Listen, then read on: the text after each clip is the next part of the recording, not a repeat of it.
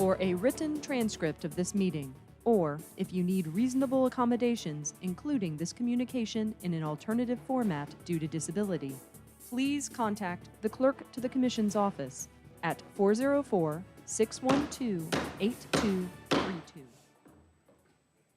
All right, good morning, everyone, and welcome to the second regular meeting of the Fulton County Board of Commissioners. Today is May 15th, 2024. It is exactly 10 o'clock a.m.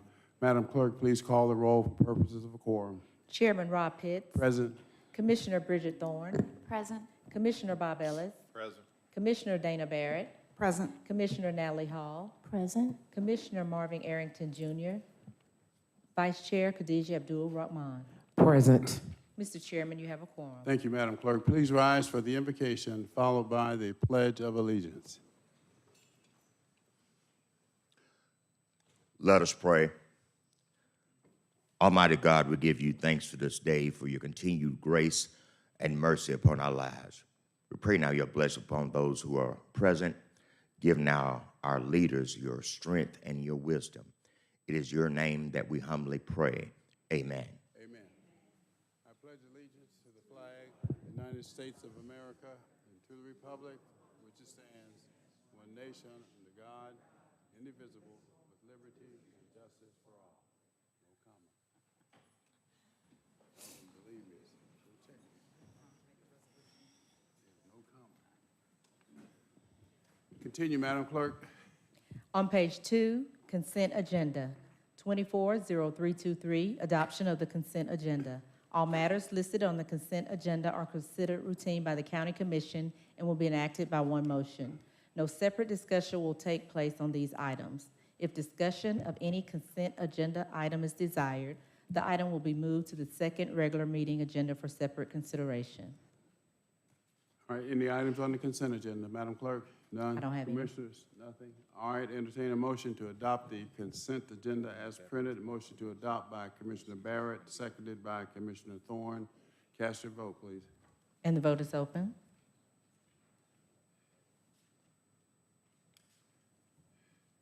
And the motion passes, 6 yeas, 0 nays.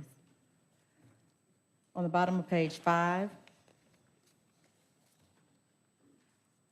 second regular meeting agenda, 240339, adoption of the second regular meeting agenda. Mr. Chairman and members of the board, we have amendments to today's regular meeting agenda. On page 7, item to be revised, 240345, finance, presentation, review, and approval of the May 15th, 2024 budget soundings and resolution. This item is revised to include funding for the Bear Creek Nature Center, and that's item 240348 on page 7. Also, Vice Chair has requested to remove her action items What page? on page, starting on the bottom of page 8, 240532. Request approval of resolution of the Fulton County Board of Commissioners to provide the salary savings in a department's budget shall not be frozen nor swept. Page 9. Is that to remove? Removed. Okay. And on page 9, 240353, request approval of a resolution to increase the budget of the district attorney in an amount required to convert the current Project Orca attorney positions. And 240354, request approval of a resolution by the Fulton County Board of Commissioners urging municipalities located within Fulton County to enhance safety at convenience stores by adopting ordinances and laws mandating the use of video surveillance systems. To remove that one also? To remove all 3, yes, sir. Okay. No, ma'am. That last one is not correct. Excuse me, Chairman. That last one should stay in place. The surveillance? Yes. systems? Okay. I'm sorry. It was a miscommunication. Continue, Madam Clerk. That's all I have. All right, anything from the board? All right, a motion to adopt the agenda as amended. Motion to adopt as amended by Commissioner Thorne, seconded by Commissioner Barrett. Please vote. And the vote is open. And the motion passes, 6 yeas, 0 nays. 240340, ratification of minutes. Second regular meeting minutes, April 17th. First regular meeting post-agenda minutes, May 1st. Special call meeting post-agenda minutes, May 1st, 2024. All right, any additions or corrections? All right, none. Motion to ratify by Commissioner Thorne, seconded by Vice Chair Abdul Rahman. Please vote. And the vote is open.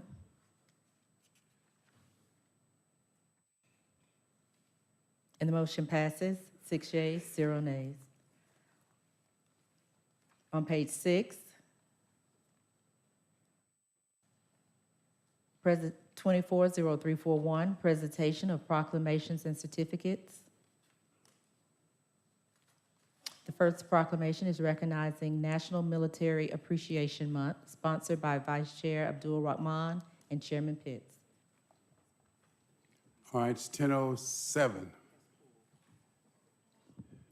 Okay, that proclamation has been removed. The next proclamation is recognizing Jewish American Heritage Appreciation Month, sponsored by Commissioner Barrett and Chairman Pitts.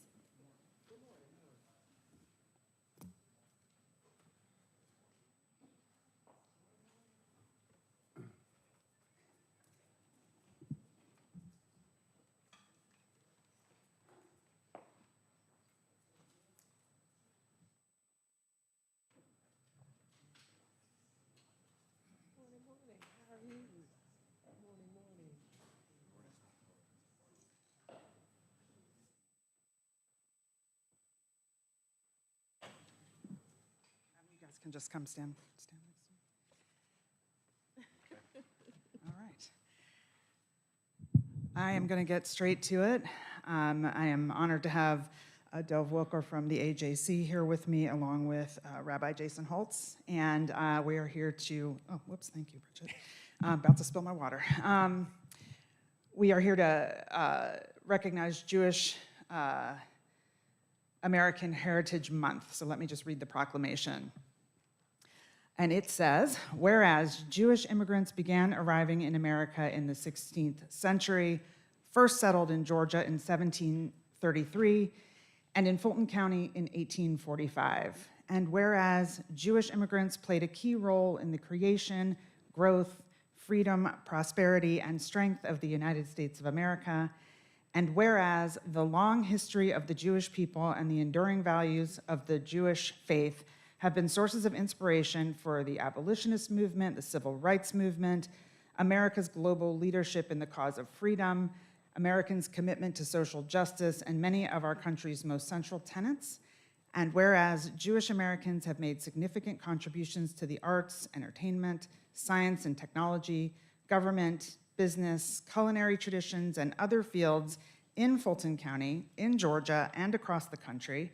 And whereas for 43 years, the United States has celebrated the contribution of the Jewish community through presidential declaration, and whereas Jewish American Heritage Month has been celebrated every May nationwide for nearly 20 years, and whereas Fulton County has a long history of celebrating the unique cultures and history of all of its citizens, now, therefore, be it resolved that the Board of Commissioners of Fulton County recognizes the contribution of Jewish Americans and the importance of celebrating Jewish American heritage, and does hereby proclaim the month of May 2024 as Jewish American Heritage Month in Fulton County.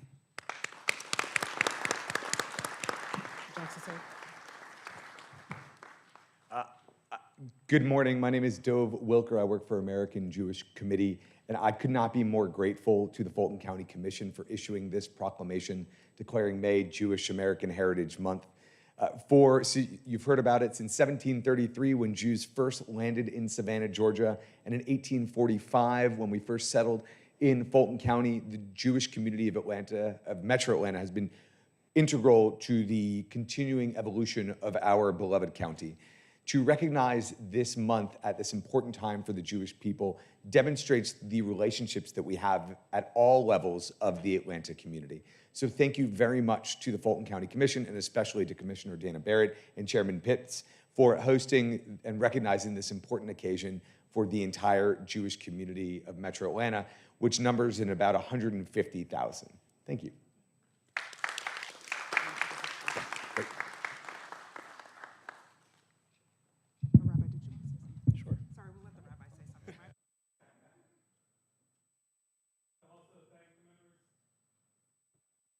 to thank the members of the commission for the proclamation today. Like Dove, I'm humbled to be here and to meet with all of you. Dove mentioned this is an especially difficult time for Jews in America. In 2022, the last year that the FBI has for records, Jews have been the victims of more than half of all religious-based hate crimes in America. That number more than doubled in 2023. My own synagogue received a bomb threat earlier in December, and we're thankful to the Roswell city government for their response to that. We're not unique in that. I know that lots of our students in both public schools and college campuses regularly report being abused and harassed, and during a difficult time for Jews, it's so nice to know that we have friends here in Fulton County, interfaith friends, members of the commission as well. It's humbling, like I said, and we're grateful to be here. Thank you. Now we'll take a picture. Sorry. Now let's take a picture.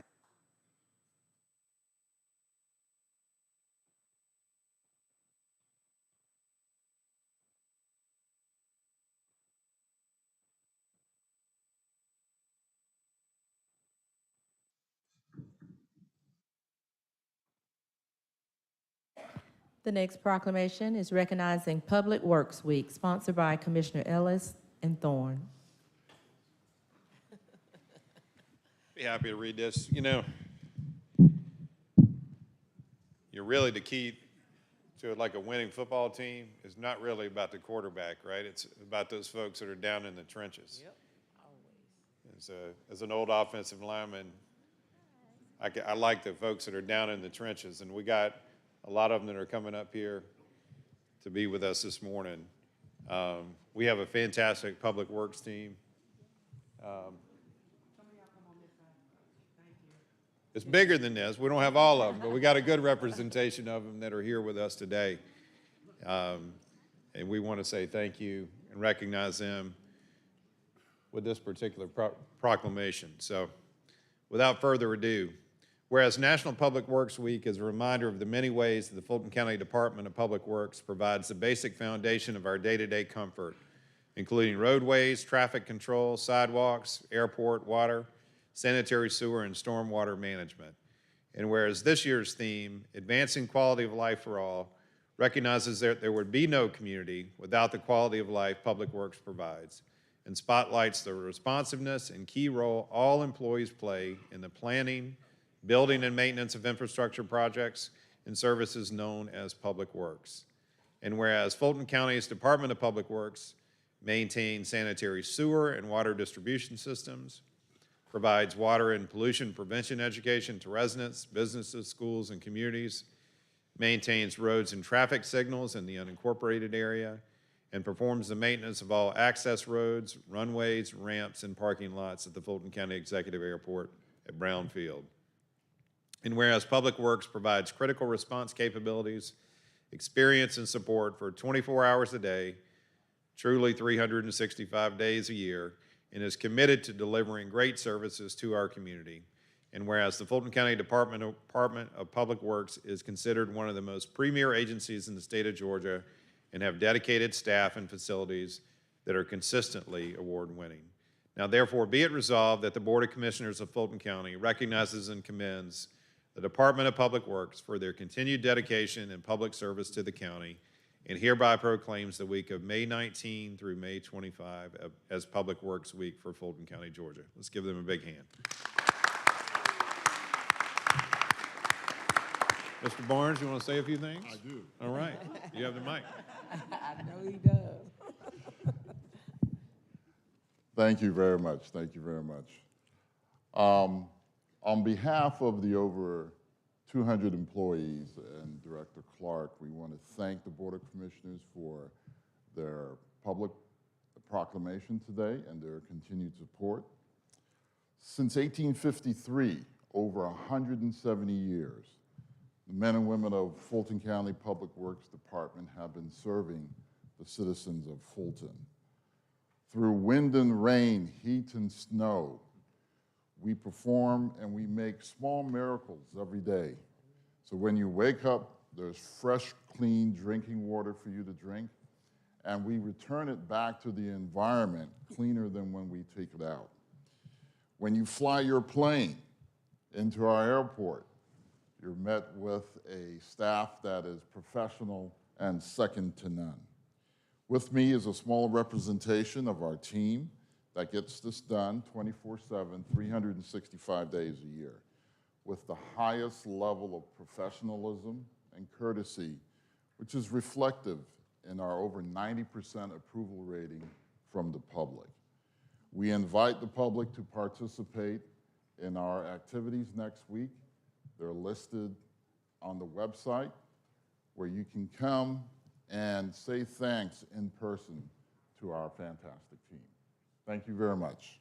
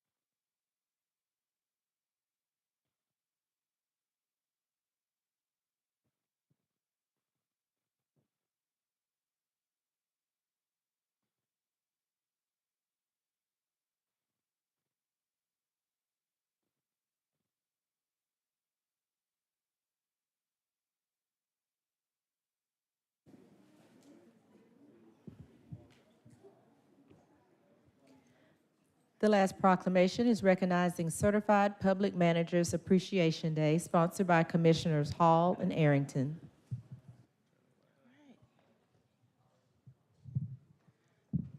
Come on down, CPM graduates.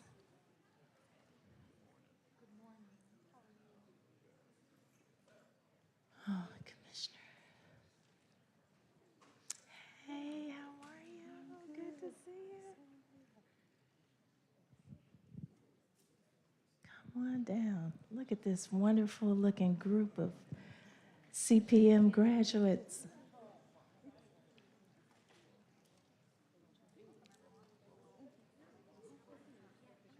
Squeeze on. Hey, Commissioner, good morning.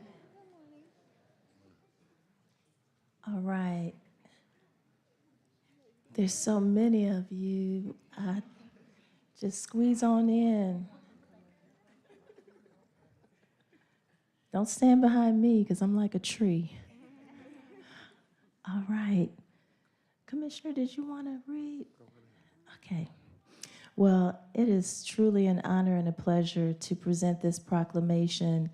I was one of the first graduates of the Certified Public Management program when it was just initiated, an inaugural ceremony graduation. Unfortunately, my late boss, mentor, neighbor, and friend, Joan P. Garner, she recommended me for the CPM program when our wonderful county manager and our chief human resources officer implemented this program. And unfortunately, she did not have an opportunity to see me graduate because she passed before I actually graduated. But I have to give thanks to our county manager, Dick Anderson, and Chief Human Resources Officer, Kenneth Herman, for working everything out to ensure that I graduated, even though I was no longer in the office since she passed. So this is a great honor to me to present this proclamation to all of you. And it reads, whereas Fulton County government entered into a memorandum of agreement with the University of Georgia Carl Vinson Institute of Government to offer the Certified Public Manager Program to managers and supervisors within Fulton County. And whereas the University of Georgia is the only organization within the state of Georgia authorized by the National CPM Consortium to offer the CPM program, and Fulton County's CPM class of 2024 is the 8th class in Fulton County to receive the CPM certification. And whereas the CPM class cohort O pinpointed a need in the Atlanta community to support people experiencing homelessness and explored what resources would be valuable to those in need and how to gather these resources, identified toiletries as a valuable resource to offer the unhoused community in Woodruff Park and the Melody, and successfully planned and implemented the creation and donation of 100 toiletry bags. And whereas the CPM class cohort P sponsored a Gift of Love and Joy donation drive for the boys and girls of Youth Villages, a residential treatment facility in Douglasville housing 128 boys and girls ages 6 to 17 with behavioral and mental health issues, collected 732 articles of clothing and art supplies for the facility, gave handwritten Valentine cards to all 128 children, and led a vision board activity with 12 through 15 of their girls. And whereas the CPM class has completed 300 hours of coursework in 9 months, dedicating these three full consecutive days per month to attending classes, completing out-of-class homework and academic studies, and giving back to the community of their time, talents, and intellectual capital. Now therefore be it resolved that the Board of Commissioners of Fulton County congratulates the CPM class of 2024 for successfully completing requirements to receive their professional certifications as certified public managers, and does hereby proclaim Wednesday, May 15th, 2024 as Fulton County Certified Public Managers Appreciation Day in Fulton County, Georgia. Congratulations.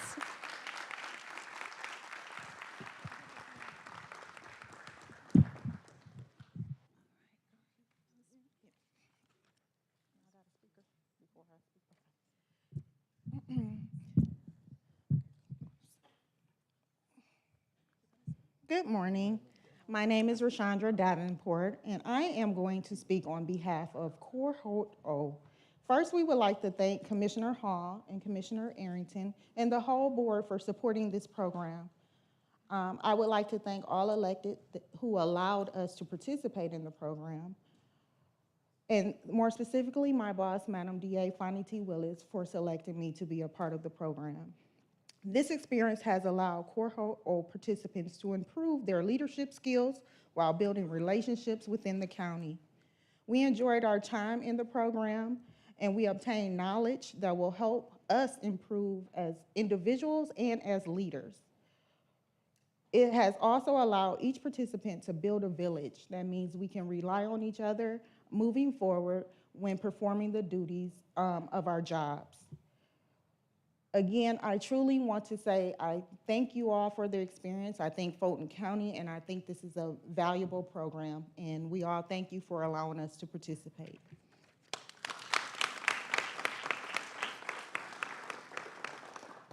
Good morning, everyone. Good morning. Excellent. My name is Kelly Edwards. I'm an Environmental Quality and Education Manager with the Fulton County Department of Public Works.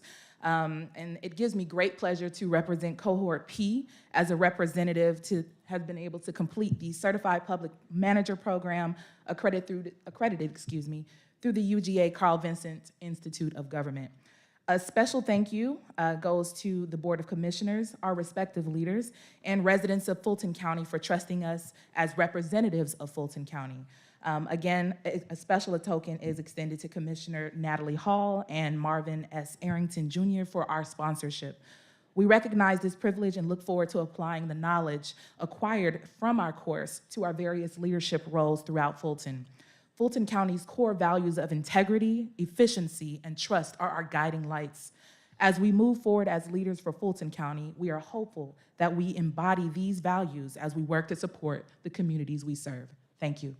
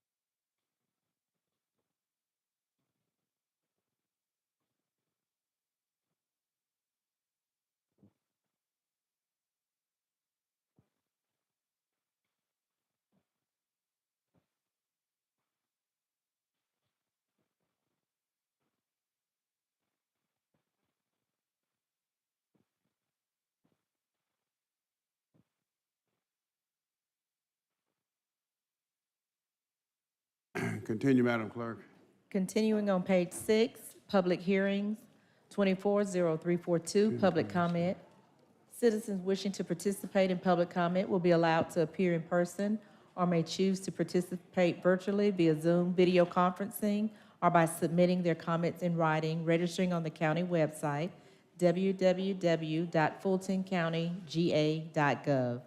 Priority for public comment will be given to Fulton County citizens and those individuals representing businesses or organizations located within Fulton County. Speakers will be granted up to 2 minutes each. The public will not be allowed to yield or donate time to other speakers. The public comment portion of the meeting will not exceed 60 minutes. In the event the 60-minute time limit is reached prior to public comments being completed, public comment will be suspended and the business portion of the BOC meeting will commence. Public comment will resume at the end of the meeting. Mr. Chairman and members of the board, we will start with the speakers here in Assembly Hall. We have received 14 speaker cards.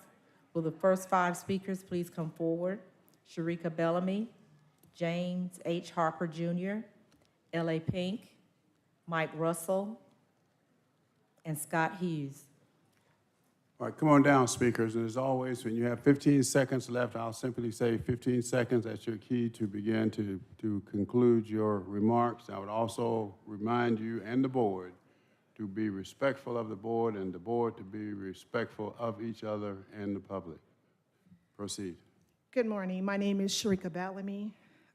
Thank you for this opportunity, commissioners.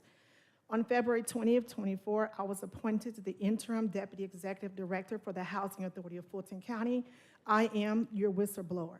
I sent a certified letter to you all in February and contacted HUB regarding the harassment of Chairman Antavius Williams and unethical practices of the agency. During the last board meeting, the whole entire staff sat in my office and we watched Commissioner Pittman expose the truth. When she was done, we clapped. We were very thankful, but I remember lifting my hands and saying, God, I thank you for Commissioner Pittman and Khadijah for sending us to her to us. In 2010, I was hired to work on the dream team for the Housing Authority of Fulton County. I worked there for 4.5 years, and I went to another housing authority for 8.5 years. So I know the culture of the Housing Authority of Fulton County and what is needed to clean it up again. The Housing Authority needs a new board. There has been 5 EOC complaints, 9 written complaints, all against Antavius Williams. All are females. I am one of those 5. I was placed on an administrative leave last Wednesday and was escorted out by the police. The same day, I received a letter from the attorney, which is the same attorney I sent his invoices to be investigated. And the letter stated I had not been accused of any wrongdoing and that this actions was not retaliation. This is clear an act of retaliation. You will find in the packet that I received, that I gave to you, that Antavius Williams told Ms. Garcia to terminate myself, Ms. Brown, Ms. Sims, and a receptionist. I care deeply about the Housing Authority of Fulton County. This is home for me. Right. The current 15 staff, seconds. The current staff is not the problem. The problem is Antavius Williams involved in day-to-day operation. The solution to this problem is please select another Welcome board. to Zoom. Please press pound, then enter your meeting ID, followed by the pound sign again. All right, what's going on? Thank you, ma'am. Do you have a handout? It's in your packet. All right, thank you, thank you. You are in the meeting now. Recording in progress. Mr. Chairman, I apologize. We had a small technical issue with the Zoom and had to restart it, so I apologize for the disruption. So is it fixed now? I believe so, yes, sir. All right, next speaker. Good morning, Commissioners. My name is James Hank Harper. I am a former Housing Authority of Fulton County Commissioner. I just wanted to agree with Ms. Bellamy and offer my support to her comments to you all. Thank you.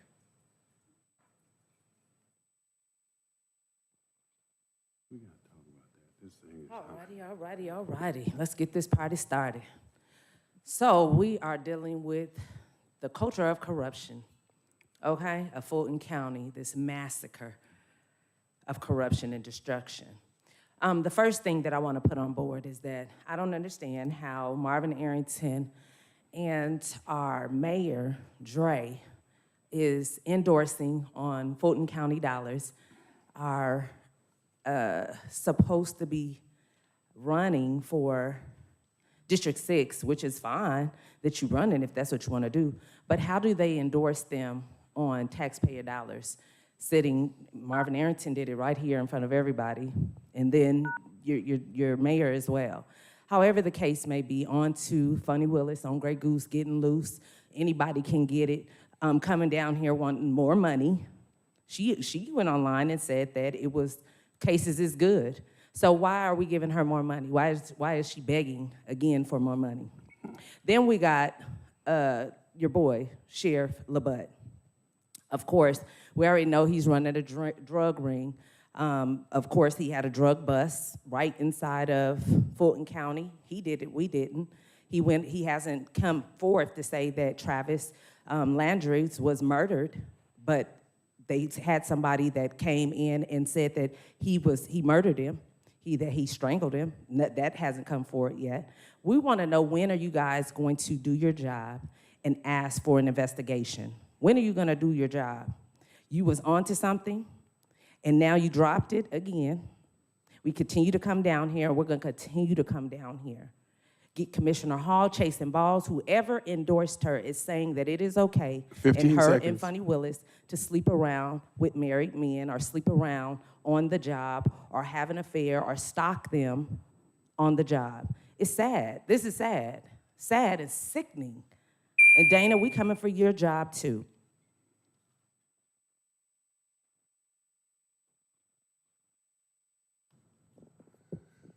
Good morning. I want to start with something positive today and thank Vice Chair Rahman for coming out this Saturday and spending time in our community, helping us with our fundraiser, which was to keep our elders in their homes, our legacy residents in their homes.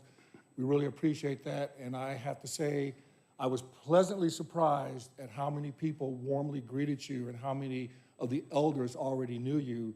It was a great event, and I really appreciate you coming out for that. And now I want to turn to the cult of corruption in Fulton County. And I'm asking again this morning for 4 votes to start an investigation into the cult of corruption, starting with the DA, Fonnie Willis. Why is she asking for more money when she said before she had enough? Where did the money go? We need an audit to find out. Why are there still people in our county jail up to 5 years without being brought to trial? Why has she not investigated the deaths in the jail from her friend, Sheriff LaButte? He corrupted the last crime scene, and now we have a 20-year-old man who's passed away, and we had somebody come forward and confess to the murder, and there's been no investigation. I mean, this is as if the Klan was running Fulton County. You have black folks being pulled off the street, put in incarceration, in jail, no trial for years, and then they wind up dead and nobody cares. Do those black lives not matter? And then you have Fonnie Willis, who did not start an investigation on Natalie Hall. What she did by sleeping with her employee in this building and then firing him, but beyond that, she stalked him. She planted not 1, not 2, but 3 tracking devices in his vehicle. That's a felony in the state of Georgia. Fonnie Willis has not investigated that. We need to have answers 15 seconds. as to what is going on in Fulton County. We need this cult of corruption to go. And this is not a black or white thing. This is to do the right thing, because everybody running against them is also black. We need folks to get out and vote them out.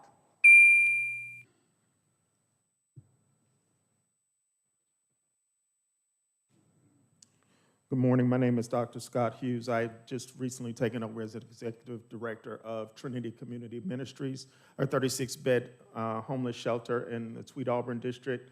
I just have a question for you. There are 2,756 homeless shelter beds in the city of Atlanta. What would happen if we are not here? There are a ton of homeless people on the street right now, and we do this work out of a passion for our heart. We definitely appreciate the donations that we get, the spaghetti and the clothes and the toiletries, all of those different things, but there's a flip side to that coin. None of you would be paid in spaghetti, vision boards, toiletries. It takes cash. I think it would be a simple thing to have a repository or a benevolent fund or some type of credit for organizations that do this work for the community, because we're not getting rich, so that we don't have to pay utilities, that we don't have to pay for water and electricity or run around and beg different foundations for the money to pay our bills to keep these people off of the street. I want to thank Commissioner Hall. As soon as I reached out to her, her entire contingent showed up at our location. They pointed out a lot of resources, and I'm not talking about the COC and jumping through a bunch of hoops and bending like a pretzel in order to kiss a ring and get in a line behind 12,000 other people. I'm talking about actually making it happen. When all is said and done, there's a lot more said than done, and Commissioner Hall, I appreciate you, Charmaine, Anita, Paula Taylor, all of you all for showing up and pointing us in the right direction. This is my first time at this lectern. It will not be my last. We are going to establish a fund, a benevolent fund that keeps us from struggling to do the work we do. Thank you. 15 seconds. Next 5 speakers, please come forward. Diane Usher, Shirley Pierce, Charlene Allen, Patricia Johnson, and Charles Rambo.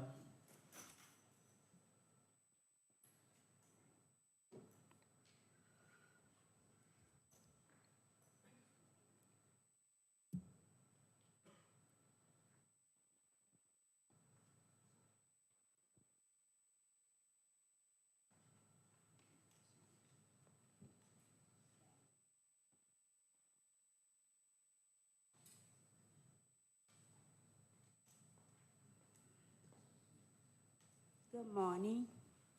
My name is Diane Nerschel, and I'm a resident at Veranda College Town. And we just begging for someone to please come and see what's going on with our building. We don't have no maintenance. The foam in the office is off. The building itself is so nasty. And they just not doing us right over there, and we don't know what's going on with the building. The homeless keep tearing up the back door. They keep breaking in people's cars, so we just don't know who to ask for help. So we would like for someone to help us out because they have a court date on the 21st to go.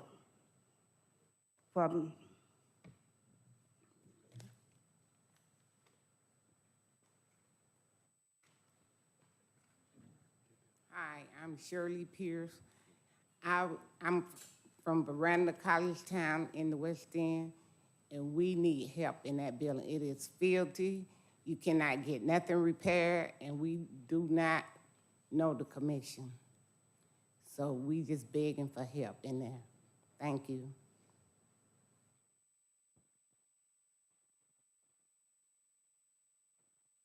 Good morning. My name is Charlene Allen, and I'm also a resident of the Veranda at College Town. This is my senior years. I did not expect to move into a senior apartment where, on my floor particularly, the elevator does not come up to the 4th floor. We have issues, we have wheelchairs. Someone has to walk down to the 3rd floor to bring the elevator up, or we have to walk all the way down. And we've been complaining about this, at least I personally have been complaining about this over a month. It's been like that about 6 weeks. My other issue is it's 85 degrees in the hallway. Being that the 4th floor is the top floor, the odor from the trash chute just comes up. You're embarrassed to invite anybody into your home because of the smell as soon as you walk off the elevator. We cannot contact anybody about this situation. We have people living in our attic. We have vandalism of our cars. The other day, I was told it was 9 car windows that was broken out. We're supposed to have security park gates, but anybody can get in the gate. They tear the doors down. Every time they're fixed, they tear the doors down. No one comes to clean our building. It's just ridiculous that after retirement that I cannot live in comfort. There's people living in the attic, which should not be.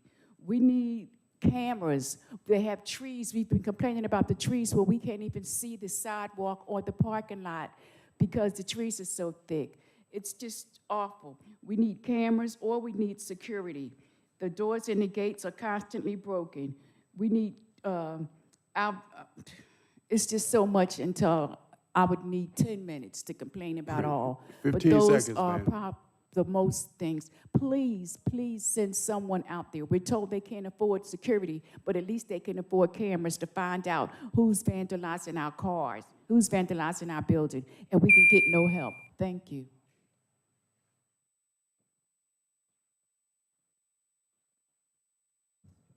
Good morning. I myself, again, am a resident of Miranda at College Town. I personally have been vandalized. Just speak up a little bit, ma'am, please. I am a resident of Miranda at College Town as well. I have been vandalized twice. My vehicle, steering column broken, windows broken. It doesn't make sense. When I first moved to that property, I thought that that would be my last move to enjoy my golden years. But it's been everything except that. It's been a total disaster, a nightmare. Why do we pay taxes when we can't get any assistance? Now, the 2 times that I've been vandalized, City of Atlanta police have come out. They've taken information, but no one has gotten back with me. Fingerprints was taken. Nobody has gotten back with me to say we've apprehended the culprit. When I first got to this building, to this property, it was so nice. It has totally went from 100 to 9, if not lower than that. As Charlene said, our back door, every time they repair that door, we have squatters on the 4th floor that tears the door up because they don't have a fob to get in. It's ridiculous. You can't sleep in peace. Your items from outside your door, your plants, your figurines and stuff like that comes up missing. Your packages that you get through the mail are coming up missing. What can we do? What can you help us with? This is at 372. 15 seconds, ma'am. 372 Legacy Drive, Southwest, Atlanta, Georgia, 30310. And again, we do have a court date on the 21st of this month because code enforcement came out. That's just how bad it is. Last 4 speakers, please come forward. Julie Allen, Paul Hershey, Seafred White, and Dr. Arthur Ferdinand. Good morning, ladies and gentlemen of the Board of Commissioners. My name is Charles Rambo. I am a resident of South Fulton County as well as a 34-year veteran retired from the Fulton County Sheriff's Office. I'm no stranger to this board, having provided timely and accurate insights for you to make conscientious decisions about what to do over at the Fulton County Jail. We dealt with that with the locks. We dealt with that in the consent decree. I'm coming to you today more or less to ask, as you are considering this $2 billion jail project, do we really need $2 billion for the infrastructure? Should we spread that money across the board to improve the criminal justice system? If the criminal justice partners are doing their parts in the judiciary as well as the prosecution, why are we considering 5,000 beds? That money needs to be spent across the board for more judges, more mental health facilities, as well as moving towards some type of transitioning for our mentally ill persons. Commissioner Pitts, believe it or not, me and you finally will agree on something. We need the Atlanta City Jail. We need that jail, and we need it very badly. With that in mind, I'm hoping that you will follow the Senate recommendations for pushing the city of Atlanta with some more robust measures in terms of how to get that. As I conclude, this is more or less towards our partners over at the Senate Judiciary, excuse me, Judiciary, the Senate committee hearing. I introduced to them the Georgia Jail Violence and Contraband Elimination Act. I want you guys to take this under consideration, some preemptive law that can help to divert as well as stop a lot of the deaths at the jail when we take some more proactive measures towards prosecution 15 seconds. of those persons that are committing crimes based upon the type of wheelbarrows of contraband that you see before you on a time-to-time basis. I will leave this for your consideration, and I hope that you will take it into consideration in your legislation. Thank you.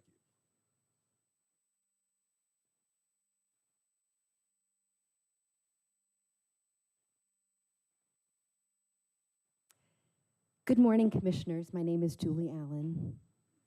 On Tuesday, May 7th, the Georgia State Election Board voted reprimand for for Fulton County for numerous violations of state law during the 2020 election and recount, and to establish a monitor for the November 2024 general election, which, if not completed by July, would require referral to the Georgia Attorney General. With over 100 violations of election laws and rules, the Georgia State Election Board decided that both the 2020 hand count audit and the certified machine recount in Fulton County violated Georgia election law. Georgia State Board of Elections admitted in writing that Fulton County failed to upload and tabulate election results in their entirety in 2020. State officials reported that there were 3,075 duplicate ballot images, but they were unable to determine how many of those cast were tabulated in the recount. Fulton County failed to preserve hundreds of thousands of ballot images from Election Day memory cards as required by Georgia law. Fulton County could not prove the authenticity of thousands of votes counted from Election Day. Further, Fulton County's machine recount initially resulted in a total that was almost 18,000 ballots short, according to former Supervisor Richard Barron. The recount is missing 17,852 ballot images confirmed by Joe Rossi, Professor Philip Stark, and election expert Duncan Buell. Biden's margin of victory was 11,779 votes. Fulton County cannot provide sufficient evidence of votes it claimed it counted in 2020. The recount could not replicate those original results either. Calling the election conduct unacceptable, State Election Board member Dr. Jonas Jansen commented, "If this is the way to conduct an election, then no election should be certified as true and accurate." 15 seconds. Dr. Johnson added, "There's no way this election or recount should have been certified." Fulton County's corrupt officials have been caught certifying false election results. Fulton County taxpayers now have to pay the unbudgeted cost for a monitor. Fulton County citizens deserve to have confidence in elections.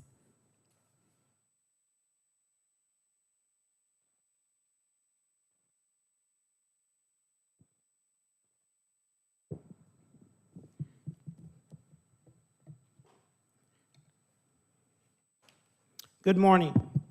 My name is Paul Hershey, and I'm here to continue the dialogue on what you've just been hearing. And my question is when are you going to start cleaning it up, and when is the audit going to take place? Here's some things that I can prove that's on your record, your Fulton County records, and there's things that I cannot prove. So let's get down to what I can prove. There was a grant for $575,000 to Fannie Willis's department. She reported, the CFO reported that grant was only $500,000. There's $75,000 missing somewhere. And the next thing you know, Wade's attorney was paid $75,000.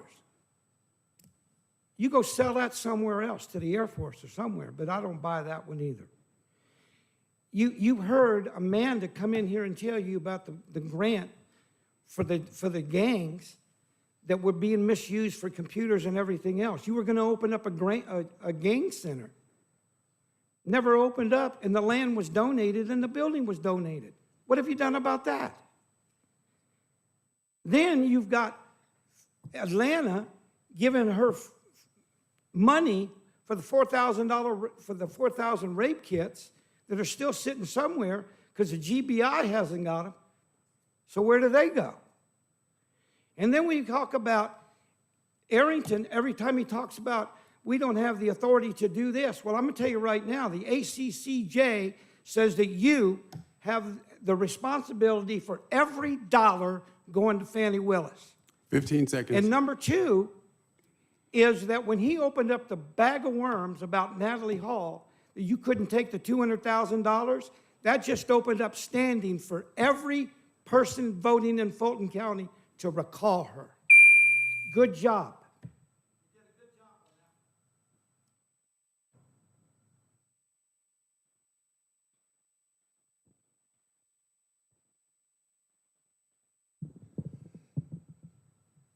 Be not deceived, God is not mocked. Whatever man sow, that shall he also reap. I want you to pray for me as I travel to Washington, D.C. on Thursday, and I'm returning back on the 19th, if the Lord's will. I will be going to the White House, to the Capitol lawn on the White House, to participate in the day of prayer at the White House. After receiving a Volunteer Lifetime Award from our President, Joseph B. Biden, we'll be going to Washington, D.C. to pray for our nation. Chairman Pitts, I remember you a long time ago when you came to an activity that we had called Healthy Fathers, Healthy Families. I heard a lot about how people are helping the homeless. Well, here I am. Thank you, Sister Commissioner Deja, for your support. Here I am, want to help the homeless. I heard the gentleman stand up and said something about Natalie Hall helping them. Well, I need help. I've been praying for help. I have been detained by the Atlanta Police Department because I was preaching the gospel. Preaching the gospel, I was stopped outside the Atlanta Medical Center. I want to take men and women to the Atlanta Medical Center. The police was called on me, I was set up, and my picture is on the door of the Atlanta Medical Center, which needs to be taken down. 15 seconds. Also, in reference to the jail, it is a shame that this jail is a place where a lot of people are being killed. Commissioners, please do something about it. I thank God for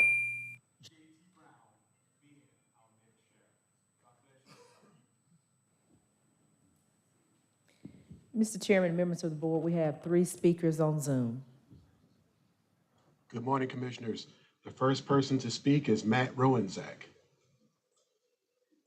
Good morning, Commissioners. In the last meeting, I shared with you as a comparison in terms of the elections budget, Cobb County. As an update, it was listed at 9 million. About 2 million of that dollars were transferred out. So the true budget for Cobb this year is 6.88 million. If we transfer that, since Cobb is about 75% of the size of Fulton, we're talking about a little over $9 million. So again, why is our budget $40 million? We have people that come give public comment every single meeting. And yet we have waste in many of our departments, including the elections department. So I appreciate Commissioner Ellis on the agenda for today is the 2023 municipal election cost. I'm very concerned about the cost from last year. Last year was around what, $15 to $20 million for the year in a low election activity year in terms of scale. So we're saying that our budget last year in a municipal year was $15 to $20 million. And Cobb this year in a major federal election is the equivalent is 9. We have a problem and it needs to be addressed. I like the activity-based budgeting and it, maybe another phrase for that, also zero-based budgeting. We need a line item budget from what the election department is spending our dollars on. We already know by working in many of the polls and whatnot, there's a lot of waste and inefficiency. So please take a look. If we need a real follow-on audit from the previous ones, 15 seconds. Then highly encourage that as well. And just to support the comments made by a couple others, the results from the state election board last week were damning. We all know 2020 was not fine and it never should have been certified. Thank you. The next person to speak is Ben Howard.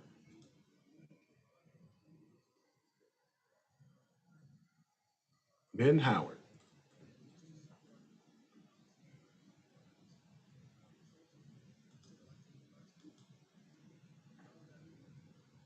Okay, Ben Howard. Okay, there we go. You got me? Yes, we do. Oh, yeah, good. Okay. Sorry about that. Ben Howard, Senior Advocate and Public Policy Analyst. To learn about senior activities throughout Older Americans Month, one may call the Fulton County Star Line at 404-613-6000. To the Housing Authority of Fulton County Triumvirate, when will you resume having hybrid meetings so members of the public again may look over your shoulders as you shuffle the millions of public dollars that are entrusted to you on our behalf.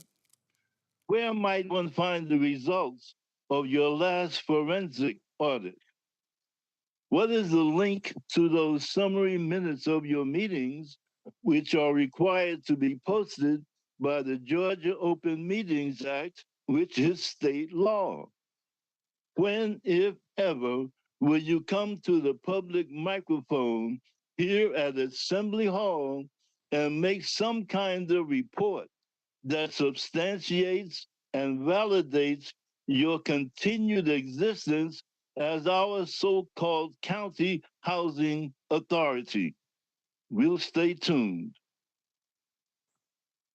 The last person to speak is Janet Hill.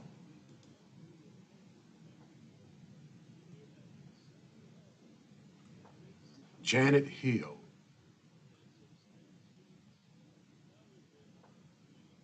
And with that being said, that concludes the Zoom public comments. Thank you. Continue, Madam Clerk.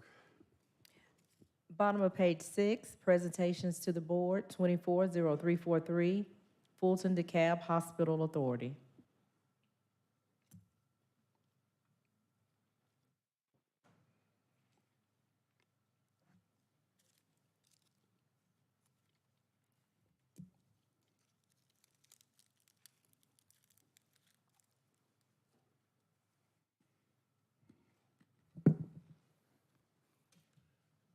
Good morning, Chairman Pitts, distinguished commissioners. My name is Javon Gibson. Again, I thank you for the opportunity to present what's happening at the Fulton DeKalb. This is really intense. I'm sorry. Fulton DeKalb Board of Commissioners meeting here. I'm happy to be here. I apologize. Give me 2 seconds. I'm listening to the public content and comments, and I'm listening to all that's going on, and I realize the importance of the work that we do. And so I just want to take a moment to say the work that we do at the Fulton DeKalb Hospital Authority is extremely important. I want to tell you a little bit about what's been happening with us. Next slide, please. So our mission really is, through collaboration with the Grady Health System and innovative strategies, we will improve the health outcomes in Fulton and DeKalb. Our vision is through using creative solutions and leveraging the resources that we hope to have innovative health care and prevention services to ensure that there's health equity for all residents of Fulton and DeKalb counties. Next slide, please. This is our Board of Trustees. You'll notice that there are 3 commissioners here from DeKalb, 3 trustees here from DeKalb. The rest are trustees from the Fulton County. Next slide, please.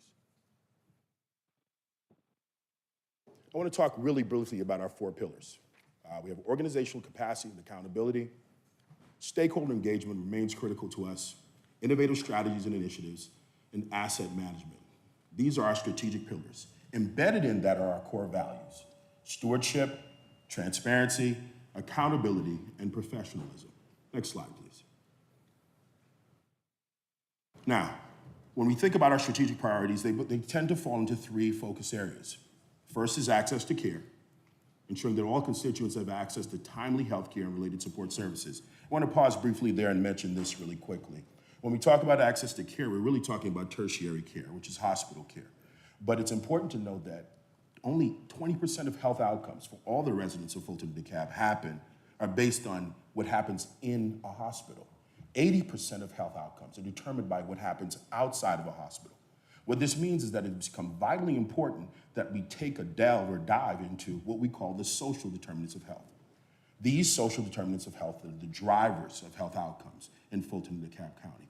So we work with our partners and stakeholders to address the economic and social conditions that drive health inequities and poor health outcomes. Lastly, but not least, we recognize that there is a significant need to destigmatize and raise awareness of mental health issues, and/or to create spaces within community that are responsive to these issues. Next slide, please. What we have here is what we call our theory of change. We call this Beyond Our Walls. We call it Beyond Our Walls primarily because we recognize, again, that this 2080 rule means that with intentionality, we must engage residents of Fulton and DeKalb, as well as the many stakeholders from the various sectors that do this work. So to that end, we leverage our partners partnerships to conduct targeted initiatives using access to care. We use social determinants, we use our relationships with multiple partners to address social determinants of health through cooperative agreements. And then we're looking at mental health through the lens of community stakeholders. And what we mean by that is, how do we raise awareness of mental health and normalize the conversation while being responsive? Last but not least, it is the support that we provide through Grady and the advocacy for Grady's responsiveness to the healthcare needs of your constituents. I don't want to go through the entire theory of change, but I do want to go to the ultimate goal and our impact. Our desire is, through leveraging these partnerships across sectors, engaging our stakeholders and our community members, ensuring accountability and responsiveness through Grady, that ultimately the work beyond our walls, as well as inside our walls, will result in decreased incidence of diseases, chronic and otherwise, and better health outcomes for the residents of both Fulton and DeKalb. Next slide, please. So what have we done? We have a number of strategic initiatives. We leverage the resources that we have to enter into what we call cooperative agreements. These cooperative agreements are partnerships that we've established with a number of different organizations in community that are credible, reputable, and have a history of doing great work. Organizations like Mercy Care, Southeast Medical, including faith-based institutions like the Dream Church, organizations doing work in the HIV space like Sister Love. We have established cooperative agreements. Now the difference, we use the term cooperative agreements primarily because in these spaces, we work collaboratively. There's training, there's technical assistance, there's capacity building within and among agencies. They work collaboratively to ensure that their efforts are aligned and produce the greatest impact. We also have launched what we call our Community Health Worker Initiative. We've trained members of the community to be responsive to the needs of their constituents in their communities. We have been very deliberate about ensuring that we've taken the time to identify what the disease states are, what the issues are in the various parts of the county. And we've also been deliberate about trying to be targeted in our engagement efforts. These targeted engagement efforts means raising awareness of chronic diseases, providing educational spaces, connecting people to resources, and ensuring that our outcomes are measured and marked across the board using our dashboard. Lastly, we have our Grady initiatives. And again, working directly with our partners at Grady in the population health space and the health equity space, identifying where there are opportunities for us to support their efforts and identify what we call levers in the health ecosystem. Just small spaces that if we make an insert and make a response, we can then change the trajectory of health outcomes. Now let's talk really quickly about our impact.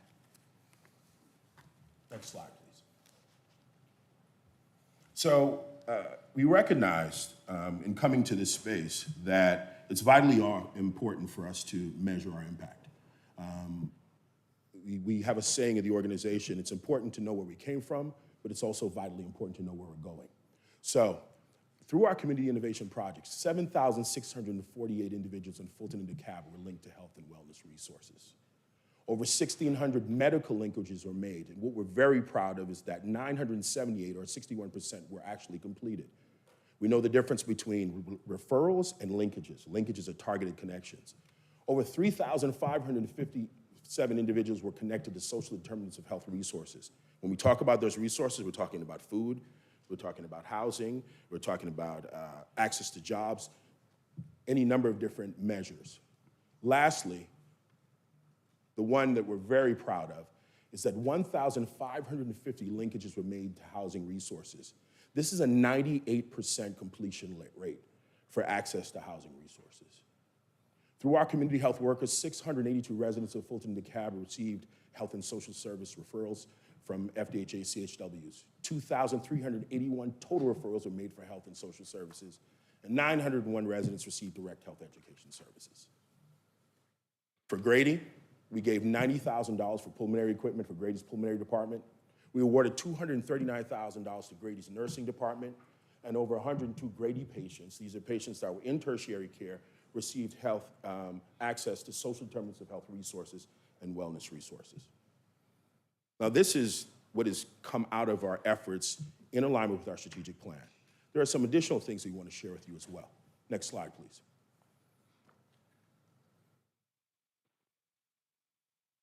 Next slide, please.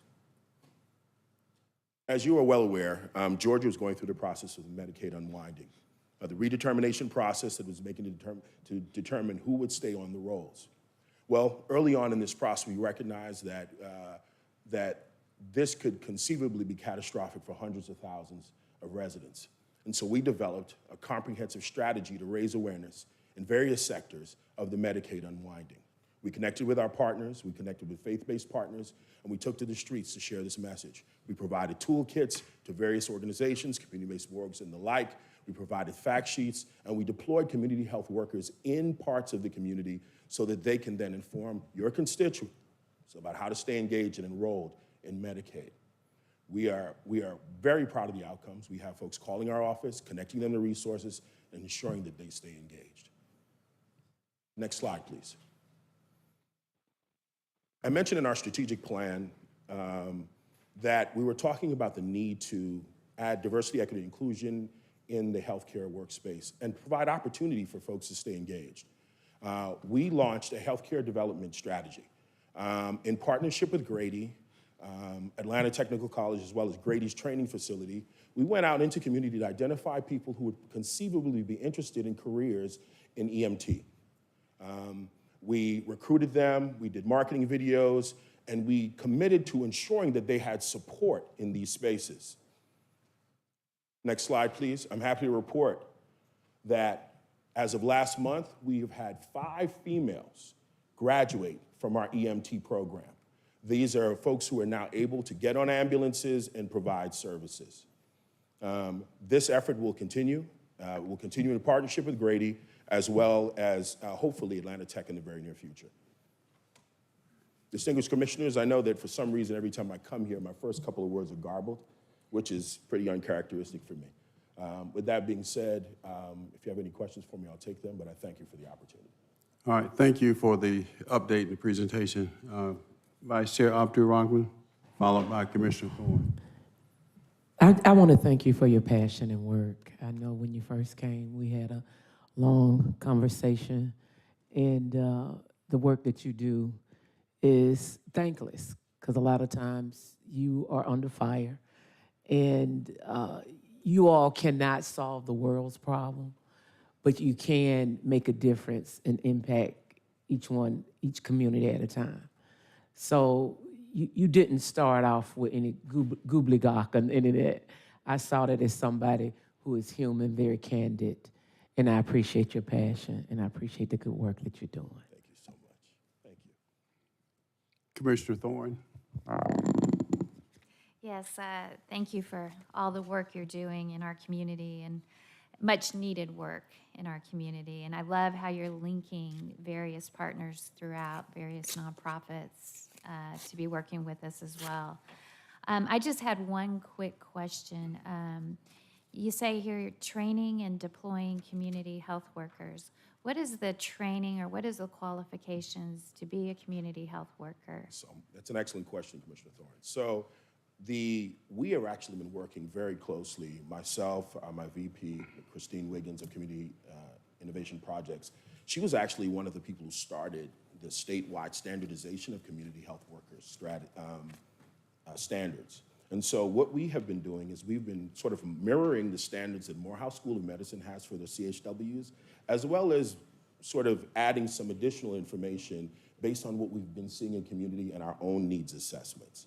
And so there are a series of core standards associated with it that are associated with communicating with diverse populations, but there are also specific education modules around very specific disease states. For example, there are modules around chronic heart disease, there are modules around high blood pressure, and the like. And so there are very specific modules. What we've been finding is it takes anywhere from 2 to 4 months of everyday training modules for our CHWs to get up to speed. Can they come out of high school and do this program? Absolutely, absolutely. And that was one area that we were actually looking into. We find that the value proposition of CHWs happens when the folks who are doing this work have an authentic connection to the community that they're targeting. And so, yes, if we can get our youth engaged, I think it would be awesome. And how many people do you train roughly a year in a program? Well, we have trained in-house probably I would say anywhere between 9 and 11. But what we recognize is, I'll use this adage, 1 can chase 1,000, 2 can chase 10,000. So the direction that we're going is we would like to use our trained CHWs to now become train the trainers. So we would like to identify specific communities where we can find folks in community who are willing to take on this mantle and serve as sort of a place-based resource for us. So we're open to training more. Do you work at all with Atlanta Public Schools or Fulton County Schools to get people interested as a potential after graduation from high school? Full disclosure, we do not, and I will tell you why.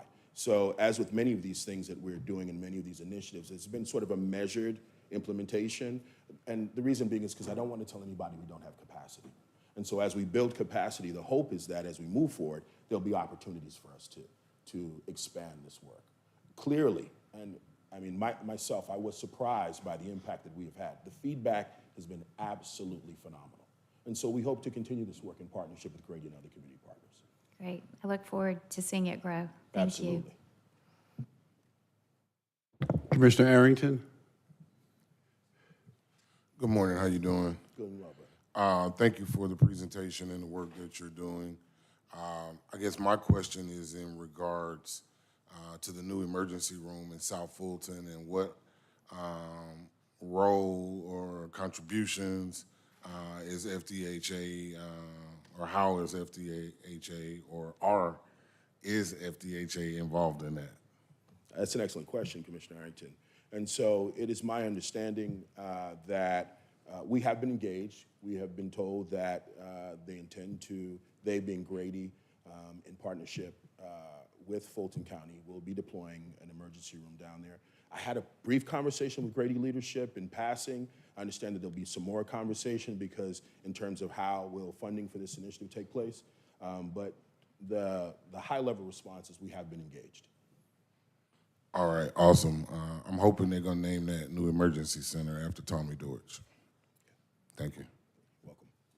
Commissioner Natalie Hall. Thank you, Mr. Chair. You are doing an absolutely great job. It was a pleasure to meet you when you initially came in. You spoke about your vision and mission for this organization, and you stuck with it. And this is an awesome presentation. There is one thing that I am concerned about because I've had several people stop me at events and ask about some grant opportunity that used to exist, and they're saying it does not exist anymore within FDHA. Could you explain that? Because I certainly can. Yes, thank you. So with respect to the grants, my position is the resources that we have. If you look under our core values, stewardship is one of the core values. And stewardship means that anything that we fund must be in direct alignment with the strategic priorities that have been outlined by the Board of Trustees. Anything that's out of alignment with those strategic priorities then cannot be funded. And what that means is when we put out an opportunity for a cooperative agreement, any organization that's going to partner with the Fulton DeKalb Hospital Authority must write a proposal that is in direct alignment with our cooperative agreement, with our strategic priorities, and must be responsive. And so it doesn't mean that there are not opportunities there, but we have greatly reduced that because our focus is really on measured impact. And so what has happened in the past is that we've released funding opportunities to any number of different organizations, and any number of different organizations have been funded, but we've never measured their impact. We're not sure exactly what they were doing or where they were doing it. I cannot go back to a specific document and say with any degree of certainty that, the efforts, albeit may have been good, they were not focused, they weren't targeted, and they weren't measured. When I came on board, my goal was to make sure that we could be held accountable for every dollar that we have. And accountability means stewardship, it means integrity around resource allocation. It doesn't mean that it wasn't happening before. It just wasn't focused in a way that I can stand up here and speak to you about. I couldn't 3 years ago come in front of you and give you those measures because they didn't exist. And so there are opportunities, there will continue to be opportunities, but they are very focused, and they're focused solely on the strategic priorities outlined by our Board of Trustees. So do you see in the near future perhaps providing that opportunity again for grant funding, but more in line with what you see should be put in place for measuring them and having some type of reporting about what they're doing? Well, absolutely. And again, we don't necessarily call them grants. They are more cooperative agreements because it's about a relationship.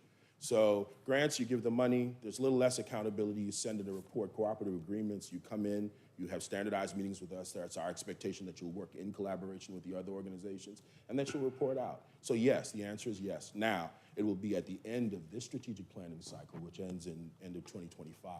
But we will absolutely revisit the opportunity, and we're open. I mean, we love to partner with other organizations. And we also tell them, you know, true partnership doesn't always include money, right? If you want to partner, there's ample opportunities to partner with us where we can leverage existing resources, and then we can find ways to work collaboratively to bring the resources in. We've written, for the first time, the Hospital Authority has written a number of small grants where we have gotten resources to support our Medicaid unwinding. That was not our money. Those are grants that I wrote because I saw a need and I wanted to address that need. Well, I do want to quote one of our nonprofit organizations that deals with youth, and the founder of that nonprofit always says, you can't have fun if you don't have funds. This is true. So the funds are needed by these nonprofit organizations, and Fulton County offers grants, and we do have a good oversight of our grants. So I don't want people to think that just because there are grants, there's no oversight. No, absolutely not. That's definitely not my intention. Yes. All right. Well, thank you very much, and great presentation. Thank you. All right, any other questions, commissioners? Thank you. See you next quarter. Yes, sir. Continue, Madam Clerk. On page 7, county manager's items under open and responsible government, 240344, presentation of the Fulton County Operational Report. Mr. Manager? Yes, sir. I know this is hard to believe, but we have an operations report today after the disruption due to the cyber event. Now we have access to most of our data. The only part of it that we don't have today is some of the financial data, but everything else is back online. So we're pleased to be here before you doing that. Mike Rowicki and Stephen Araki are going to lead the presentation on administrative and justice areas respectively. We've restructured the strategy office post Alton Adams' retirement to have Mike focus on administrative performance issues and strategic initiative, and Steve likewise focus on justice. So we'll be turning to both of them. Joe Davis will routinely report on the jail blitz plan, since that's critical to this overall effort relative to justice and the jail. So he'll be giving us that report. Sharon and Akeem, of course, will do so on finance. And then Felicia, as always, has involved or has included in this report, and will continue to anything as it relates to emergency purchase orders. Before Mike gets started, I just want to say that the cyber response continues, but is largely complete. If you recall, we had over 375 services that were disruptive. Over 90% of those are now restored. We believe that we'll have all of them restored end of May, 1st of June. So it's a very good and soft landing to what was a hugely disruptive event. We continue a daily cadence of review on these with a project management office that has been staffed by our folks and Ernst & Young. Again, Ernst & Young's involvement with us also ends at the end of May, so all of that is, again, coming to a close. You will hear in Mike's report there are a few items like call centers that still need to be scripted. We've done 4 of those, 4 of the biggest ones. No technical reasons not, and those were successfully implemented. There's no technical reason that we can't get the rest of those done. There's some digital signage in the courts and the libraries that we're working on. Again, nothing that's insurmountable there, bringing that online. Vendor self-service, which was essential, and also including EFT in that new self-service approach was vexing, but now that's been solved, and vendors are being brought on board with a communications plan. We still have some issues in our ERP system that again, continue to prove to be challenging, but we believe that those will be, again, solved, as I said, over the next couple of weeks.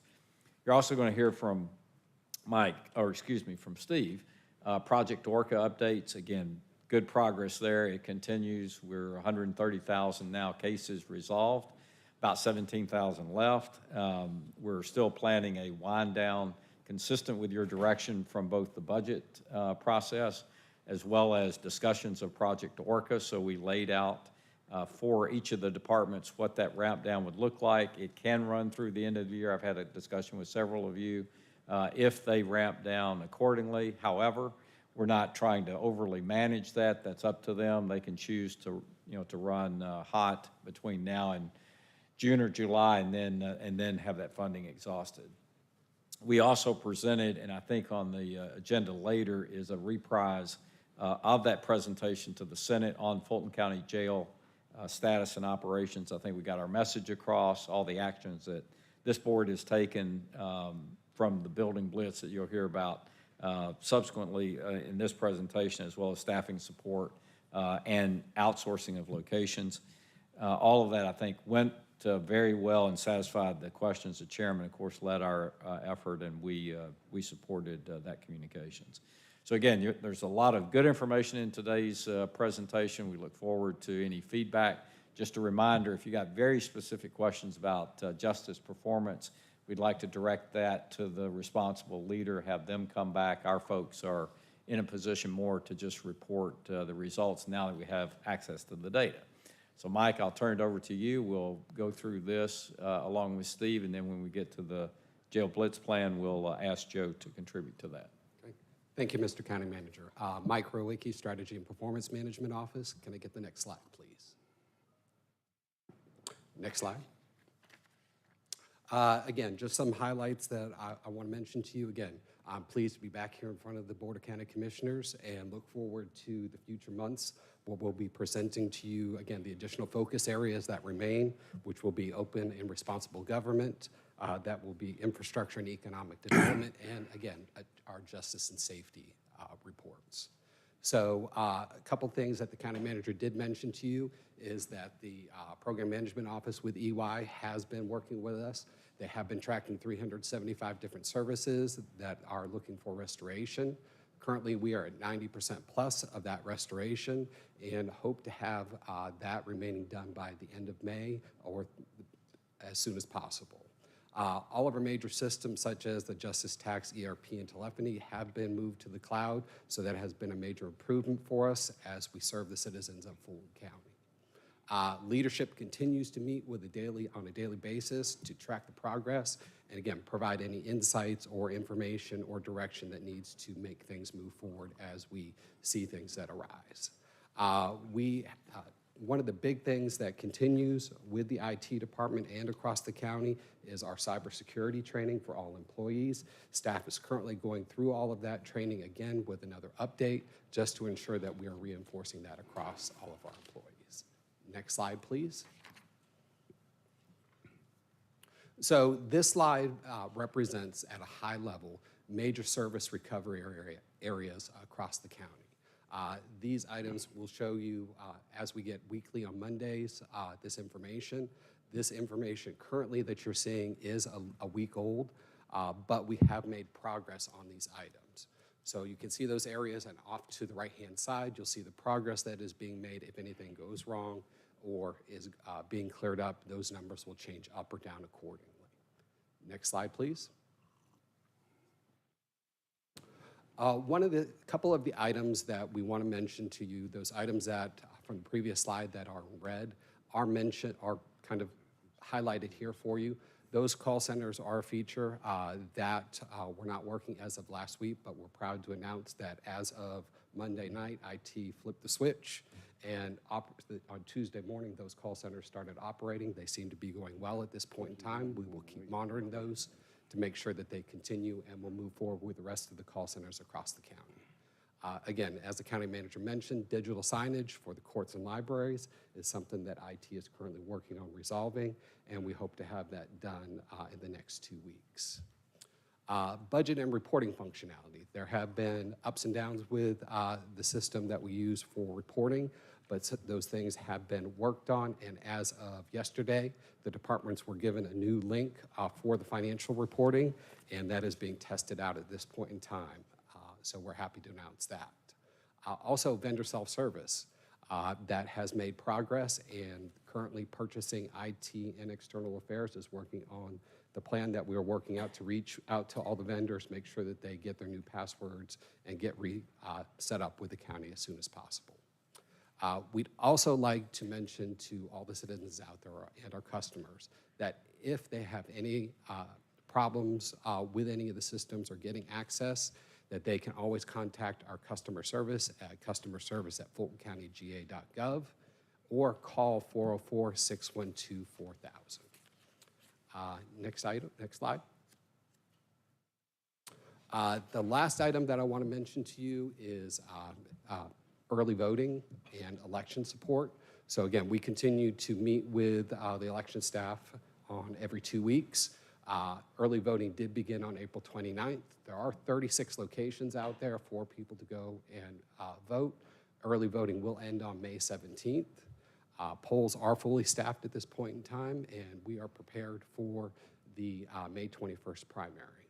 We also wanted to note that for the municipalities, with the elections from last year and what was billed to them, they were given notices about their refunds a short time ago, and we're happy to announce that those checks for the refunds to those cities was issued as of last Friday.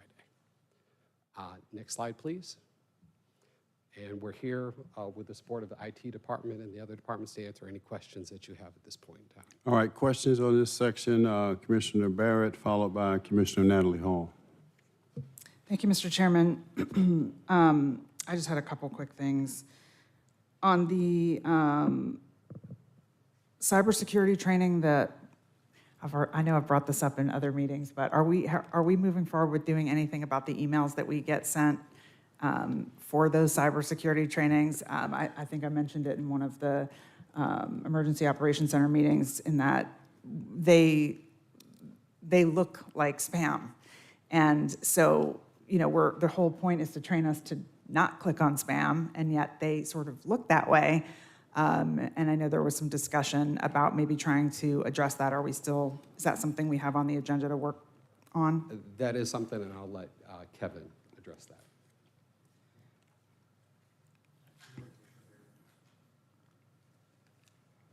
There we go.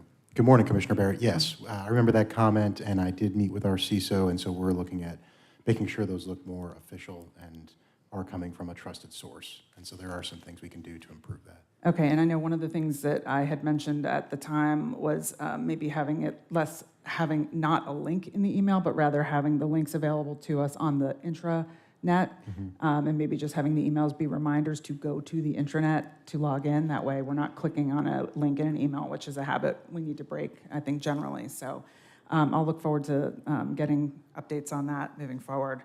The other question I had was, I think you may have basically already answered this, but was on the on page 185 or page 6 of the presentation, I guess, on the final outstanding items, and you had number 3 was the budget reporting functionality and preparation for 2025 budget development. And my question was just, so I get that we think we're almost there and we're testing now, which is good news.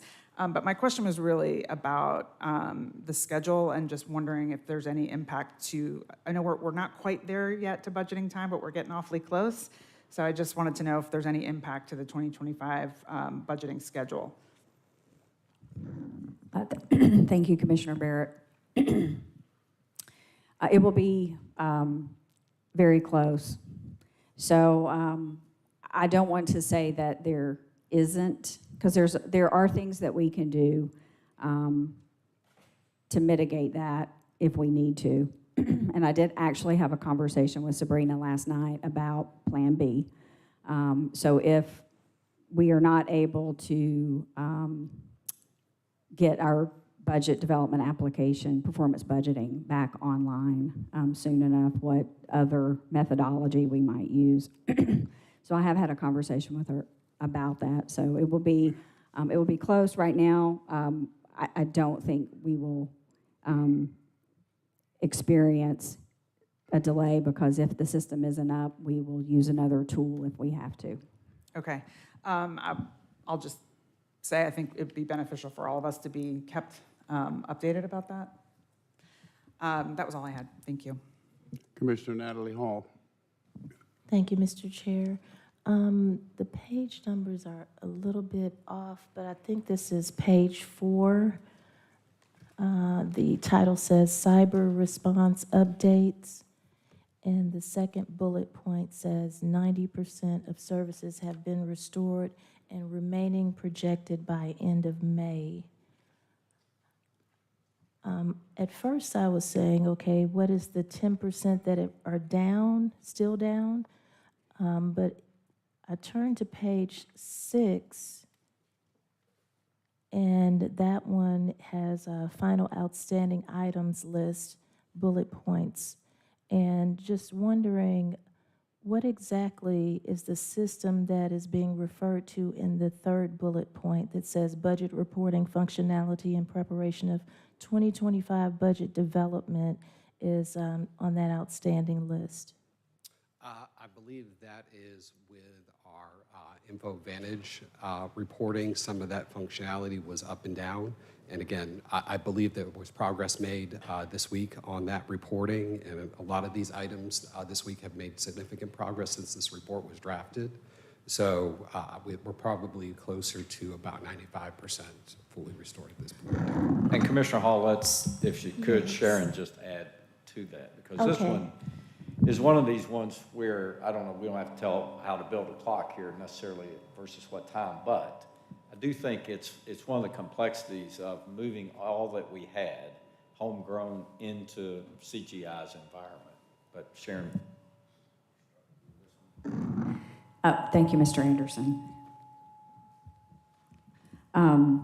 Commissioner Hall, the specifically, and Mike was correct, specifically the issues there are our InfoAdvantage reporting tool, which we use for all of our, on both the financial and the HR system, we use to extract and build out various financial reports or files that we use in our financial analysis or to help with the development of future budgets. The other item is the performance budgeting application, which we are still working to restore in the CGI cloud environment. So part of the issue is we were able to restore InfoAdvantage. Then we had a hiccup, and we had to work again to restore InfoAdvantage. And we are, this week, now, I think, in a better position from a stability perspective. So it's been up and down and up and down. We're still working on getting the historical information so we can report on current, but we can't report on historical. So we're working on that piece of it now. So those are really the two major pieces left for the ERP system, is ensuring we have stability with our reporting tool and that we have current and historical data, and then bringing the budget development application online. Is there another plan if you're not able to get all systems fully working? At this point, I am not aware of there being a concern about the performance budget application itself. We're in the process now of testing all the functionality. The InfoAdvantage reporting, if we are not able to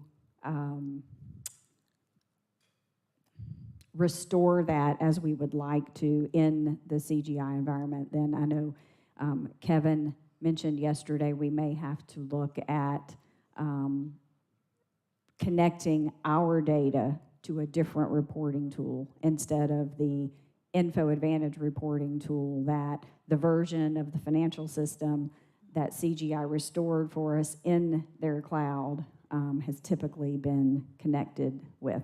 So I think that there is potentially an alternative if we aren't able to restore all of the functionality of the InfoAdvantage tool.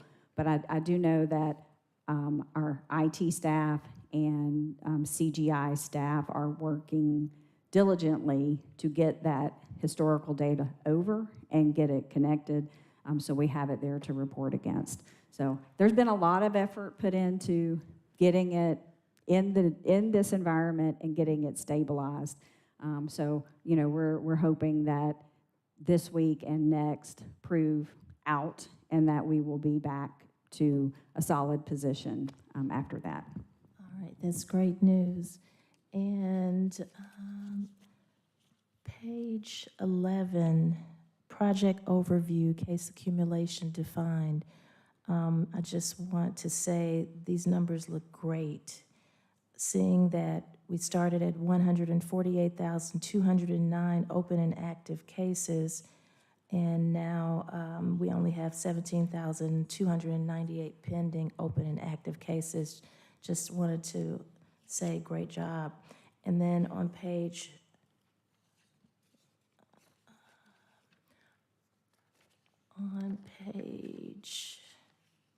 13, Project Orca case reduction, case disposition summary, I noticed the zeros for April 2024, target, actual, and variance under the district attorney, and was just wondering why.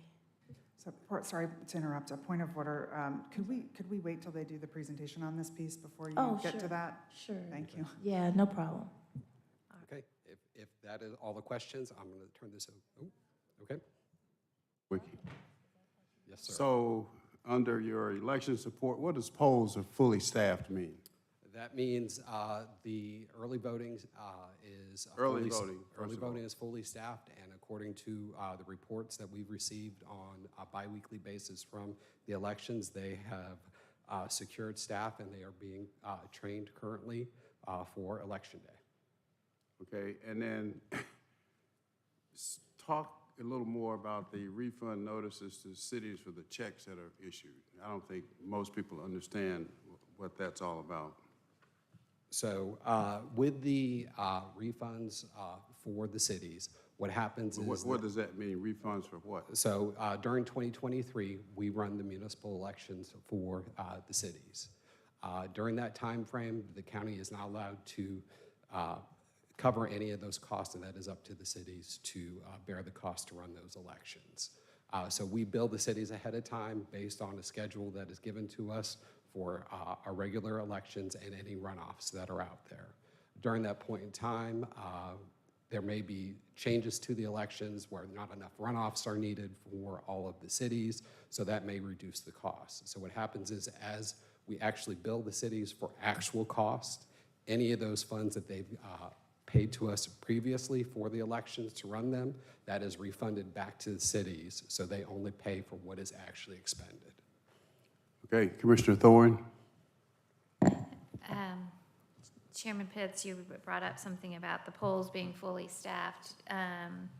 Do you ever look at the staffing, the amount of staffing? I went and visited the precinct that was in where my office is up north, and they had 8 people come, and it was 3 o'clock in the afternoon, and they were fully staffed, although they had their line monitor and somebody else not show up.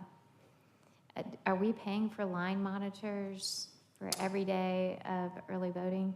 According to the staffing plan, currently, yes, but I would leave that up to, I know that you guys have some agenda items later on elections, and I would leave that up to them to discuss specifically.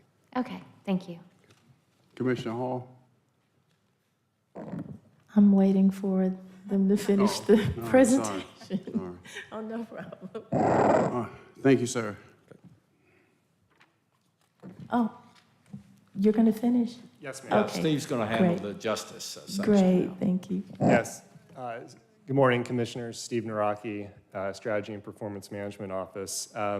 Thank you, Commissioner Hall. We very much share in your excitement. We are very excited to resume presenting this information, which we've been on a bit of a hiatus since January, but now that we've been able to recover our systems to a point that we can report out again, we are happy to do so.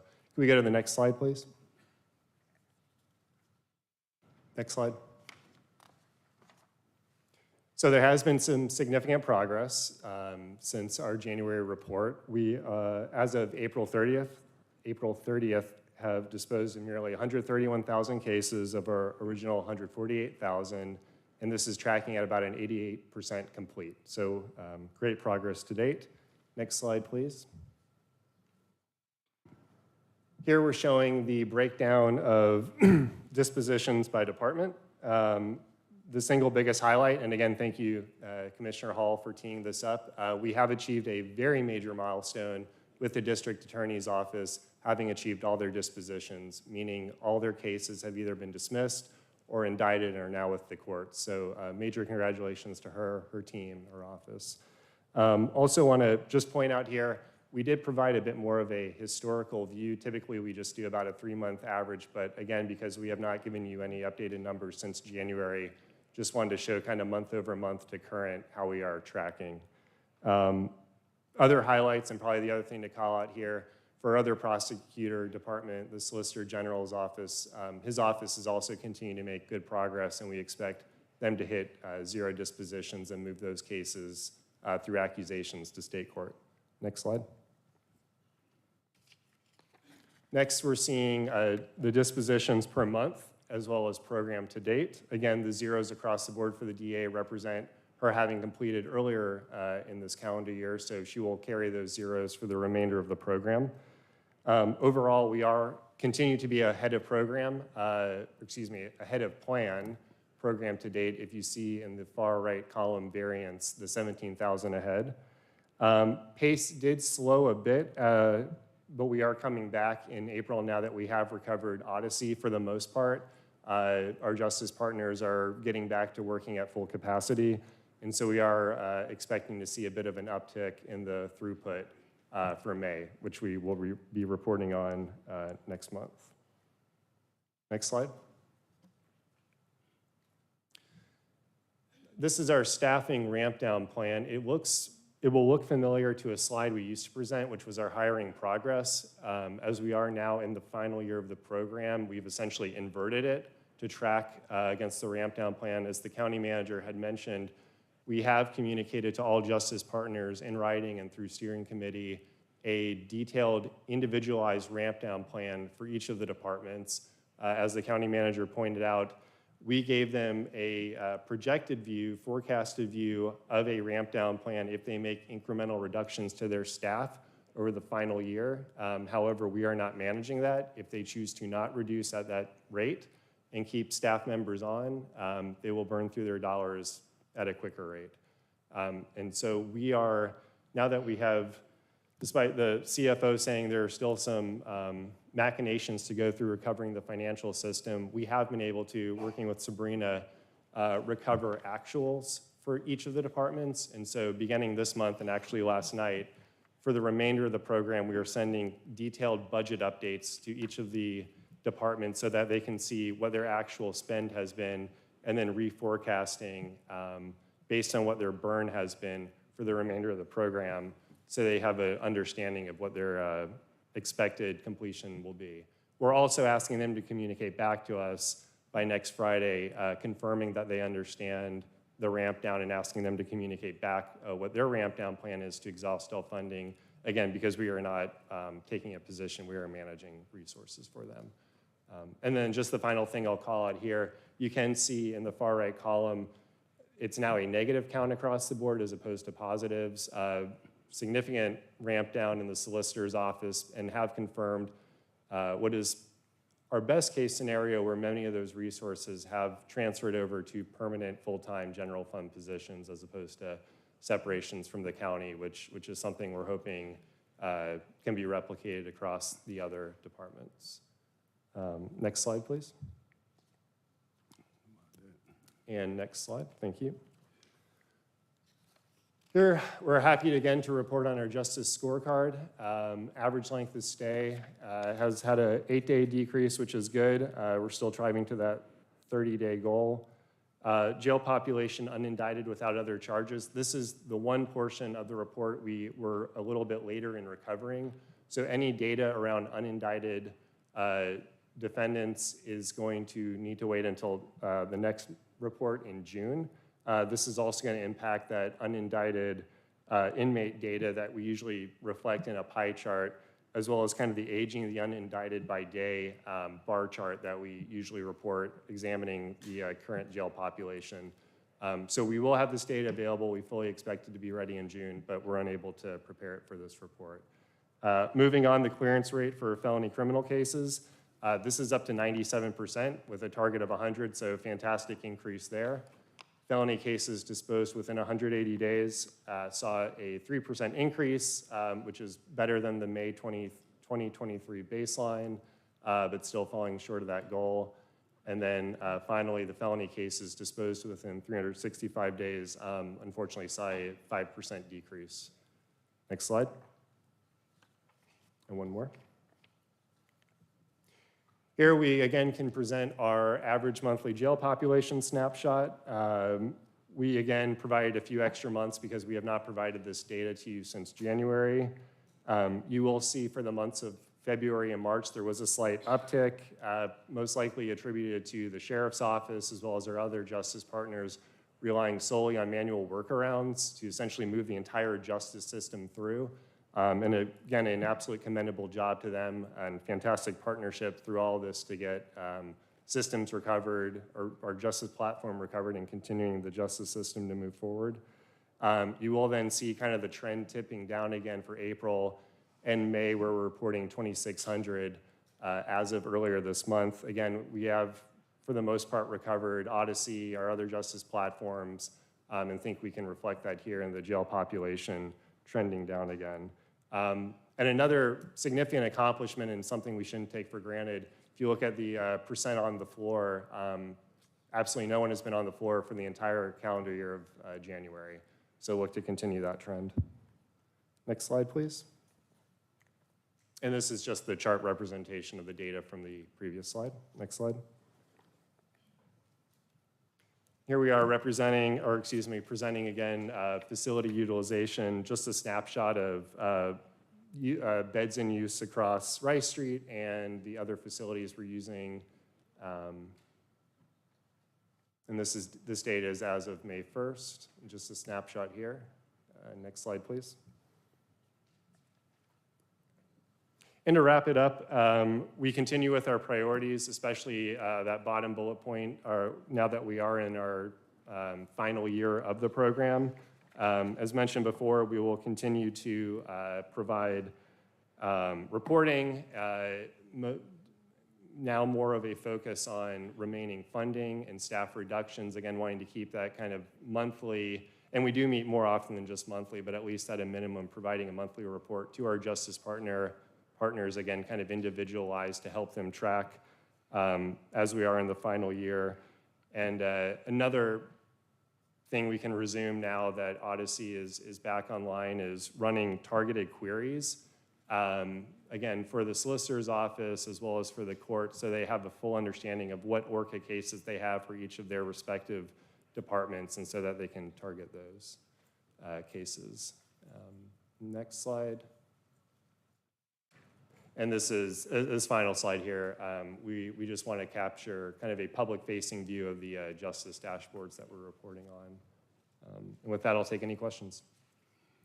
All right, the lineup is as follows. Commissioner Natalie Hall, followed by Commissioner Ellis, followed by Commissioner Dana Barrett. Commissioner Hall. Thank you, Mr. Chair. I want to go back to page 20 and just ask you about the 6 over in Marietta. It shows that there are 50 beds, but 56 is the number, so there's 6 over. Does that mean that there are people sleeping on the floor, or how is that being addressed? Yes, ma'am. I see that delta of 6 over. I don't want to make an assumption that there are folks on the bed. I know, just looking at the sheriff's app, there has been a greater number of beds than available beds, and that's something we can, happy to reach out to them and get some clarity around why there's more folks than beds available. All right, thank you so much. Yes, ma'am. Commissioner Ellis. Thanks, Mr. Chair. While it's good that we've resolved 88% of the cases, I do think that there are a lot of numbers in here that are telling and concerning that we should be very cautious about patting ourselves on the back about declaring victory, that we've really kind of achieved success. And I want to look at page 12, I think it is. Yeah, right here. So while the prosecutorial arms pieces, those pieces should move faster, naturally in terms of the way that the court system flows. And then, I guess to the extent and point in time where they may have moved slow, that can result in buildup in both state court and superior court. So I kind of to look at the two in tandem more than I do, kind of individually, recognizing that there are some distinctions between that where there's not definite correlation, but they sort of work in tandem with each other. So, but if you look at just the movement in the superior court, there's probably have a pretty significant number of our cases still remain versus, if you look at if you add the DA and the superior court together, starting point versus where ending point, we've got 18% open cases. And if you look at the resolution rate from December to April, if you trended that out, I would say we need over another 3 years to fully resolve these cases. That's a problem. Similar, you look at the state court numbers and you trend those out 3+ years. That's a problem. So I think it would probably behoove us to have, and you're not here to answer those questions, you're just here to present the data. I think it would behoove us to potentially have either state court and superior court come down at different times when we do these reports. Maybe at the next one we tee up, it doesn't matter really which one it is, whether we want to start with state court or start with superior court, and have them come down and talk to us about their plan to move these along at a more rapid pace. So that's one thing I just wanted to sort of put on the radar for us. That's a problem, right? Because these are our most expensive cases, our most time-consuming cases, et cetera. And I would hope that we would be much further along than where we are in those two areas. Commissioner Ellis, is that a request that, I happen to agree with you? Yeah, that's a request. I mean, we can start with either court. I'd leave that to Mr. Manager, can y'all facilitate that? Yes, sir, Yeah, we can. I mean, we have one come 1 month and one come another month. When would you like to begin, sir? I'd say at the next month, the next reporting Yes, period, sir. we could start with, either court and then follow with the next court. We'll coordinate that, sir. Okay, all right. And then if you go to the slide 18, and then slide 20, but I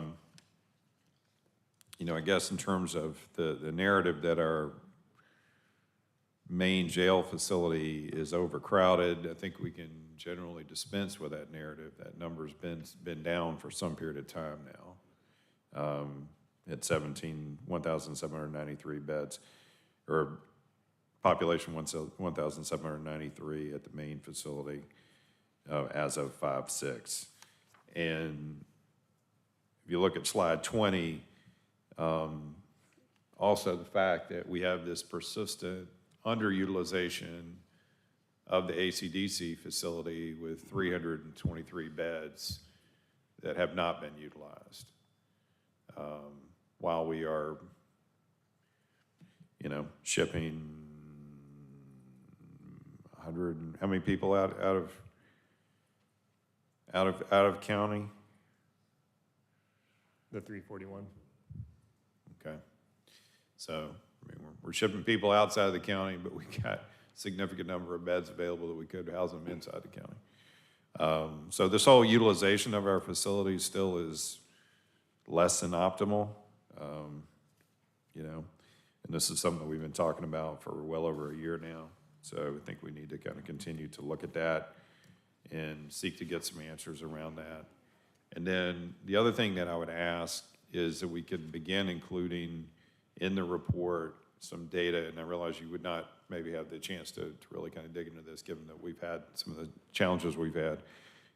But if we could have a slide going forward that shows our percentage of our folks that we have on a monitor and some data points around that.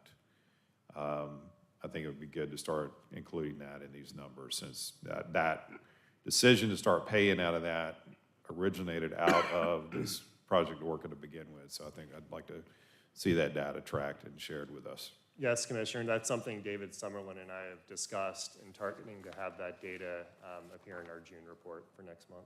All right, thank you. Commissioner Barrett. Thank you, Mr. Chairman. First of all, it's good to have this report back, so thank you. And Thank you, Commissioner. great job presenting. I just have a couple quick things. First of all, on the nobody's sleeping on the floor, I think that's great news, and I agree, it does sound like we're not really overcrowded at Rice Street at this point and haven't been for some time, which is wonderful. But I do have a question about just the presentation of, and I think of the way the numbers are shown on slide 20 as it relates to Rice Street also, Okay. which is, can you turn yours on? Thanks. That the 572 available beds at Rice Street, and I think we're going to get to this when we get to the Blitz, but some of those are not actually available, correct? Correct. It's a total number, not an operational available. So some of those may be currently part of the Blitz and being renovated, and so would not be, it would kind of misrepresent how many are actually available. Yeah, so I just think it would be helpful. I know we're towards the end of this whole reporting on ORCA anyway, with this being the last year, but I think when we're going to report on jail population as a broader topic, that include, like, showing that also, because I think it's a little misleading to the public. I think we're talking about not using all the beds at ACDC as an example and saying, why are we not filling those? And you would look at this and say the same thing about Rice Street. If we have 572 available beds, why are we outsourcing any of the rest? But there are reasons for that, so it might be nice to indicate that with a note or some context. Yeah, some context, I Yes, think. ma'am. The only other question I had was a little bit sort of following ORCA question, which is, we've talked about this a little bit outside of this arena, but are we going to start measuring sort of the other backlog? And should we be looking at a follow-on court backlog project outside of ORCA, or at least to get some measurements on that, because this is going to ramp down. But my understanding is we went into COVID with some backlog existing, and that there's concern certainly, and we've heard a lot of this concern around the ORCA positions ending, that if we end all these positions and we don't transfer them over to make them permanent, that we're going to continue to build up a backlog. So it might be nice to start thinking about some reporting around that, so that we can get our heads around how much of that there is and how we're going to address it. Yes, ma'am. Anecdotally, we are hearing from our justice partners that a post-ORCA backlog is growing. Mike and I working with the strategy team to actually pull data, and so that, to your point, Commissioner, can make some informed decisions about what additional resources we may need to put there. So something we are absolutely working on right now. Awesome. That's all I have. Thank you. Thank you. Commissioner Arrington. Project Fishtail. No, and I think Commissioner Barrett's point is well made, and I think it dovetails off of what Commissioner Ellis was saying. Hey, it's being moved from district attorney and solicitor's office to the courts, but then we're not necessarily seeing the movement, I guess, that we would like to see from the court side. My question is on page 16. And so I'm looking at this felony cases disposed within 180 days. And I guess I'm questioning, I see this goal of 90%. I guess one when did we set that goal? And have we ever met it? Have we ever gotten close to it? Because and is that a 1-year goal? Is that it's a 6-month goal? Or is that a 5-year goal? Because going from 25 to 28% will never get there. So is it a realistic goal? Yeah, yes, Commissioner Arrington. So I believe the scorecard targets here were memorialized in one of the May board meetings the prior year, setting standards for our justice partners. And so that's why we are tracking it here. Your question in terms of how close have we gotten to the 90%, I would need to go back. We've been reporting this month over month. No, we have not come close to the 90. I don't know, I'm sure we've hit the 30%, but it has not been sustained. As you can see there, we are only 3% over the 2023 baseline. So to the extent that we're updating the other numbers in this chart, it might make sense to update that goal, right? To make it more realistic. Right? Like if it seems a million miles away. Yes, sir. The goal is set forth in the resolution passed by the board. And so that's what we're tracking towards. Okay. And that 98% within a year is also set forth in the resolution? Yes, sir. Okay. Well, I would offer colleagues that may be an aspirational goal, but I think we're setting ourselves up for failure if we maintain that higher level. And I think that, again, that goes back to what Commissioner Ellis and Commissioner Barrett were saying. What is the post-Orca plan, Project Fishtail? How do we deal with what's going to be left and getting there? And then, when I look at a goal, I mean, that might be it may be achievable as a 5-year or a 10-year goal, but it doesn't seem like we're going to meet it in the next 2 to 3 years.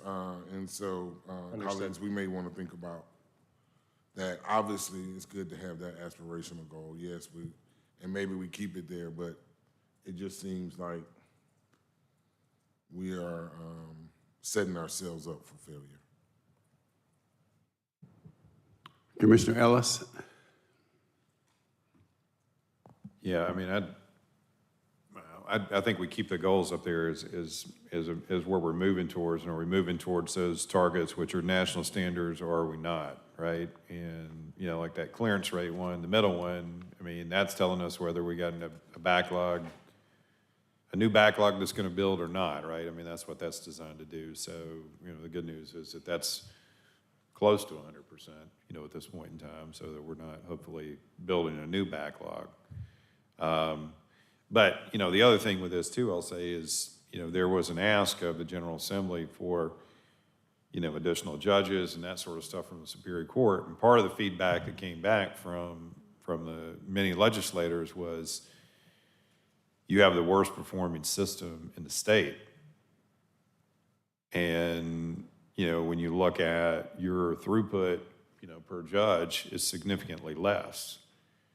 So, we've got an ask, we made an ask, for more, and, the legislators are looking at it and saying, you don't merit more because your throughput's not what it should be based upon your existing judges, so we're not gonna provide more. So, I mean, we've committed a lot of additional resources, whether it's Orca, whether it's otherwise, but our throughput necessarily hasn't increased, right? So, I mean, that's, I think, this whole discussion with the individual courts to talk about that, and how do we increase it, right?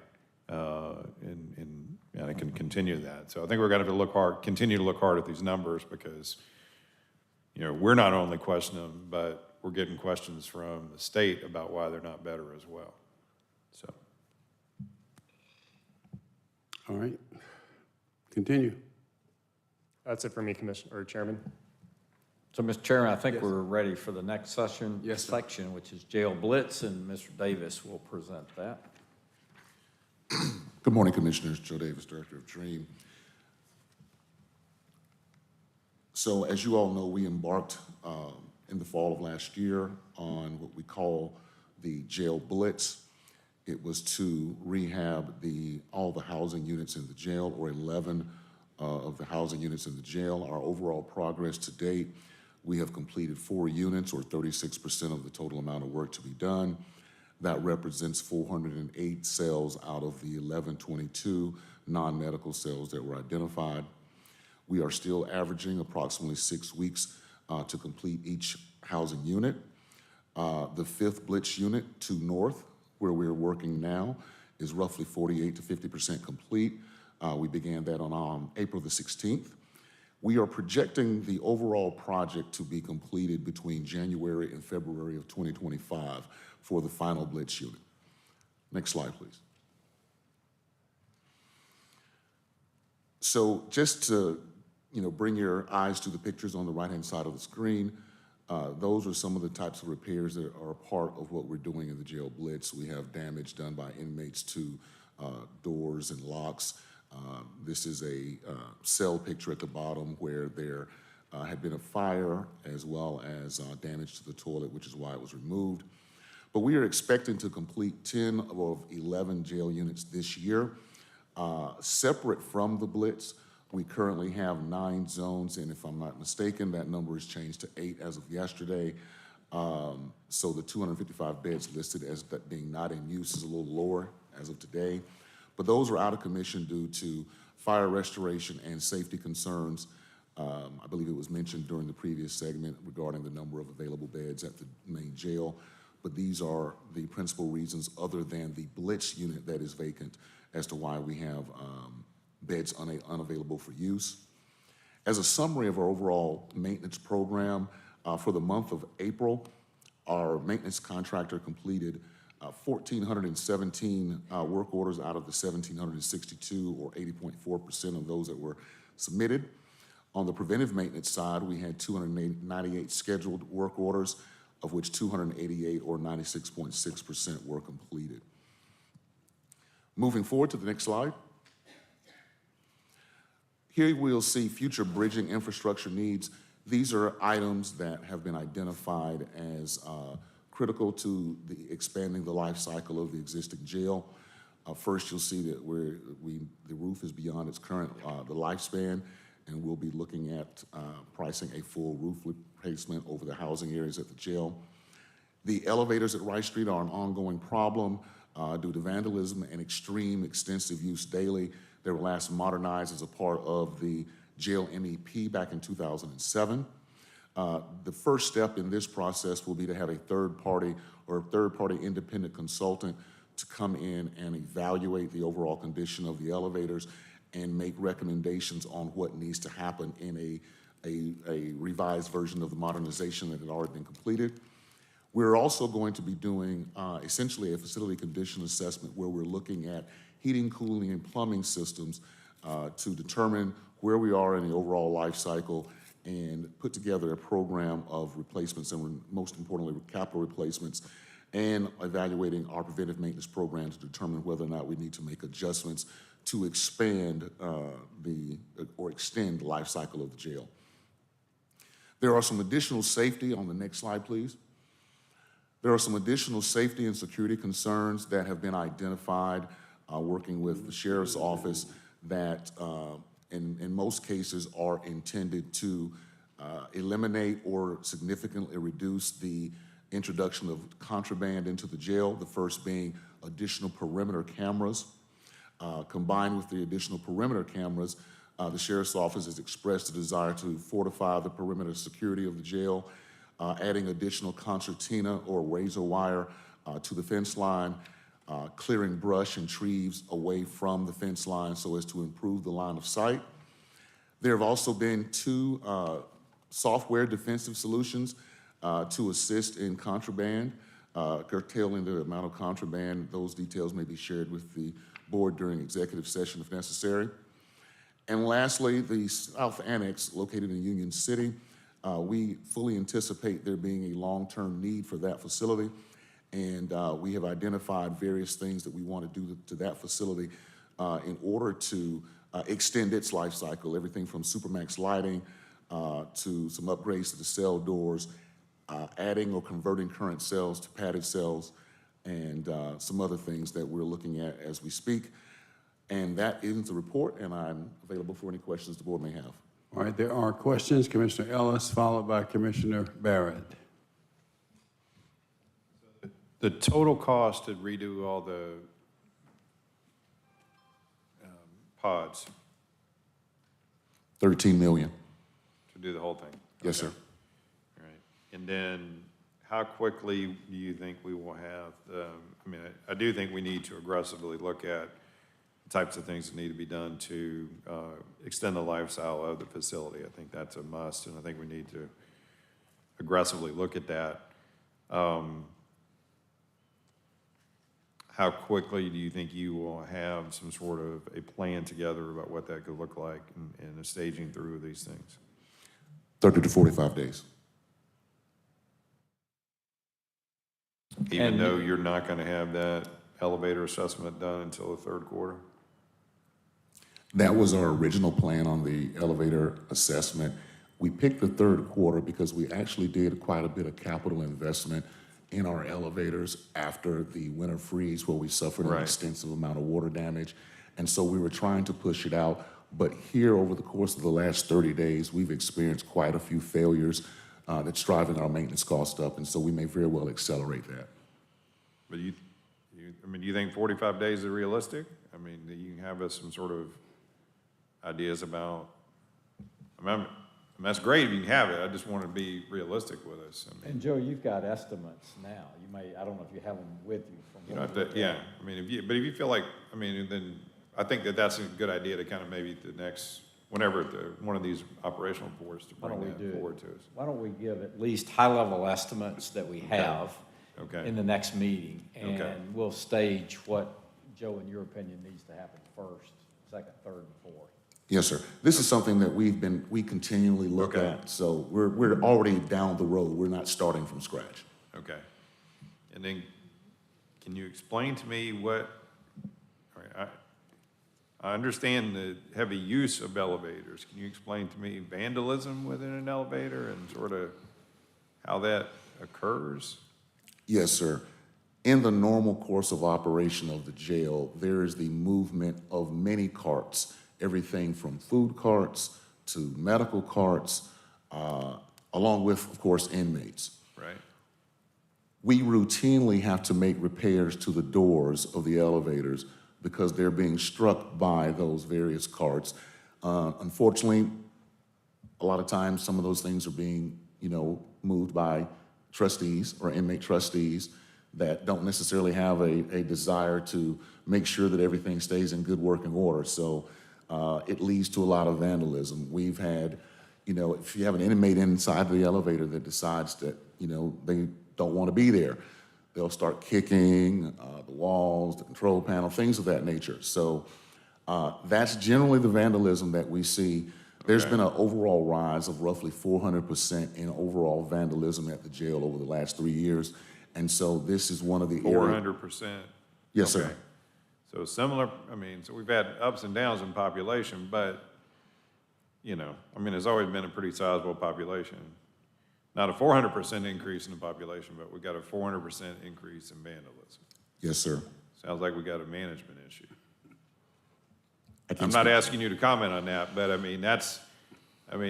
guess sort of that's, if we're seeing that extent of it, I guess it would be like to hear some sort of understanding about what we're doing to, bring that number down. So perhaps that's another part of a follow-up discussion we could have with the chief jailer or somebody on what's being done to bring these incidents down. Because there's only so much you can plan for in terms of maintenance, in terms of, you got to have some sort of understanding about what's being done to prevent that type of stuff from occurring, right? It's just like, some point in time, I'm going to stop buying insurance for, a child that, or my insurance company is going to cut me off if I have a bunch of accidents, et cetera, right? So we got to have some sort of understanding on that. 400% increase in the past 3 years in terms of vandalism-related events. Okay, all right. All right, well, I look forward to seeing kind of what we got in terms of the cost of estimates at the next session. Thanks. Thank you. Commissioner Barrett. Thank you. Commissioner Ellis basically asked a lot of the things I wanted to ask, so I feel like I got most of my questions answered. I just wanted to reiterate and sort of say if we could get those estimates, and in particular the elevator one moved up, I think, I want to second that and make it clear that I want to see that happen because we've just been hearing so much about all the elevator issues. And I certainly agree that 400% increase in vandalism is troubling. So I'll just second that, and that's all I've got. All right, Commissioner Natalie Hall. Thank you, Mr. Chair. I was just looking at the number of maintenance and repairs that are happening at the jail. Would this potentially have an impact on the number of beds that can be used within the jail? That was one of the questions or concerns that was raised a little earlier. Yes, ma'am. So the Jail Blitz project, as you know, to rehab the housing units, the only effective way to complete the project was to move inmates out of the actual housing unit so that our various maintenance contractors, which we have 5 working in the facility, will be able to move freely without the need for security escorts because there's no inmates on the floor. And so, yes, it does impact the availability of beds in the jail. We've also had, we mentioned in the presentation that there are 8 zones that are unoccupied due to various damages done to either fire restoration, safety concerns. And most of those safety concerns are the result of vandalism, wires being pulled out of the wall, things of that nature. So it has a significant impact on the availability of bed space, which is why we see the continued use of ACDC and outsourcing because of those empty spaces. And in some cases, the damage is greater in one place more so than another, and so it stretches the time for restoration. Thank you so much for that. All right, Commissioner Arrington. Thank you. I just wanted to address what was said previously. What was the jail population at its height? 3,500 plus? Yes, Commissioner Arrington, I believe back in August, it was roughly 3,600, give or take. It's even more than 3,500, up over 3,600. I believe so, sir. And what is the capacity of the jail? Of Rice Street? Yes, sir. 2254. Don't know that I have that specific number in front of me, sir. 2254. Thank you. 2254? Yes, sir. So it's up over 3,600. So might not be mismanagement, it might be size. I tell you what, if you had me sleeping on the floor, I'd be breaking some stuff too. All right, Commissioner Thorne. Yeah, the increase in vandalism, 400% increase.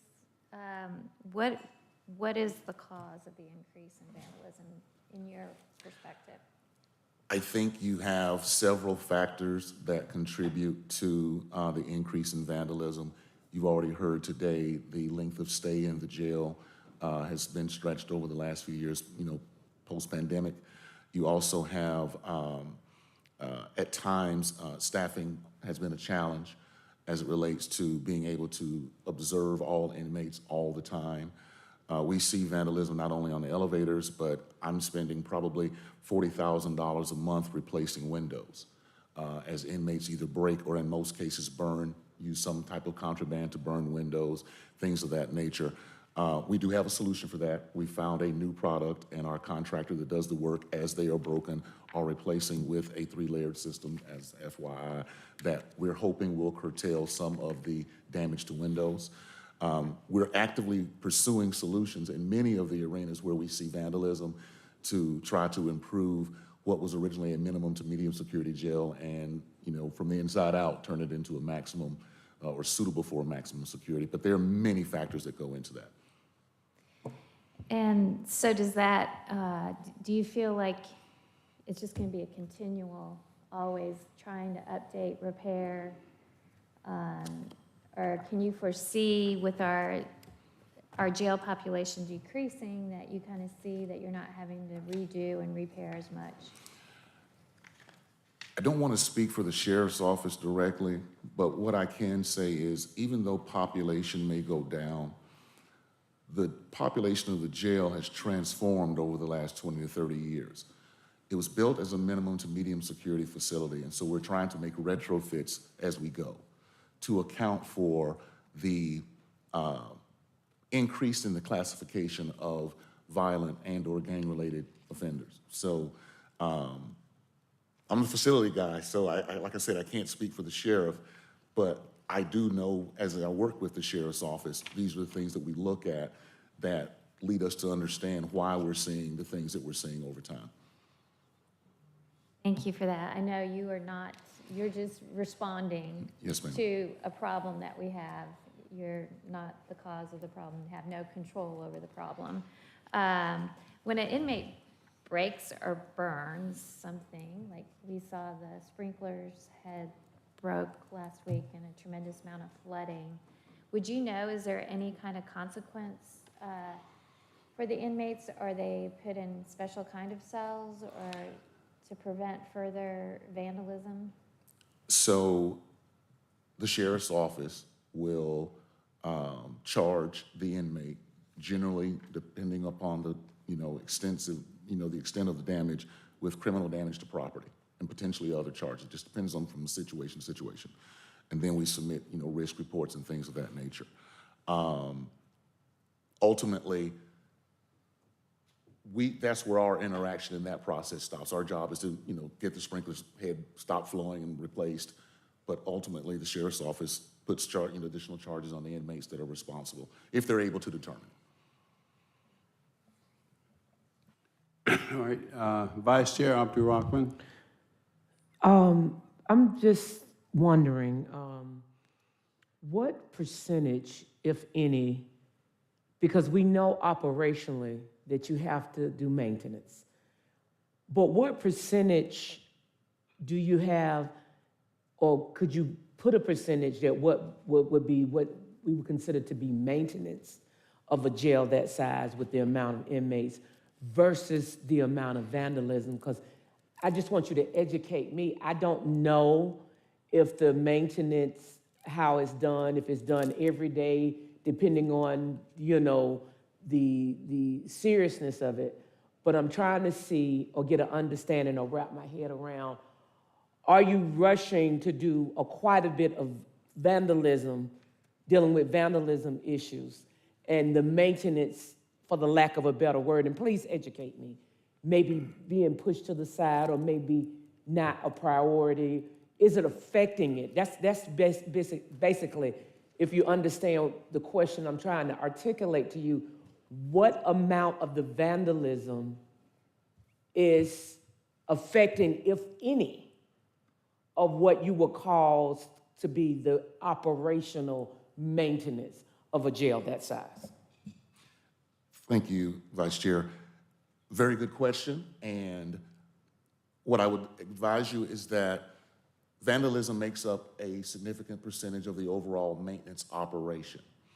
And it depends on what was vandalized. If it's something, for example, the video of the sprinkler head, that's a life safety issue. Resources, wherever they may be at the time, are then diverted to address that particular problem. Burnt or broken windows, they represent a life safety issue, particularly if they are to the exterior of the building. So we then divert resources to do that. The effort or the overall effort to rehab the housing areas of the jail also creates additional work orders that may have otherwise not been done. And there is somewhat of a The nature of the contract is a fixed labor, modified cost plus contract when it was rebid. And so we went away from the previous model as a cost-saving measure in 2020. And so now, as we've seen post-pandemic, the rise in the population, the increase in the length of stay, and all those things that impact the overall condition of the facility, what we found is we are somewhat mismatched in terms of our service delivery model. Although, even with that said, I'm still concerned because as I look at our peers, we're seeing at other metro Atlanta jails, they are having very similar issues. We don't only have a staffing issue with, say, the sheriff's office, we have a staffing issue with our maintenance. And so, as a result, we divert when we need to. We do or can provide a percentage of the overall work being performed that is related to vandalism. That's something we track in our computerized maintenance management system, Maximo, so we can actually provide that information if you'd like to see the actual numbers. But yes, ultimately, resources are diverted in order to address vandalism, particularly when it affects life safety and security in the building. Thank you for that answer. I'm glad that you saw where I was trying to go, because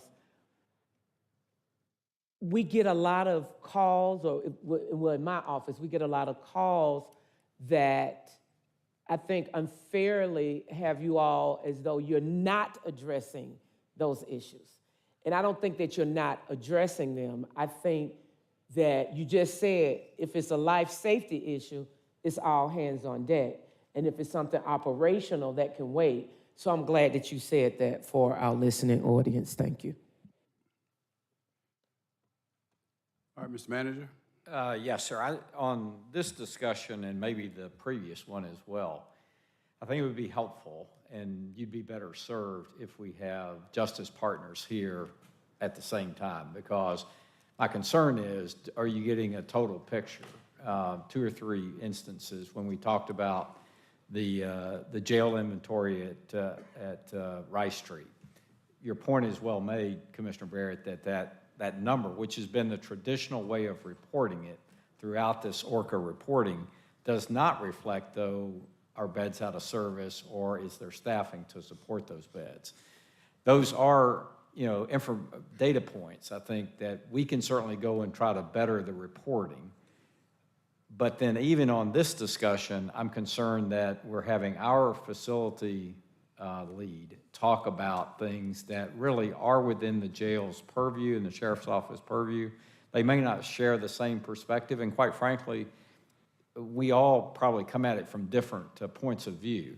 So I don't want all of this to just be taken verbatim. I had not heard 400% before, so I'm not sure of the source and what that's against. It could be a low data point where we weren't doing many activities and it's 400% against a low data point. That's different than saying it's a 400% increase.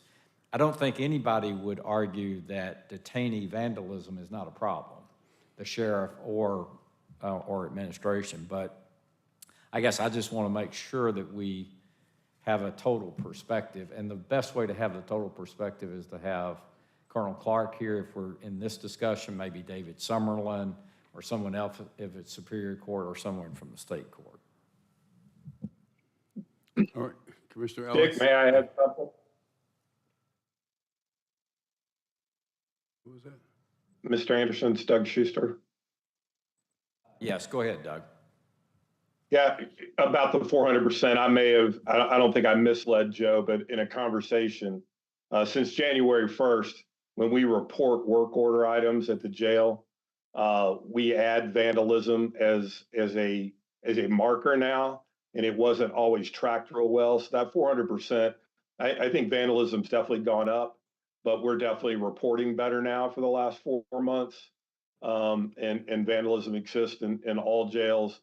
Some of those things that we talked about, so a lot of vandalism occurs, and I think the stuff the sheriff is most concerned about is contraband, intrusion. That's why they break windows, and some of the things we talked about in fortifying the fence and software solutions that I know the sheriff is going to talk to this group about. But I gave Joe that 400% number, and I think it's because we're tracking it better.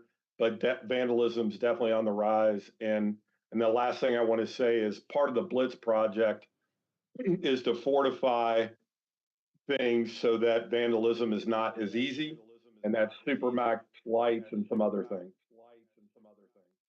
And of course, that So I just wanted to add that. That was Doug Schuster from EMSI, who has been helping with the jail blitz plan. And thanks, Doug, for that information. And again, that's how a data point may not tell the entire story. So I don't want you to walk away with a misimpression. Commissioner Ellis. Yeah, I just didn't want to say, nobody's expecting you all to have explanations on it. You're providing us data, and I think that's the main portion of the reason we're getting this report. I mean, we've asked for people to come in and report back to us and provide us with, some responses around stuff, and we hadn't gotten answers for the better part of, 6, 8, 9 months from some of these folks. So, we're not expecting you to work magic on that, but I think you all, I mean, we need to have an understanding between, kind of us and you all that you're just reporting data, right? And there are some crossovers, Yes, I guess, sir. when we get into facilities with some of that stuff, but not with the stuff like Steve's just reporting data, so. Commissioner Hall. So I'm trying to figure out the work order increase. Can you provide some information on the reason for the larger increase in work orders, and is there more reporting of that? And The principal reason for the significant increase in the numbers of work orders being submitted and completed, we are in conjunction with EMSI, who you've just heard from. We have committed to and are on our third round of inspecting the entire jail housing areas once a month. So now we're putting eyes in these areas on a much more consistent basis. And as a result, it generates additional work that's being identified. great. And so basically the work orders increase because of the Blitz project, EMSI coming in and doing more oversight. Is that what? I would tell you the part of the increase is the Blitz, but keep in mind the Blitz is confined to one housing unit. But the overall inspections that are being done on a monthly basis are the entirety of housing. And so each time those inspections occur, a list of work orders is generated, given to our contractor to enter into our tracking system. Great, thank you so much. Commissioner Barrett. Thank you, Madam Vice Chair. I just wanted to say thank you, Mr. County Manager, for pointing out, that we do need to get the full perspective, and also that bringing up that data point, and thank Doug from EMSI for sharing some background on why that number looks the way it is. I think the fact that we are now tagging through EMSI vandalism as something that we are on the watch for is great, but sort of measuring that percentage to a time when we weren't doing that with the same consistency is not an accurate number. So I think it's important that the public understand that that number is probably not the number to go off of in terms of our judging what's actually happening there. So I think that was good information.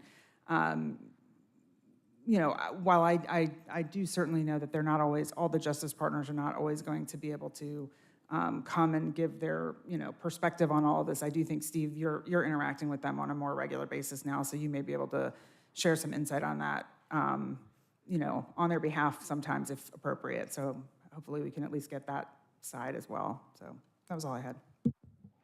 Commissioner Arrington. Thank you, Commissioner Barrett, because I was just about to get to the bottom of this 400%. When and where did it start and all of that, but now we know it's fake news. It's a made up number, and no shame to you, Joe, because apparently Doug said that he gave it to you, and you were relying on information that he gave to you. It's because if we start at 0 and we have 4 incidents, we're gonna be at 400% real quickly. So it's important that we get accurate information so that we don't misconvey anything and open up an opportunity for cause of mismanagement. So thank you, Doug, for mentioning that wherever you are. Thank you for divulging that that number is not accurate and that that is a number that you relayed to Joe. Thank you.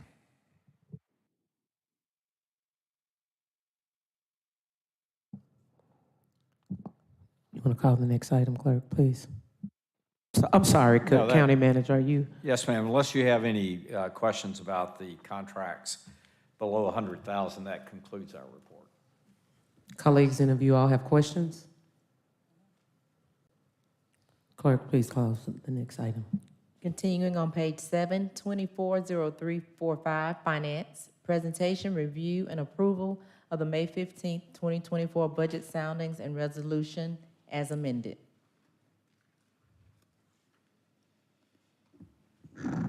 Commissioners, the item that is before you today did have a revision to it.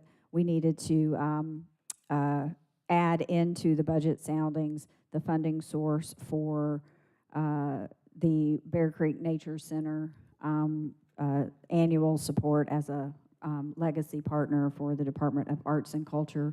That is something that we missed during the budget development phase for 2024. Other than that, the only 2 items on this soundings are 2 changes to the annual hardware and software maintenance list that are expenditure neutral. Colleagues, any questions?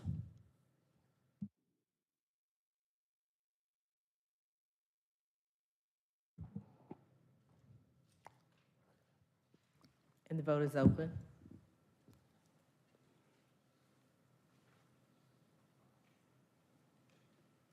And the motion passes, 6 yeas, 0 nays. 240346, Human Resources Management, requests approval to modify the classification section of the Classification and Compensation Plan. Commissioner Barrett. I just had a quick question on this. I have no problem with it. I'm going to support it, of course, but I was just interested in, it feels like the jobs of the 2 strategy folks that this is related to are more operations than finance. So I was just curious about your decision to put it under the CFO. When that office was first created, we had a chief strategy officer. That was Anna Roach. And then when Anna became chief operating officer, we decided to consolidate that really and closely align it with financial planning, because I do believe strategy and financial planning go together. So that's where it has existed for some period of time, and that's the rationale. Got it. Thank you.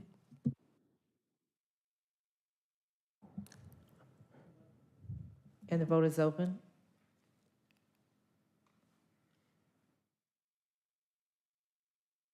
And the motion passes, 6 yeas, 0 nays.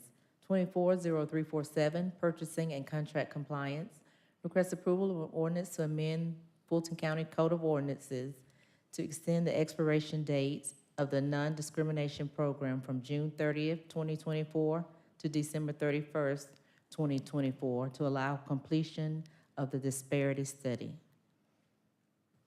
Motion to approve by Commissioner Hall, second by Vice Chair Abdul-Rahman. Please vote. And the vote is open.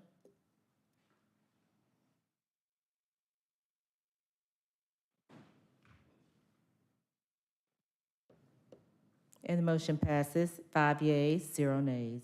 Under Arts and Libraries, 240348, Arts and Culture, request approval of a contract between Fulton County and the Bear Creek Nature Center for the purpose of providing reoccurring funding in a total amount of $200,000. Madam Clerk, I need to, for the record, enter a correction to align with the budget soundings that the CFO referenced in her amendment. This item's funding line in the budget document needs to be corrected to 1-181 1821-1160. Again, this will align with the soundings. So noted.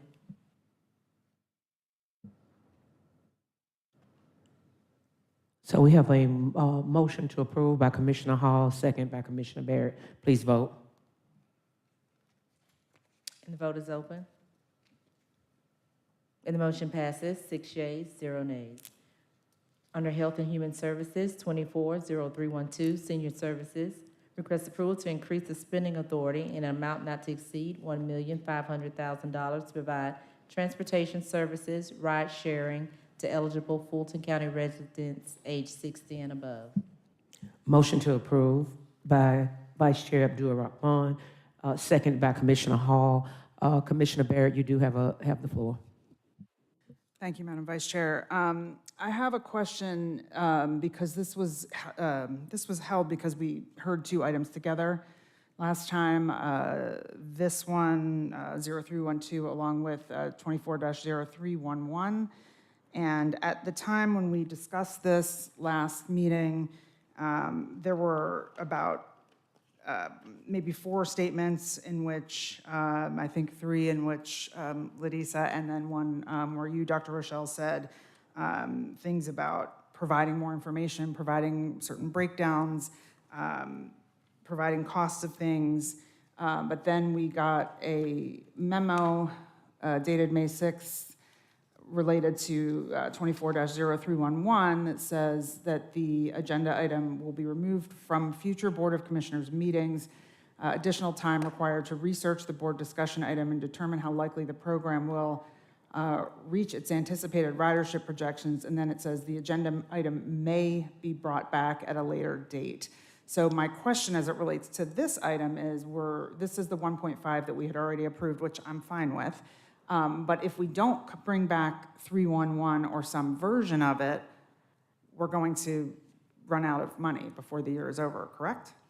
Good afternoon, Commissioners. Ladisa Onilagu, Director for the Department of Senior Services. Our plan is to track and monitor spending. We will come back to the board if we believe that our projections are holding true, and we'll do that before time to give the board enough time to discuss. So our intent is not to delay in informing the board of ridership and the spend of that contract, and aligning that with the item that was held in the memo that you just referenced. Our need is to go back and make sure we have enough time to investigate everything that the board recommended. We've already reached out to IT to start those conversations regarding the system. Our team is looking into ways that we can survey seniors. So May was indicated there because I don't have an exact date to come back to the board, but our intent is to make sure that we do present our findings and information and share with you the how the transportation program is coming along this year. Okay, well, I appreciate that, but I think certainly the implication in the writing was we're not bringing it back. So I just want to be really, really clear. I would like this back and in front of the board for discussion, because we do need to get control of this program. I think we can all acknowledge that, and we have a lot, I think, of thoughts about what can and cannot be done in terms of putting those controls in place. And I know it's never a fun conversation, but it's one that we need to keep having. And I would love to get an ETA. Is that something we could do rather than just having, at some point, we'll get back to you? Commissioner Barrett, we do hear you, and we will bring back an update regardless of what that update says, whether we've concluded all of the analysis or not. We will provide an update by the second meeting in June. Cool. Thank you so much. All right. Commissioner Natalie Hall. Thank you, Mr. Chair. Because we don't have 311 before us, we don't have the presentation that went along with that agenda item number. But I do recall that in the presentation, there was a page that spoke to this $1.5 million and the need for it and how much it would increase the total once added to, I think it was 4-point-something million? The total contract right now is 3.1 million. Okay, and, but I can't recall, can you refresh my memory on how far that would take us? Did it say that on that slide? We annualized the first quarter spend. And so there was about 45,000 to date. Ridership did increase in April. We just received that invoice. So the presentation before the board, May 1st, reflected 2,875 riders. In April, there were 2,294 riders. And so the total invoice increased from about 378 to 384,000. To answer your question, the last slide of the presentation projected about a 4.8 million spend. If we held the numbers in the March service invoice, and that projected up to about 4.8 million. The total program budget, once the board, or if the board approves today's 1.5 million spending authority, will be 4.6 million. So we were projecting to exceed the total program budget. Right now, we are looking at going beyond that 4.8 million by December.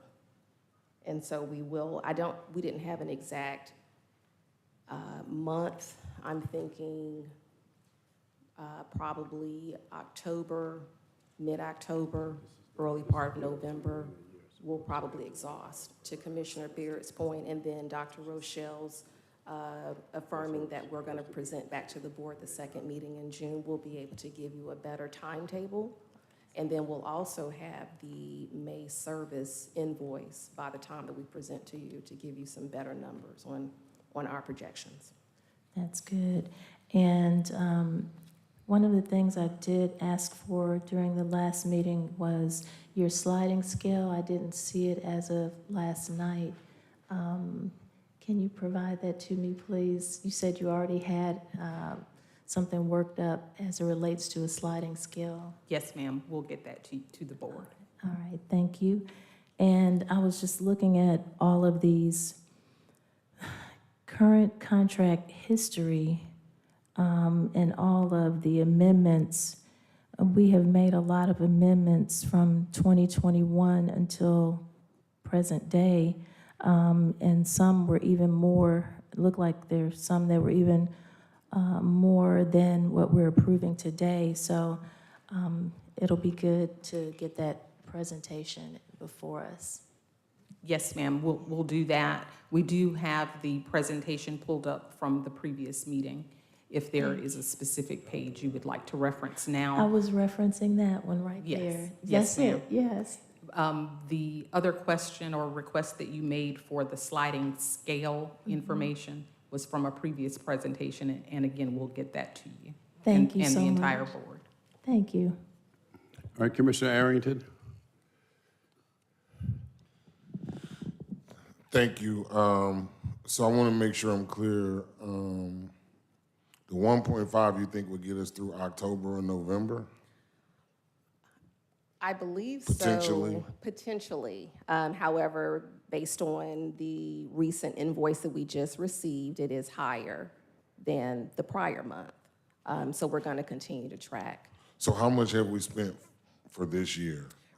We allocated 3.1 thus far. That's right. How much of that 3.1 have we spent so far? About 1.7 million. So the invoices for services January through April equate to about 1.4 million. We also paid the December services in January, which is standard, and that was about 311. So that gets us to 1.7. And without today's 1.5, we now have about 1.3 million remaining. So once the board approves, if the board approves the 1.5 million today, and I know these are a lot of numbers, we're looking at about 2.8 million right now, Commissioner, on hand to cover services within the confines of the contract. And when do we anticipate coming back for mid-year budget review?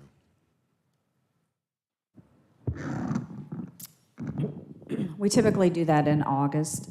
Once we have an idea of what our property tax, what the full picture will look like, not just the expense side, but the revenue side as well.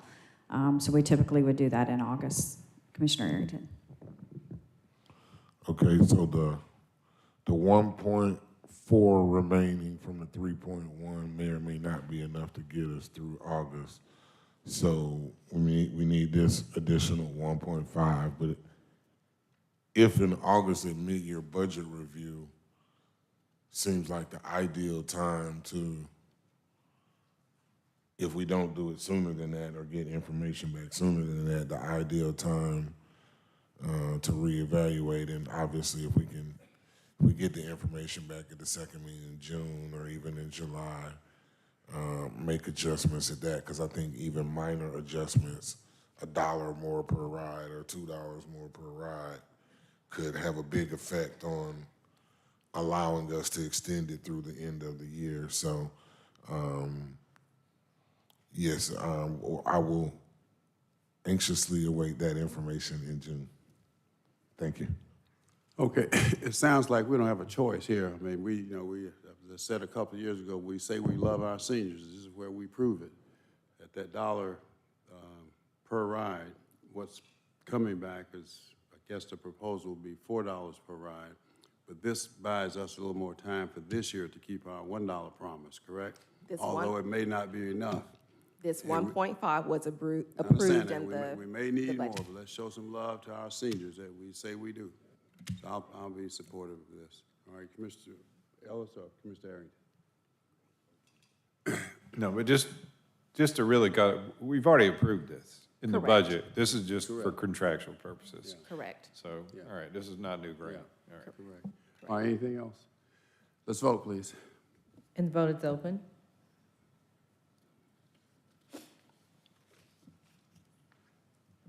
And the motion passes unanimously. On All right, now, page- you know we have a work session after this meeting today, so let's kind of hurry up. On Madam page Clerk. 8, 240349, Public Works, request approval to extend an existing contract for an extension of time to provide installation and testing for power generation facilities at the Big Creek Water Reclamation Facility. All right, motion to approve by Commissioner Thorne, seconded by Vice Chair Abdul Rahman. Please vote. And the vote is open.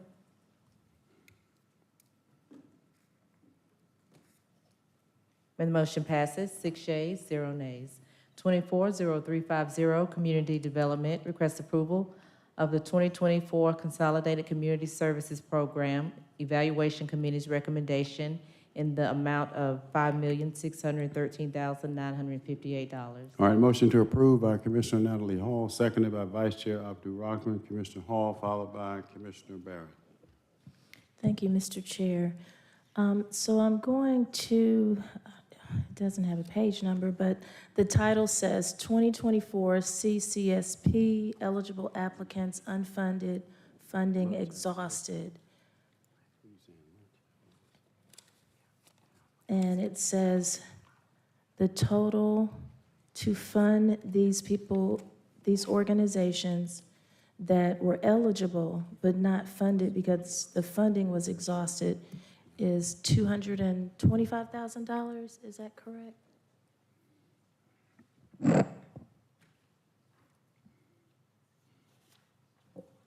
Yes, that's correct, Commissioner.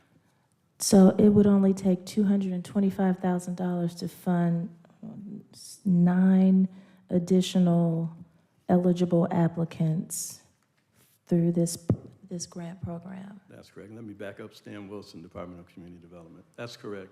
And that's based on the scoring and what would be recommended if the funding were available. Okay, well, I see an item on the agenda where we're talking about using ARPA funding for something else. Do we have, $225,000? Mr. County Manager, Madam CFO, we have asked for much more than this before just to cover all of the eligible applicants.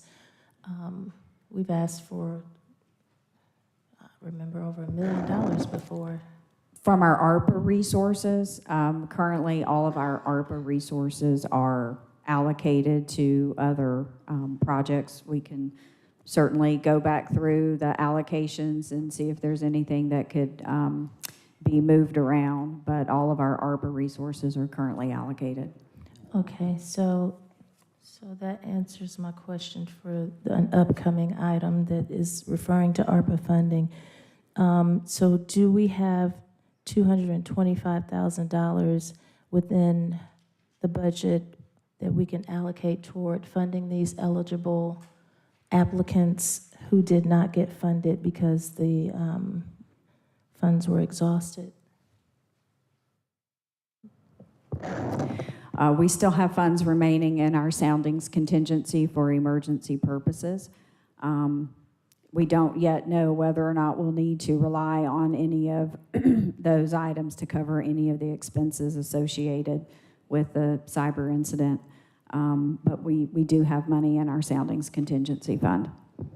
Okay, so when will we be seeing you come before us with the mid-year review? August. Okay, and that will include underruns, overruns, and all of those things? Yes, ma'am. All right. So I'd like to make a amendment, friendly amendment, substitute motion to approve this, but with you actually, Mr. County Manager, Madam CFO, looking at where we can find $225,000 to fund the rest of these eligible applicants who just did not get funded because of the $225,000 shortage. So would you repeat your motion, please? Yes, sir.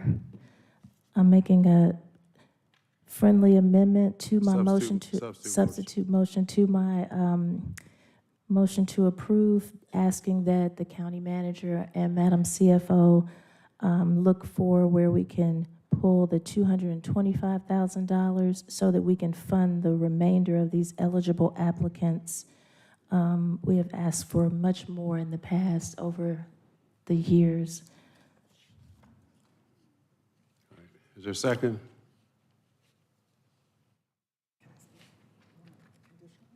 Sure. Go ahead. Is there a second? Well, either there is or there isn't now. All right, it fails to lack for a second. Go ahead, you have the floor. Go ahead.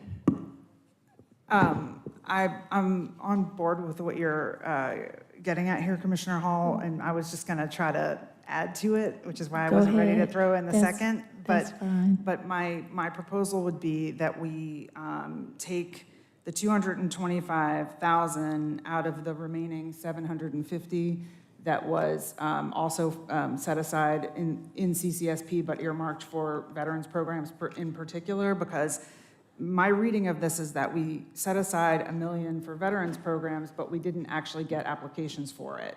And so we had 750 excess in the veterans pot, and we were short 225 in the all community services pot. So my logic would be, could we take the 225 from the veteran services pot, and you know, so we would still have 525 unspent in the veteran services pot of money that we could still go back out and RFP or put that money back into the general fund. But just before we talk about that part, I think maybe just this part needs to be talked about. Is that possible? All right, that motion failed, Commissioner. Just a minute. Well, I'm talking Just about a the minute. underlying. Just a minute, I understand what you're getting at.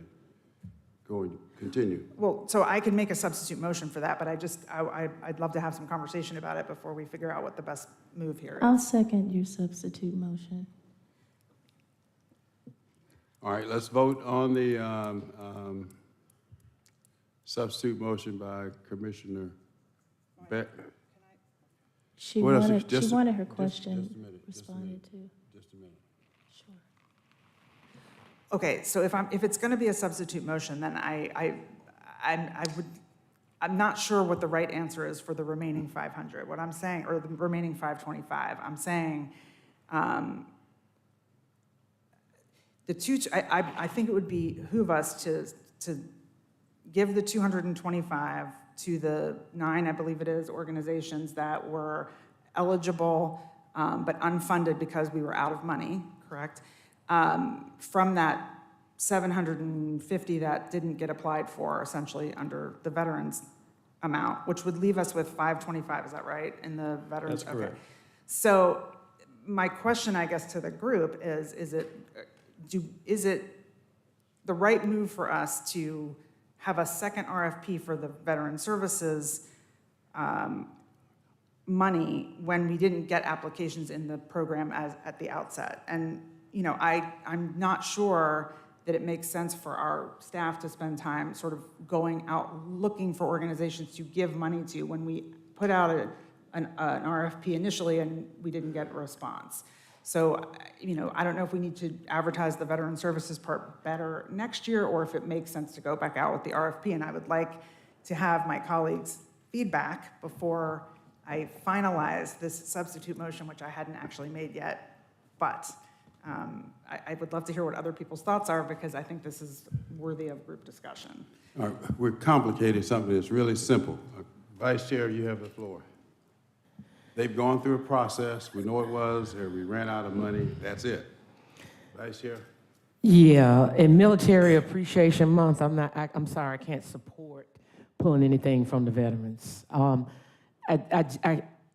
can't do that. But what I can do, I can support an additional ask.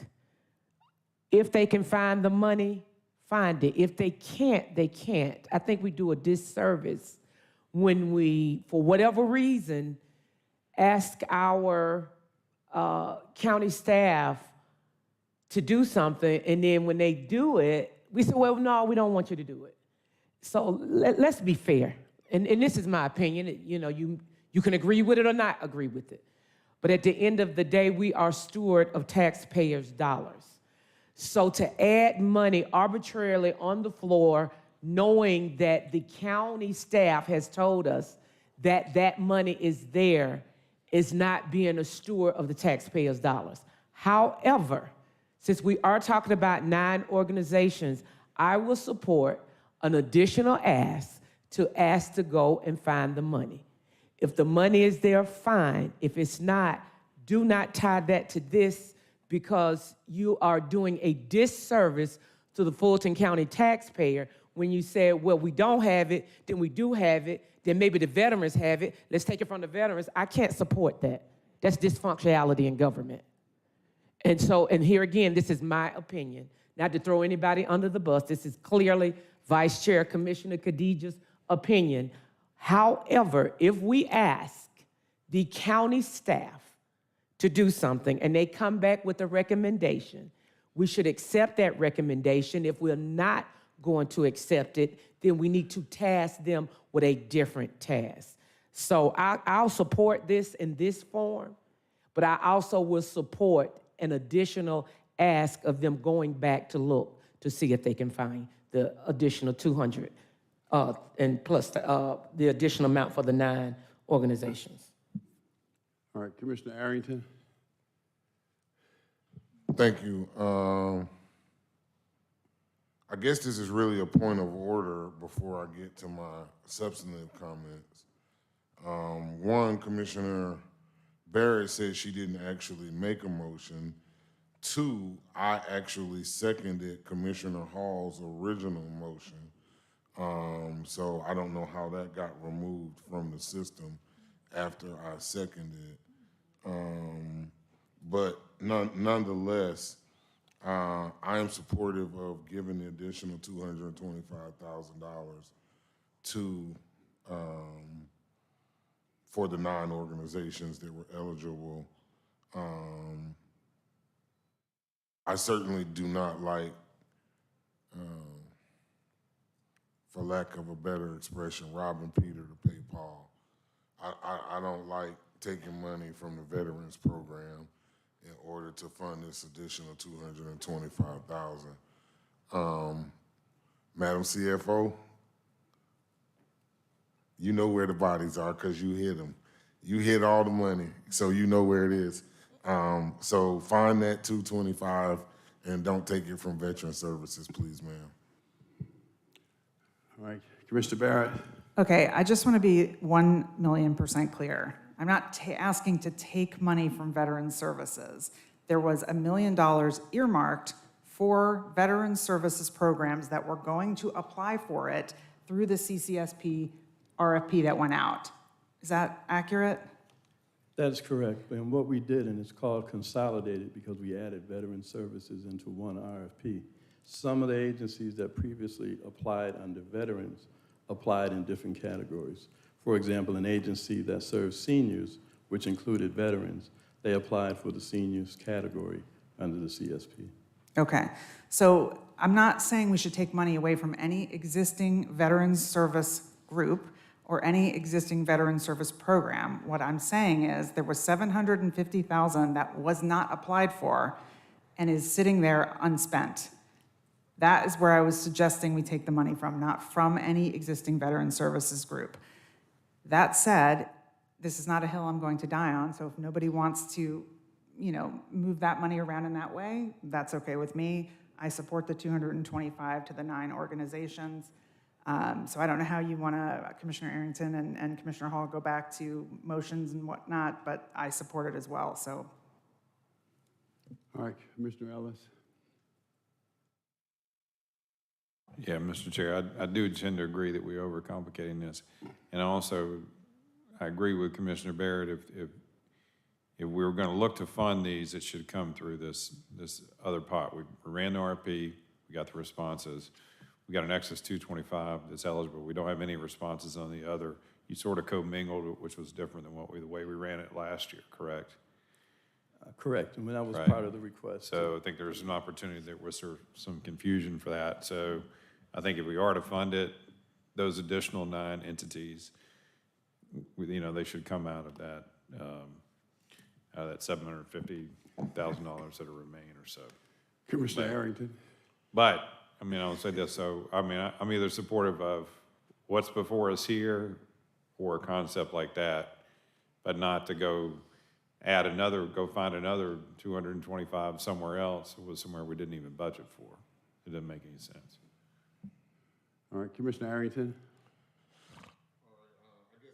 Substitute motion for our CFO to find the $225,000 and for us to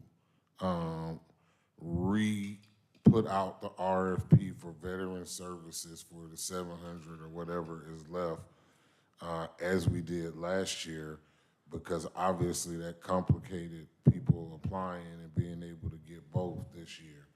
So, obviously, how much did we give out of the $1 million that we had last year for veteran services? Last year was $1 million and 15 agencies were funded.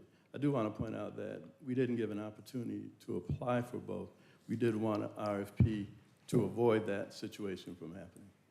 To avoid what situation from happening? Where we had to go through and be concerned about did they apply for both, and then in some cases they came back and they said, no, I don't want CSP, I want veterans, that kind of thing. So we put it all together in one RFP to avoid that situation. Well, I attempt, but if we funded $1 million in veteran service last year to 15 organizations, and we didn't fund it this year, I have to deduct that the reason that we didn't have the same number of applications or the same level of funding this year is because we changed the application process. Now, maybe that's a fair deduction, maybe it's not. Maybe you could tell me something different that would change my mind. But my motion, my substitute motion, is for Ms. Whitmore and the county manager to find the $225,000 for these other 9 organizations, and for us to put out a new RFP for the remaining 700 whatever thousand for veteran services. That's my substitute motion. Mr. Chairman, can I ask a clarifying question and add a little more context? So one of the complications, commissioners, last year, and the strong suggestion from the board because of this was for us to consolidate the application. What happened is, when we ran both application processes, we had to then come back to the board and rescind contracts because an organization that applied under CSP was then awarded a grant under the veterans, and they decided to go with the veterans instead of CSP. And so we had several organizations that we had to come back to the board and rescind contracts. So what would be helpful if we're going to run the RFP process again? Would the board approve the department to allow an organization to be funded under both programs? So moved. That's make that part of my substitute motion. Absolutely. And the reason why, as Mr. Wilson said, many of the organizations have multiple populations that they serve, and they just made a decision to apply for perhaps the population that they may serve more. They may have a larger percentage, but it did not mean that they did not have a need for veterans. And so I anticipate that many of the organizations that serve multiple populations, including veterans, would be interested in applying for this re-advertisement. And so we just wanted some direction as to how to treat the current applicants that are going to be funded under CSP. Well, it sounds, Dr. Rochelle, like we made them make a choice. They Yes, had sir. to choose between one or the other. We did. And that's the reason that we had to cancel the contract. So I'm happy to include funding, that these organizations can get funding from both programs as part of my substitute motion. All right, Commissioner Barrett. Okay, I feel like this has gotten even more complicated now. So if there were organizations that were applied under CCSP, the consolidated version, that could be either, can we not just move them over now to the 750,000 pot and fund them from the veterans pot and then use what they were getting to fund the other 225? I mean, like, Believe me, commissioners, we thought about several scenarios, but what we were trying to do is keep the fidelity of the RFP process. And so I could hear Ms. Strong-Whitaker in my ear, even though she wasn't literally in my ear, saying this was the RFP, this is how. And so we were just trying to keep the fidelity of the process. Believe it or not, we also thought about, should we recommend to the board that we use 225, but again, the fidelity of the process, we thought it best to re-advertise. We know that there are needs in the veteran community, and so we did not even bring that recommendation to the board. To answer your question, I do think, again, fidelity of the process, they did not apply for veterans. We don't know how much they would need, and so to make some judgment calls about how much those organizations need. So what we could do is perhaps work with purchasing to see if we can run a amended process with the organizations that are already have been competitively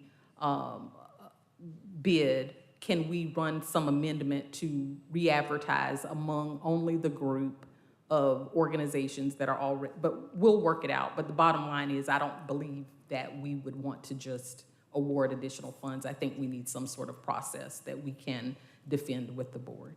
okay, so I'm on the fence about supporting the current substitute motion, and now that you've added more to it, I think I'm not supportive, because I would want more time to think through whether or not they should be able to get money from both. So I'll make another substitute motion. No, come on, let me try to make some. Mr. Chairman. Hold it. Let me try to make some sense out of this. Why don't we approve the recommended 5.6 CSP, CCSP funding and deal with this other matter? Because we're going to get involved in purchasing, and we're going to, so that's a big problem. And we can come, but don't tie these together. and deal with, I think we can accomplish what y'all want to accomplish, but let's not mess up the process in the meantime. So my recommendation would be that we deal with, either vote this up or down. They've gone through a process. We ran out of money, but there's a motion and a desire, it seems like, to fund some organizations with some excess money. There's a way to do it, but let's not tie it to 0350. So if you would, well, I want to take us back to the main motion to approve that, and then, but you'd have to withdraw your second, and she would have to. Well, Commissioner, yeah, I'm confused now too. No, Commissioner Arrington, he was going to make a second. He did. But no one. I did make a motion, and it's recorded there, motion to approve as amended by me and seconded by Commissioner Hall. So I think that is on the floor, Mr. Chair. Okay. Mhm. Y'all, this is not complicated. It's not. So We can get to where we want to get to, but let's dispose. all right, so I'll amend my motion to just to add an additional $225,000 to cover the 9 organizations, and ask the manager and the CFO to come back with 2 or 3 recommendations from where that money can be taken from. What did she say?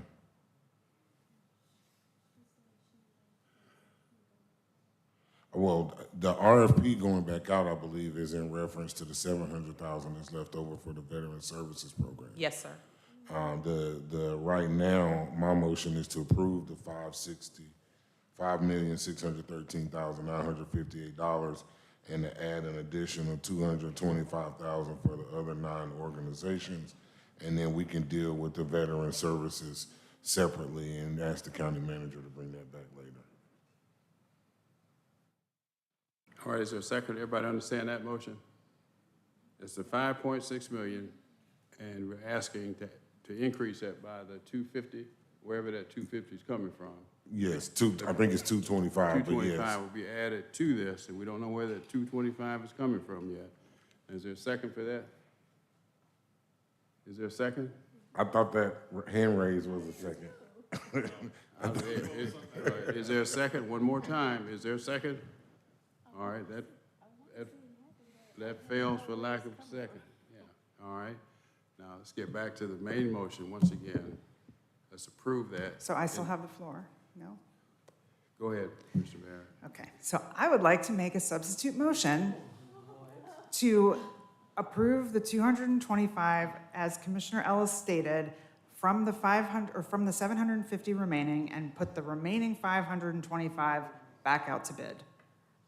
But that doesn't have anything to do with this. Yes, it does. And to keep this exactly the same, that all the organizations funded here by recommendation would continue to be funded as listed here. The $5,613,958 would be funded, plus the 225. Is there a second? Is there a second from Barrett's motion? All right, properly moved and second. Let's vote on the Barrett amendment as second, and I hope you vote no.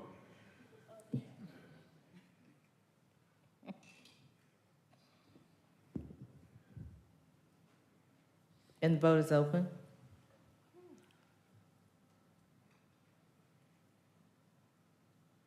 And the motion fails, 3 yeas, 4 nays. All right, back to the main motion, which is to approve the 5.6 million as outlined in 0350. Motion to approve by Commissioner Hall, seconded by Vice Chair Abdul Rahman. Let's vote on that, please. And the vote is open.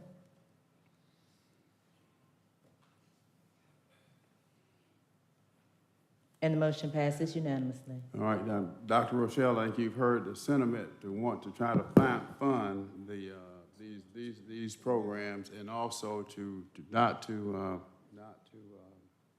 on the veterans' money. So that's your charge. Yes, sir. Okay, We will Thank you. move as directed. All right, next item. 240351, request approval of the 2024 ARPA Summer Youth Job Training Program Evaluation Committee's recommendations in the amount of $500,000. All right, motion to approve by Commissioner Arrington, seconded by Vice Chair Abdul Rahman. Please vote. And the vote is open. And the motion passes, 6 yeas, 0 nays. Commissioners' action items on page 9. 240354. Request approval of a resolution by the Fulton County Board of Commissioners urging municipalities located within Fulton County to enhance safety at convenience stores by adopting ordinances and laws mandating the use of video surveillance systems at these establishments and for other purposes. All right, motion to approve by Vice Chair Abdul Rahman. Is there a second? Is there a second? Well, I'll second. Okay.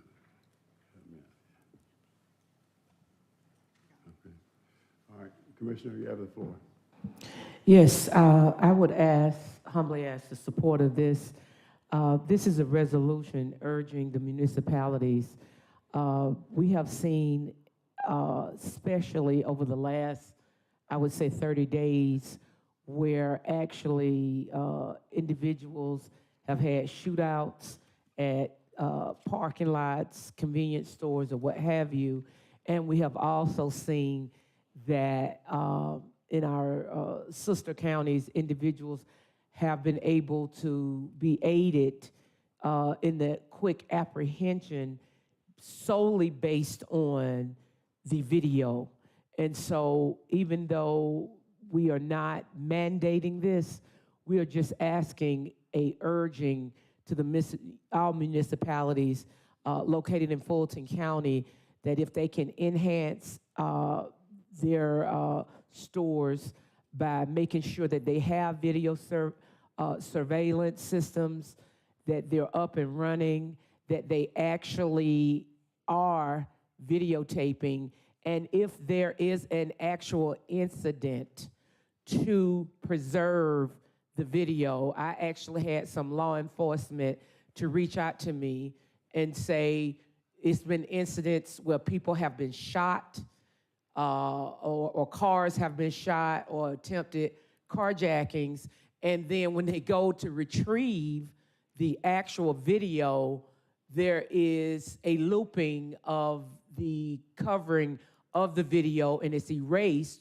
or in some cases, in very small cases, but law enforcement has led me to believe that it is a dummy camera.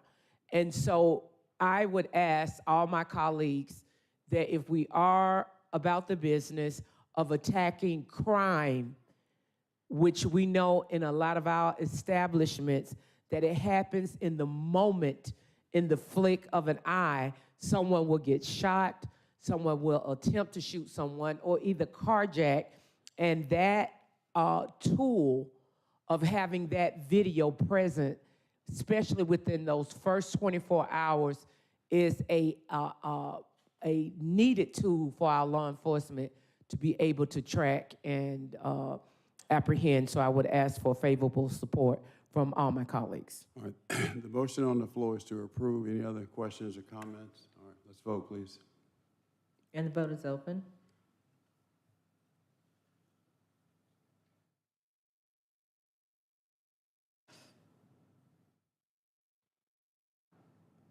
And the motion fails, 3 yeas, 1 abstention. All right, it's 1:24. Entertain a motion to recess for lunch and executive session. We'll take up issues of real estate, litigation, and personnel.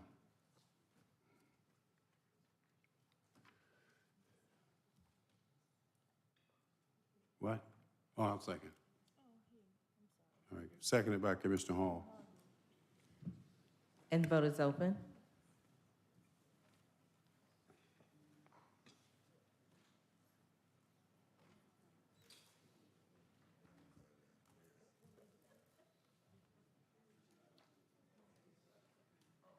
Recording stopped.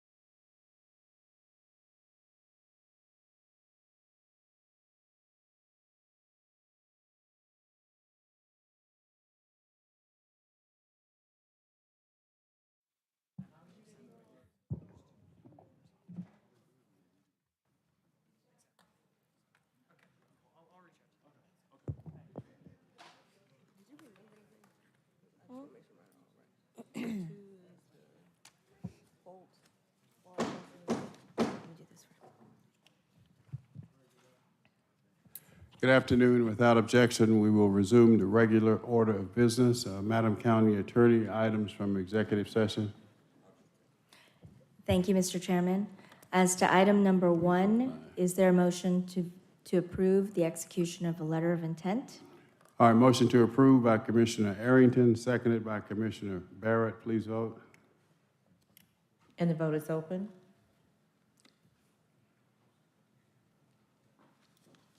And the motion passes, 5 yeas, 0 nays. Next item, is there a motion to approve the request for representation contained in item 2 of the executive session agenda? We have a motion to approve by Commissioner Arrington, seconded by Commissioner Thorne. Please vote. The vote is open.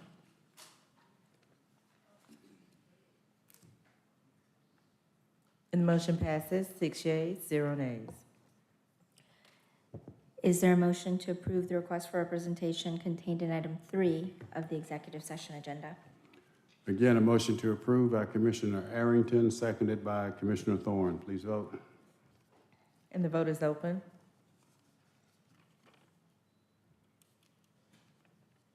And the motion passes, 6 yeas, 0 nays. Is there a motion to approve the request for representation in item 6?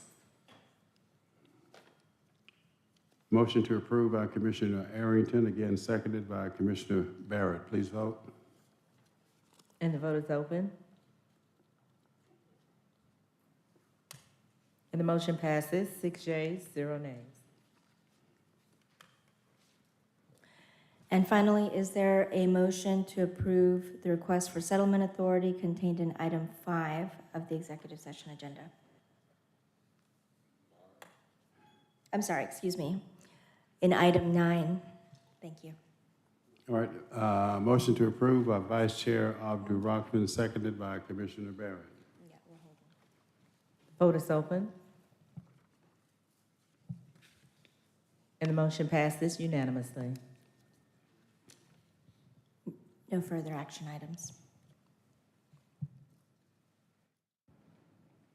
All right, continue.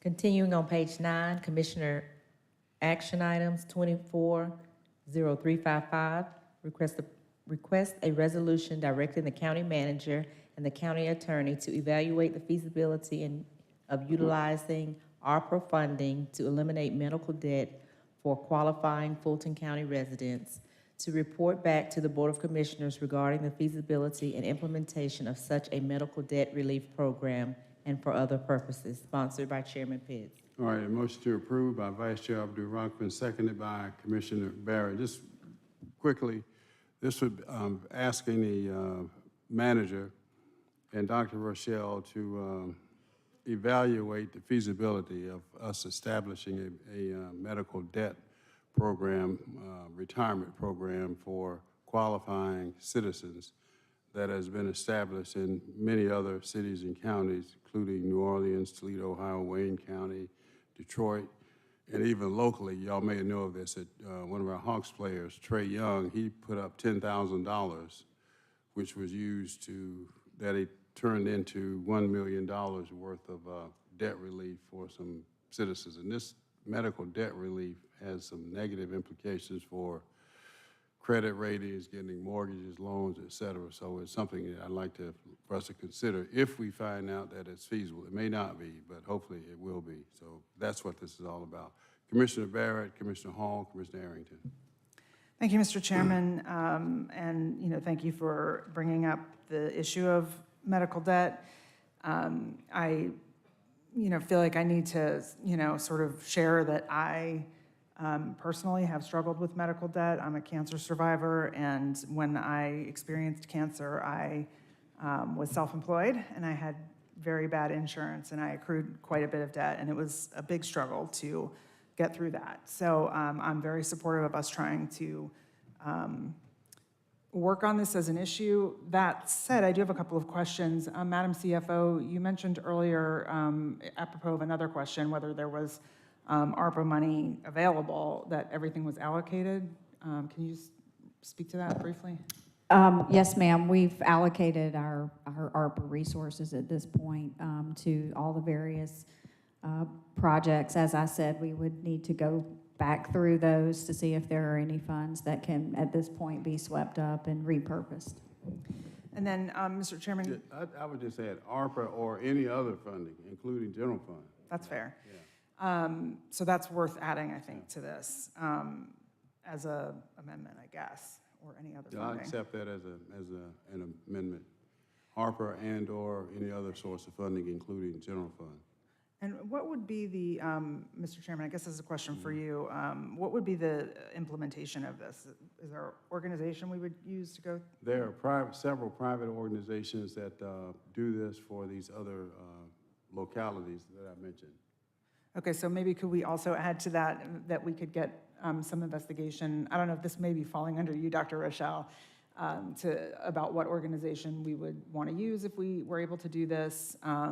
I think it would be also helpful, and again, I don't know how quickly we could get this, but it would be helpful, I think, to know kind of how many people in the county, give or take, are affected by this, and what kind of, how big the size of the problem is. But I'm supportive. All right, and just for further information, there will, and I didn't know this, but there's a story coming on, I think it's Channel 5 this evening, just about this topic. I had no idea it was coming, but coincidentally, it's today at 5 o'clock. Commissioner Hall, Commissioner Arrington, Vice Chair Abdul-Rahman. Yes, thank you, Mr. Chair. This is a good idea. It reminds me of not too long ago, one of our county employees who told me that she had to file bankruptcy because she didn't choose the HMO plan. She chose one of the other plans where you have to pay into your health insurance. You don't just pay a copay. And her and her son became very ill and incurred a lot of medical debt. So this is going to be interesting to see what the qualifications will be for this type of program, but it is much needed. Thank you. Commissioner Arrington.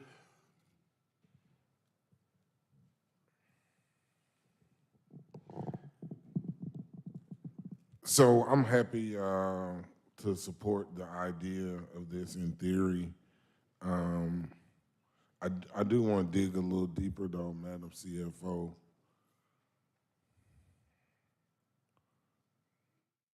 How much ARPA funds do we have that are unspent?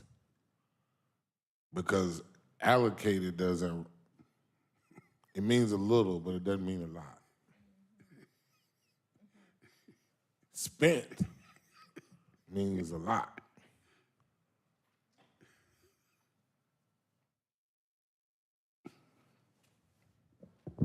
Commissioner Arrington, I'm actually looking for the last update report that we provided to the board, which was the one from January, to be able to give you the number as of that, point in time. I'll keep talking while you look. Thank you. You know, I'm happy to certainly look at this. I think it certainly makes sense. You know, I think the flip side of the coin is that we give $50 million a year to Grady for indigent health care. So to some extent, we're already paying for people's medical expenses, maybe not the medical debt, but you know, we're doing at least $50 million a year towards indigent medical care in Fulton County, and I guess this year we add another $19 million for the new standalone emergency room in South Fulton, and we're up to about $70 million for indigent health care. But again, I'm fine with trying to help people out, particularly with ARPA dollars if we have some left, rather than general fund dollars. I think that in an ideal world would make the most sense for it to come from ARPA funds. What was that thing before ARPA? Did we use all that money?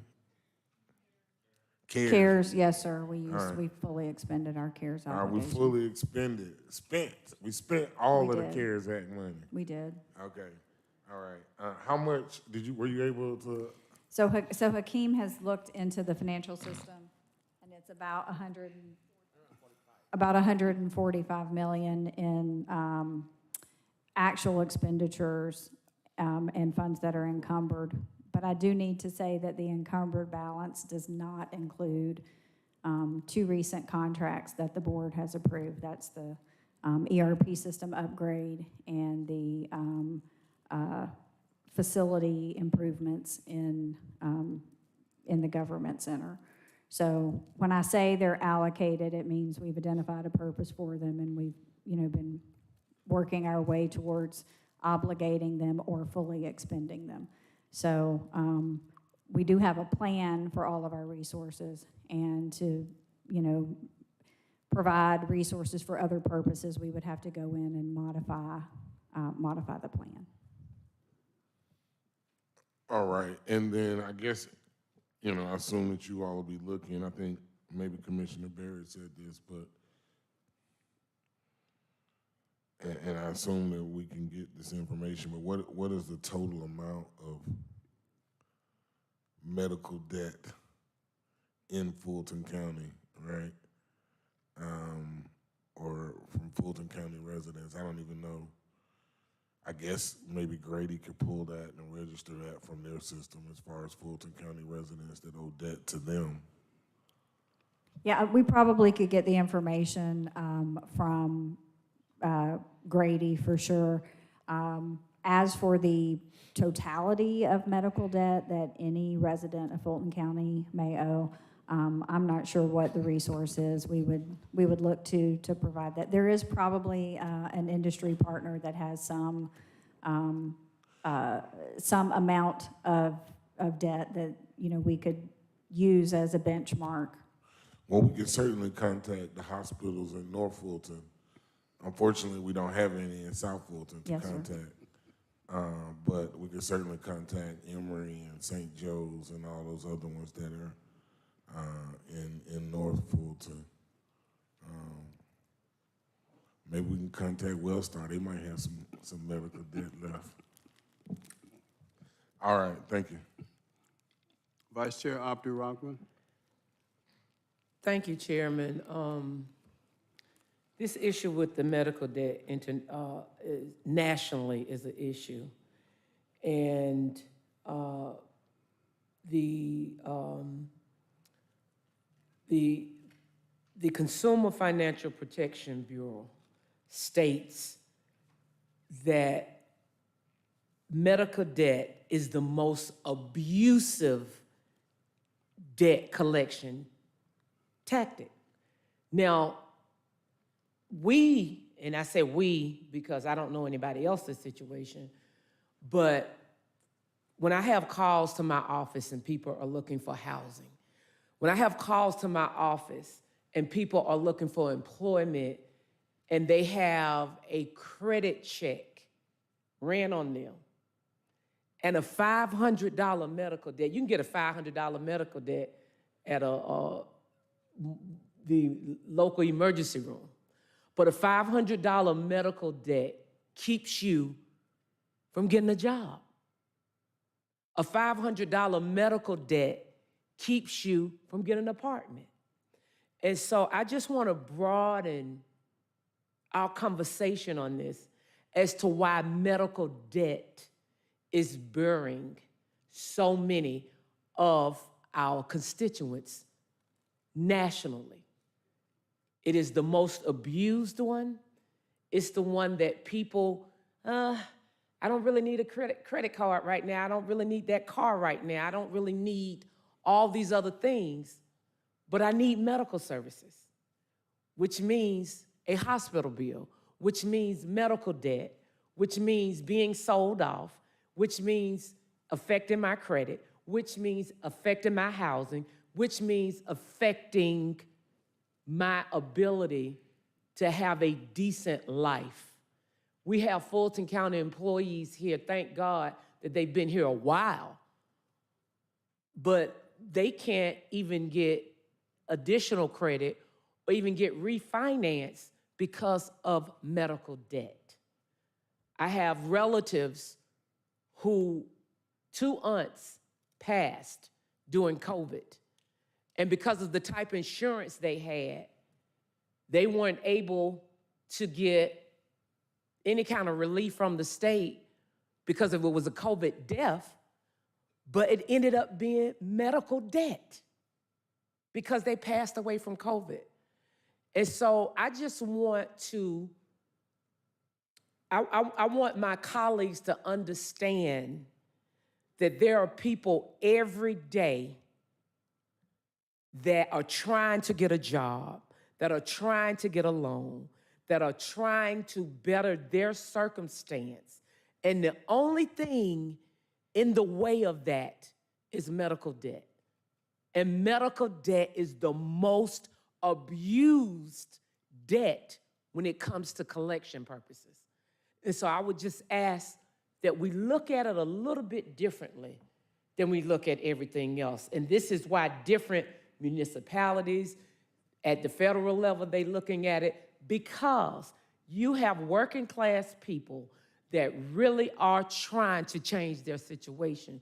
You have a mother that's in an apartment that's trying to get into a house.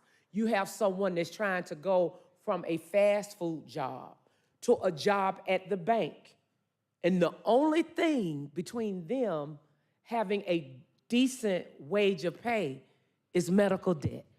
So I would ask that we really do investigation on this and that we also support it because it is killing the economy and it is killing a lot of the hopes and dreams of our constituents for a better way of life. Commissioner Ellis?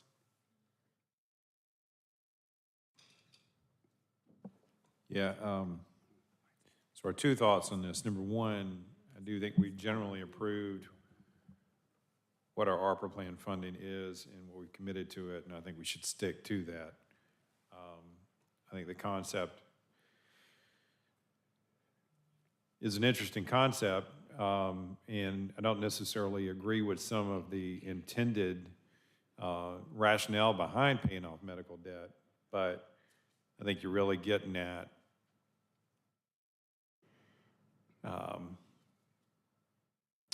addressing a symptom and not a cure. And I think even with some of these organizations that have been heavily engaged in paying off medical debt, you know, when they go back and do the research about what the actual benefit to the beneficiaries of that have been, it's not been as strong as what, you know, one would think it would be.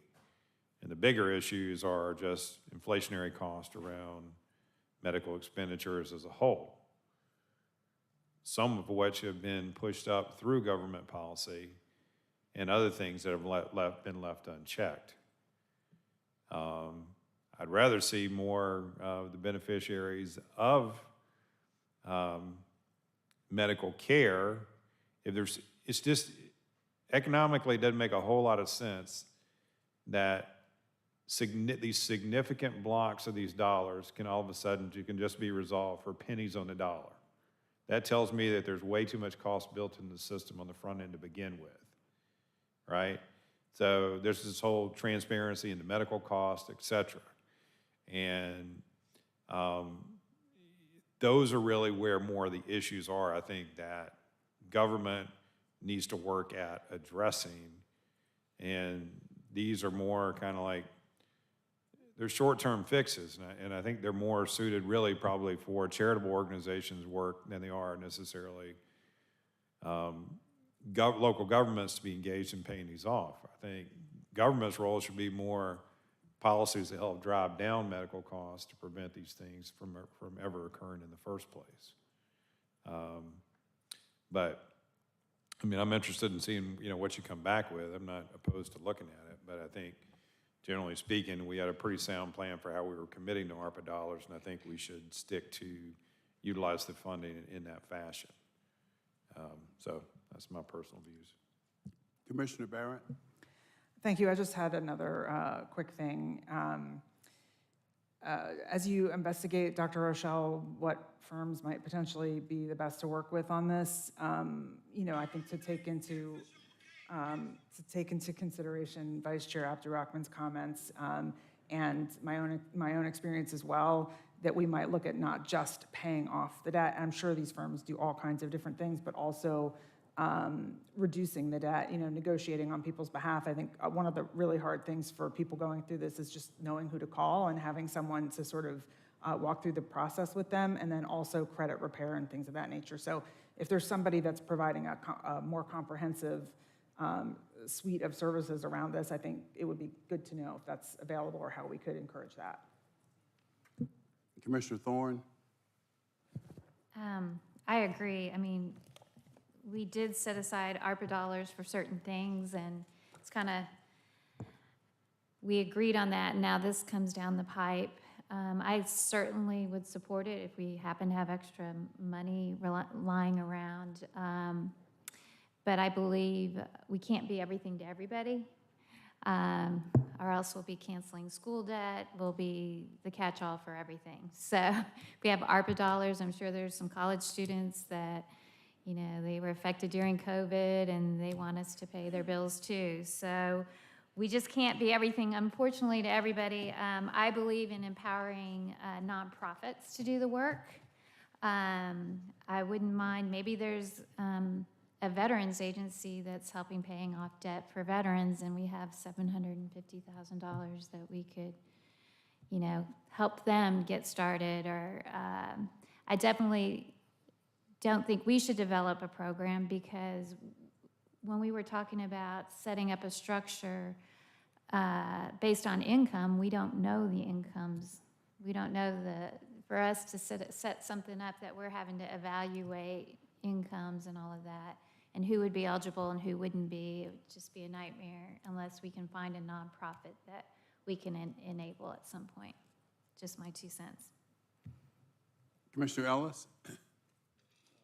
Just one other thing to add, and I do think that maybe this is part of what Commissioner Barrett was suggesting. I do think some of the programs, like having navigators and folks that are there to assist negotiations and that sort of stuff. I mean, like we had this program where we're using, I want to say they were AARP volunteers to help folks do their taxes and that kind of thing, right? There were, systems like that we could set up to have, folks that were there to assist in that kind of negotiation and discussion. I do think those would be beneficial things for us to look at and explore.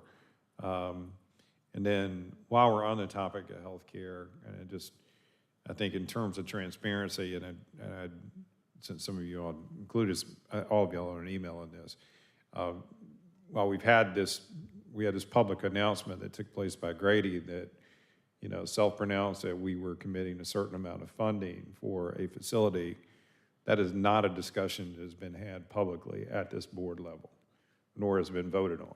And I'm not saying that it shouldn't be approved or whatnot, or casting any sort of aspersions on that, but that has not been a public decision that was made that we heard from, and that is something that we do need to hear for transparency purposes to understand it. And I think that this, the listening public needs to know that and understand that, because, I'd received a number of questions about that from various constituents and said, where did this come from? I never saw this on the agenda, heard about it, and all of a sudden I hear it pronounced that you all have committed X amount of dollars. That's not taken place yet. So, I think anytime we have these discussions, healthcare and medical care is, certainly vitally important, and something that has been something that Fulton County government has been committed to and has provided, some of the strongest support to, more so than any county in the state. But when we do it, we need to do it in a way that's transparent and that there's meaningful public discussion around it. Thank you for bringing it up, Commissioner Ellis, but I attended that press conference with Grady, and I was crystal clear to them that request for $19 million had not come before this board, and that this board had not voted 1 penny for that freestanding emergency clinic in South Fulton County, although I personally support the idea, but the issue of the $19 million, how we pay for it, has not been discussed by this board. All right, I appreciate your favorable consideration of this matter. Please vote. Vote is open.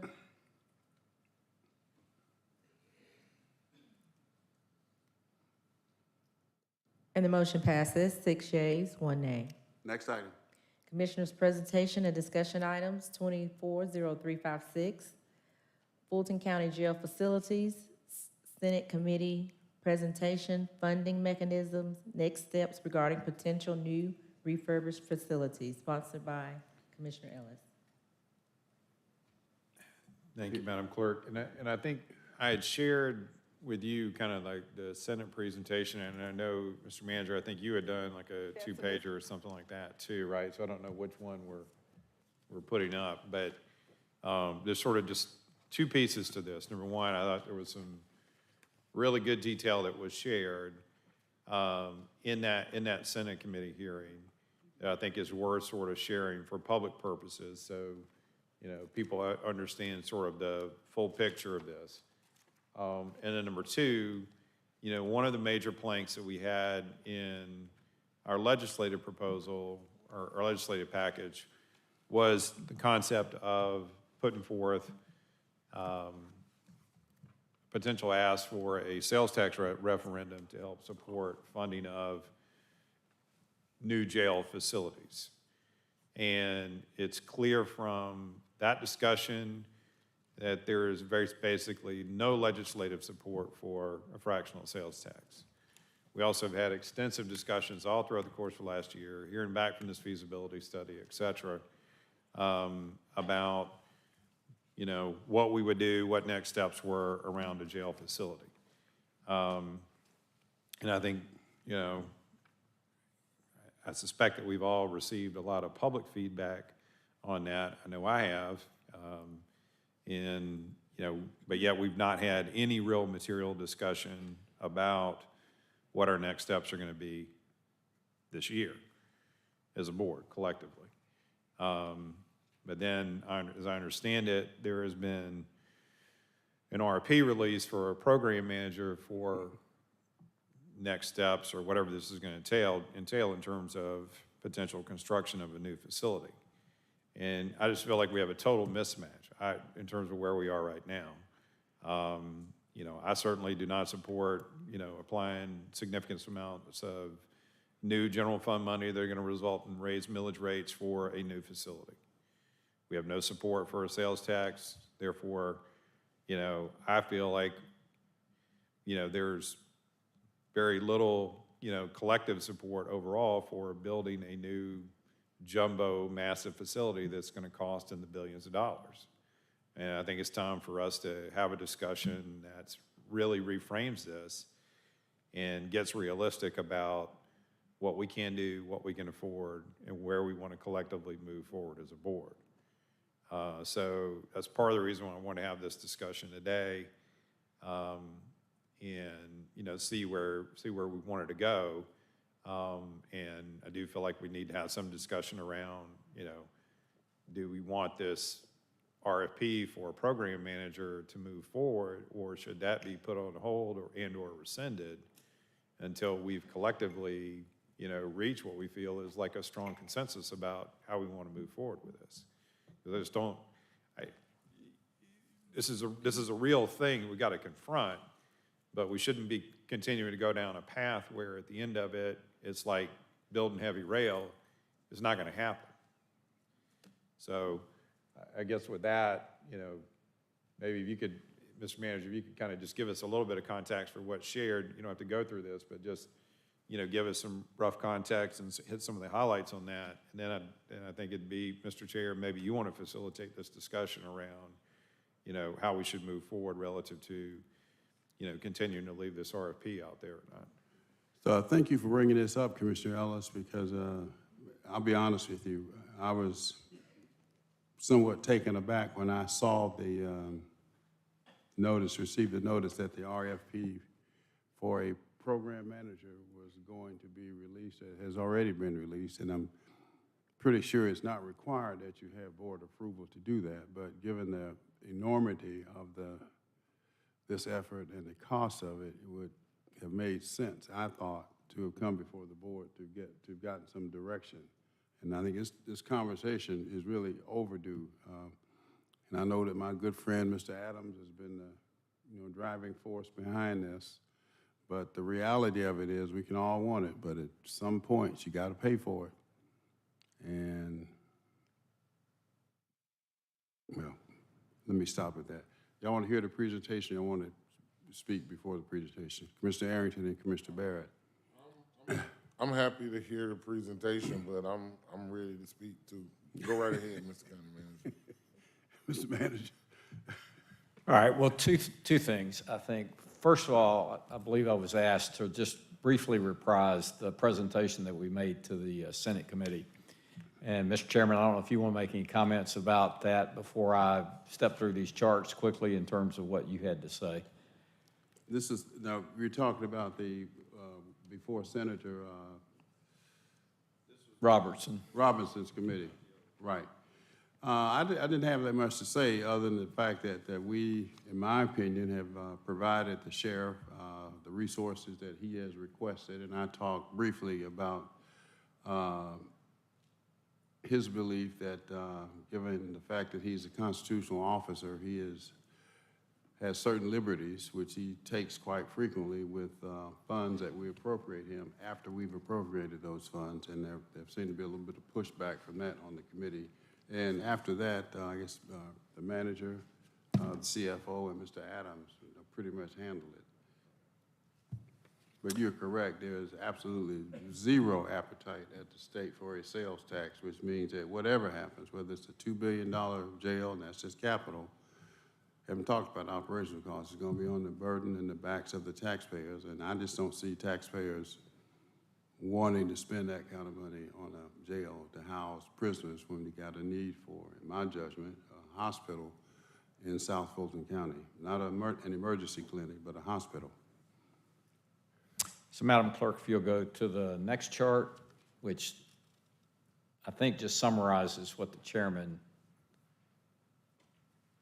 said. This is how we started our presentation, and then if you'll go to the next one where we teed up fundamentally that the county had listened to all of the requests, not just presented by the Sheriff's Office, but also by our justice partners in general, that we had focused our investment in these three fundamental areas. I think they make sense if you think about them: population reduction through the case backlog initiative known as Project Orca, ankle monitors, which removed 1,200 people potentially otherwise would have been in jail, as well as detainee outsourcing, which removed 525 people. Secondly, we focused on jail staffing itself. That was everything from resources provided for $10,000 signing bonuses, increased base salaries of detention officers to $54,000, the overtime first policy rather than where we had been previously postured, and then 2 times overtime, and then the tower staffing initiative. And then last, where of course we've already talked about significantly today, was the resources allocated for facility maintenance, specifically the jail blitz plan. And then we also discussed in this presentation, which is what's being referred to, some of the reaction, the replacement jail plan. Go to the next chart. Again, I don't need to go through this with you because you know it full well, but for the purposes of the Senate, we grounded them in Project Orca again, that did have an impact on jail population as well as civil case resolution, and I think they were aware of it, but we set that in place. And if you go to the next chart, Madam, there you go, thank you. Then we really pulled all of funds attributed to the running of the Sheriff's Office together. So these are directly in the Sheriff's Office budget. Anything such as again, the initiative discussed by Joe Davis earlier today that's in facilities, but nonetheless is attributed to, or specifically attributed to the running of the and maintaining of the jail. And then one-time items, which are in other budgets that have to do with things like outsourcing jail facilities. So all of that put together creates I think, a very credible response to resource needs in the Fulton County Sheriff's Office. And of course, over the course of time, we just look back 5 years or so, is a 60+% increase, represents $80 million from where we were in 2019, and is the single largest increase of any functional area that we have. So I thought that was helpful because, you know, there's always some discussion about has something been left out of the, you know, the need and the response. And you can always argue that, but you look at the total picture, it's a pretty compelling one in terms of what this board has done. Then we go to the next chart. Again, you've already seen this. We updated them on the jail blitz plan. Some of them had visited Fulton County Jail at Rice Street. They, of course, had seen personally what it looked like before. I'm not sure that they had seen after we had gone through a zone. So we showed them a before and after and then indicated the resources and the expected completion date. We also emphasized to them that while the first zone had taken over 90 days, the last zone took around 36 days. So we have been improving in terms of speed of completion. Next chart. Same one that you've seen before. We showed them the trends in jail population. The big so what, again, being the one that has already been discussed today, the 1,000 or so person reduction from a 2022 total population of over 3,500 to now 2,500. We also pointed out that this board had funded the ankle monitoring program that you're very familiar with, which removes another 1,200 or so folks. The 1,200 removed by ankle monitoring plus the 525, if you add up what's at ACDC, Cobb, Oconee, and Forsyth, represent over 1,700 folks, equal about to the number of people that are at Rice Street. Again, showing all of the efforts made to reduce the jail population, specifically at Rice Street. Next chart. We nonetheless said in that presentation, however, that we still believed, or there still was consensus, maybe I should say it that way, and direction that we had been given to pursue the initiative around a replacement jail. We pointed out that it was an expensive proposition, $1.7 billion or so. Also, the refurbishment of current facilities was even more expensive than that, and that we would be issuing a jail program management RFP. And by the way, we thought we got that direction back in August of 2023. So, you know, our normal course is not to bring RFPs back to the board. Could be argued that it warrants discussion, but that not being said, or that being said, it can be either rescinded or modified further. Next chart. We pointed out that the penultimate, if you will, determinant of jail population is the performance of our justice system. You've already had discussions about this. It was, I think, good for the Senate group to see this. There was some discussion about it. Same ones that we've had. How are these goals set? Are you making progress? You know, specifically, what does this mean in terms of jail population? But there's a great deal of interest in this, and some, as I think has also been referenced, perception that our justice system does not perform at the highest level. So we finished with the next chart, if you'll go to that. What could the state do to help us as opposed to us just reporting out? And this list was appreciated as we presented it, I think. We said, first of all, you know, increase state funding for behavioral health beds. Many times our jail population is impacted by inability to transfer to Georgia Regional, and DBHDD itself has done a bed study whereby Fulton is in need of 3 behavioral health crisis centers. We have one, obviously nearing completion, that we contributed both capital and land to, meaning there are 2 more. So we asked for that. We teed up the potential of a sales tax, either penny or fractional.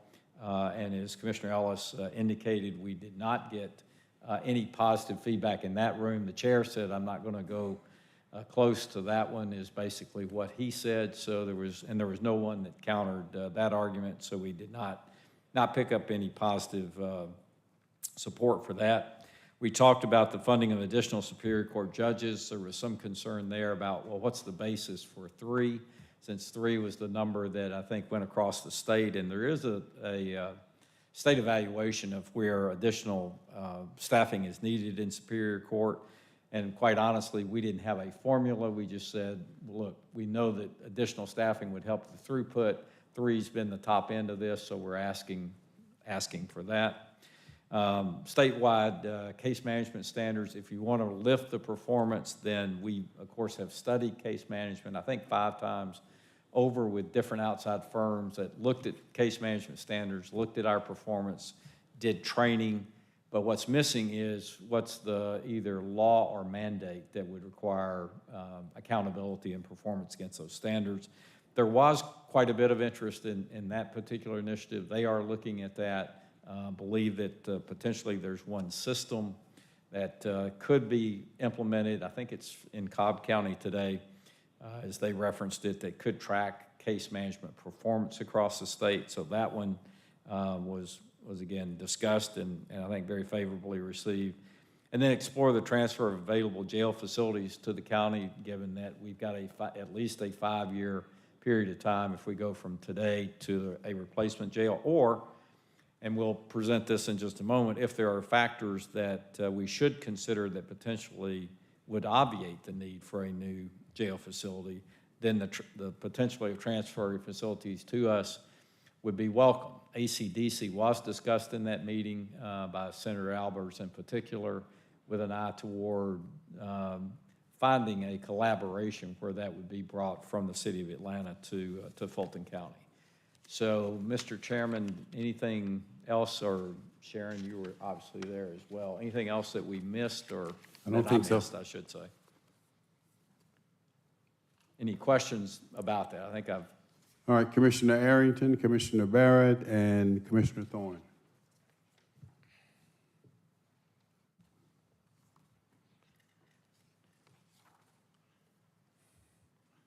Correct me if I'm wrong, Mr. County Manager, but didn't we adopt the jail plan that was presented to us last year? Yes, sir, on August the 3rd, I think it was. Okay, and how much money did we allocate in this year's budget towards implementing the plan for the replacement jail that was adopted in August of 2023? 10 million, Sharon, is that correct? Okay, and you also brought up the South Fulton Municipal Authority as a potential way to fund the building of the jail, or at least partially fund. How much money were you anticipating, or would they just be financing the building? I'll let Sharon explain it, but they would be a conduit to issue bonds. But Sharon, go ahead. That's correct, Mr. Manager. They would serve as the conduit issuer. And so we would solicit or look to them as the conduit issuer for the entire amount? Initially, we've discussed doing a smaller issue on the front end to help with the preliminary cost, design costs, and such, and then the larger piece that would be for the construction proceeds. But yes, sir, the thought is that they would be the conduit issuer for the full need for the replacement facility. So I'm at a loss as to why people would be up here acting like they don't know we're moving forward on the jail and we got $10 million in this year's budget. Can you help explain that?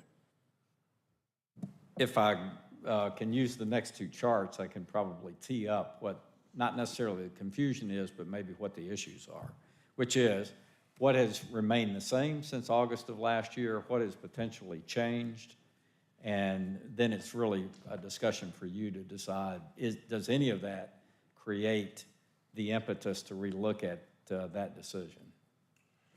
Yeah, because weren't we talking about design build? Is that what this program management RFP is for?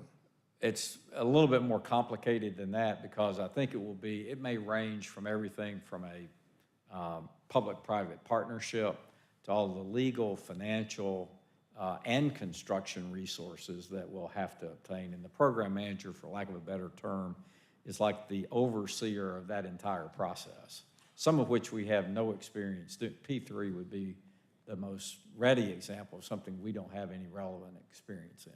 All right, well, I'm confused how the people that voted for this budget don't know what was in their budget, because I voted against the budget. But I hear two people up here saying that voted for this budget with this $10 million in there for this new jail that we told y'all to go forward with in August. So I'm befuddled. So hopefully these next two slides will help. Another question? You said you had 2 more slides. I was trying to use it. Well, I didn't know if you wanted, if there were more questions about what I've already presented, or Mr. Chairman, do you want to move forward with, or Commissioner Ellis move forward with these 2 additional slides? They're gonna have to wait till their turn. It's my turn right now. Okay. Would you like for me to move forward with these 2 additional slides? Yes, sir, please. All right. So, Madam Clerk, if you can go, hopefully we've got these teed up. All right. So we decided, let me rephrase that. We attempted to put 2 pages together to lay out what has changed and what's remained the same from last August. The first one is the population. So the population in August of 2023 was 3670 with 2576 at Rice Street. It's now 2647 with 1720. Of course, we've just discussed some of the initiatives that have been helpful to that. So jail population has come down substantially in the last almost 12 months, or less than 12 months. Second thing that has changed, Senate Bill 63. It is a Senate bill that was passed, signed by the governor. It does reform the bail process, expanding the list of offenses where a cash bail is required, such as trespassing. It could very easily end up impacting the jail population. So we don't have an estimate as to relate and I'm not sure who could estimate what this impact would be, but it's definitely a change from August of last year. Jail facility issues, I don't know that this is necessarily a significant change, but again, the conversation earlier, the Blitz plan now has been launched. It's about 35%, 36% of the way done. It is showing progress. At the same time, as we got into that discussion, the building itself, whether that be building maintenance issues that are just occurring because of its overall age, or because of vandalism, or all the above, continue to present significant challenges. On the right-hand side, I've already discussed this. We presented to this Public Safety Committee meeting. The thing, again, that came out of that, again, was a good understanding, I believe, of where we are, as well as what investments this board has already made. The Department of Justice investigation is ongoing. There's no specific findings necessarily. There are some preliminary, and Sue can speak to that, but no final findings that have come out of that at this point in time. And there's not necessarily an end date that's been shared with us. And then, as has already been discussed, the sales tax for replacement jail, we have held preliminary discussions with some key state legislators outside of this process. We did not get any favorable response from them as it relates to a sales tax initiative, nor did we get anything from this Senate committee. So I do think it's probably accurate to say that does not look like it's a ready alternative. Go to the next chart. So that's what our summary, if you will, put together in terms of puts and takes.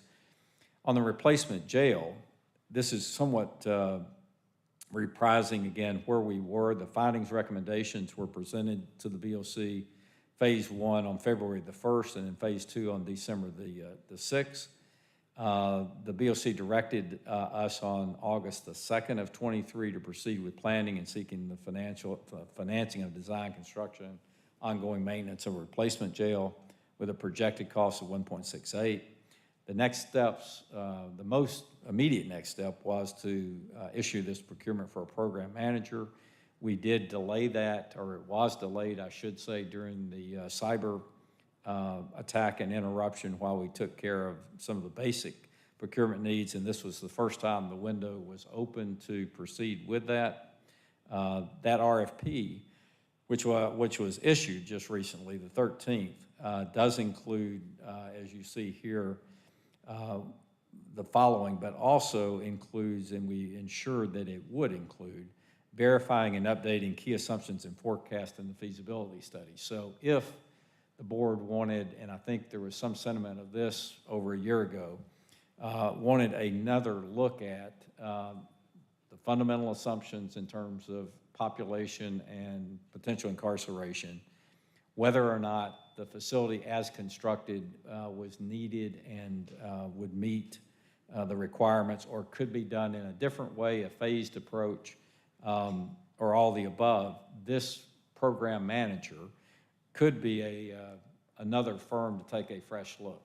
The consultants that helped us with the jail feasibility study are explicitly excluded from bidding on this. I've just confirmed with Felicia again this week. So it would be a second opinion, if you will, on something that's very, very significant.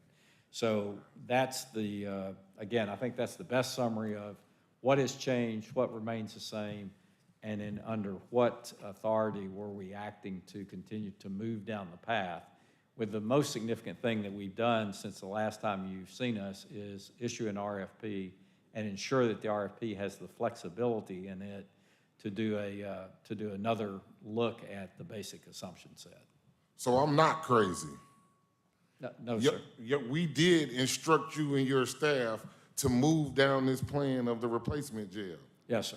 And you didn't just run off and issue this RFP without board authority, did you? No, sir. You're following our direct instructions to you, aren't you? I generally try to. So I'm at a complete loss. I'd love to hear more of this discussion. Frankly, I'd love to hear how the two people that just said they don't know what we were doing and why we're doing this after we already voted to do it. I'm waiting to hear the rest of this discussion, so I will yield the floor at this time. Okay, Commissioner Barrett. Thank you, Mr. Chairman, and thank you, Mr. County Manager. Got to say, I agree with you, Commissioner Arrington. It's quite puzzling. We did, in fact, give you all the direction to move forward. I really appreciate going through both of these presentations because I think it's really helpful to remind everybody of some key points.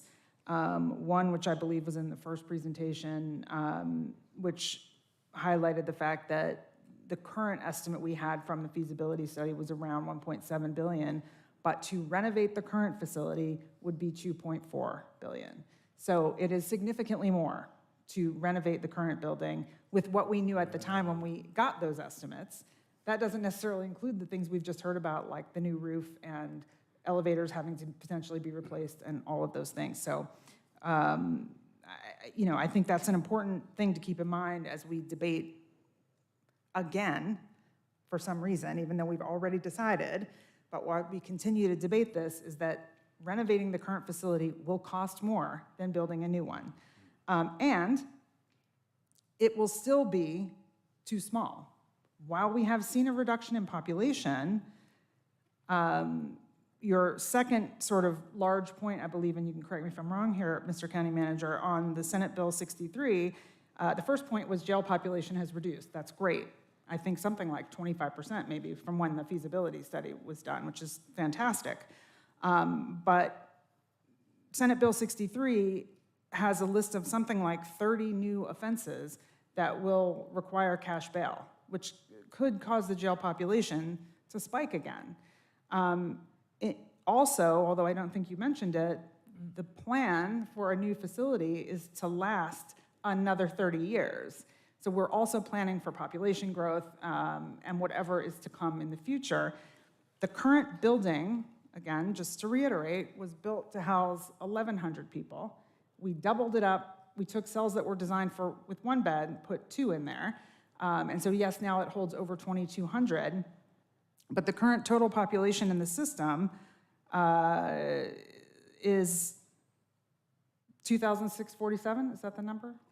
So that's still over the size of the current facility with no increase based on Senate Bill 63 and no increase based on population over the years to come. So what we have is still too small, although it's not as too small as it was when the numbers were higher.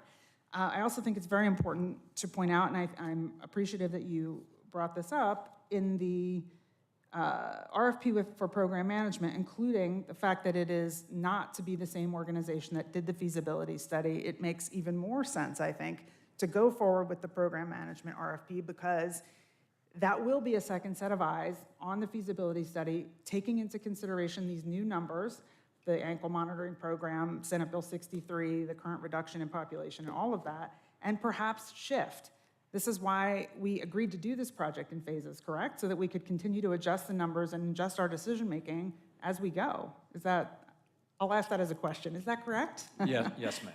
Okay, so I think it makes a lot of sense to continue to move forward.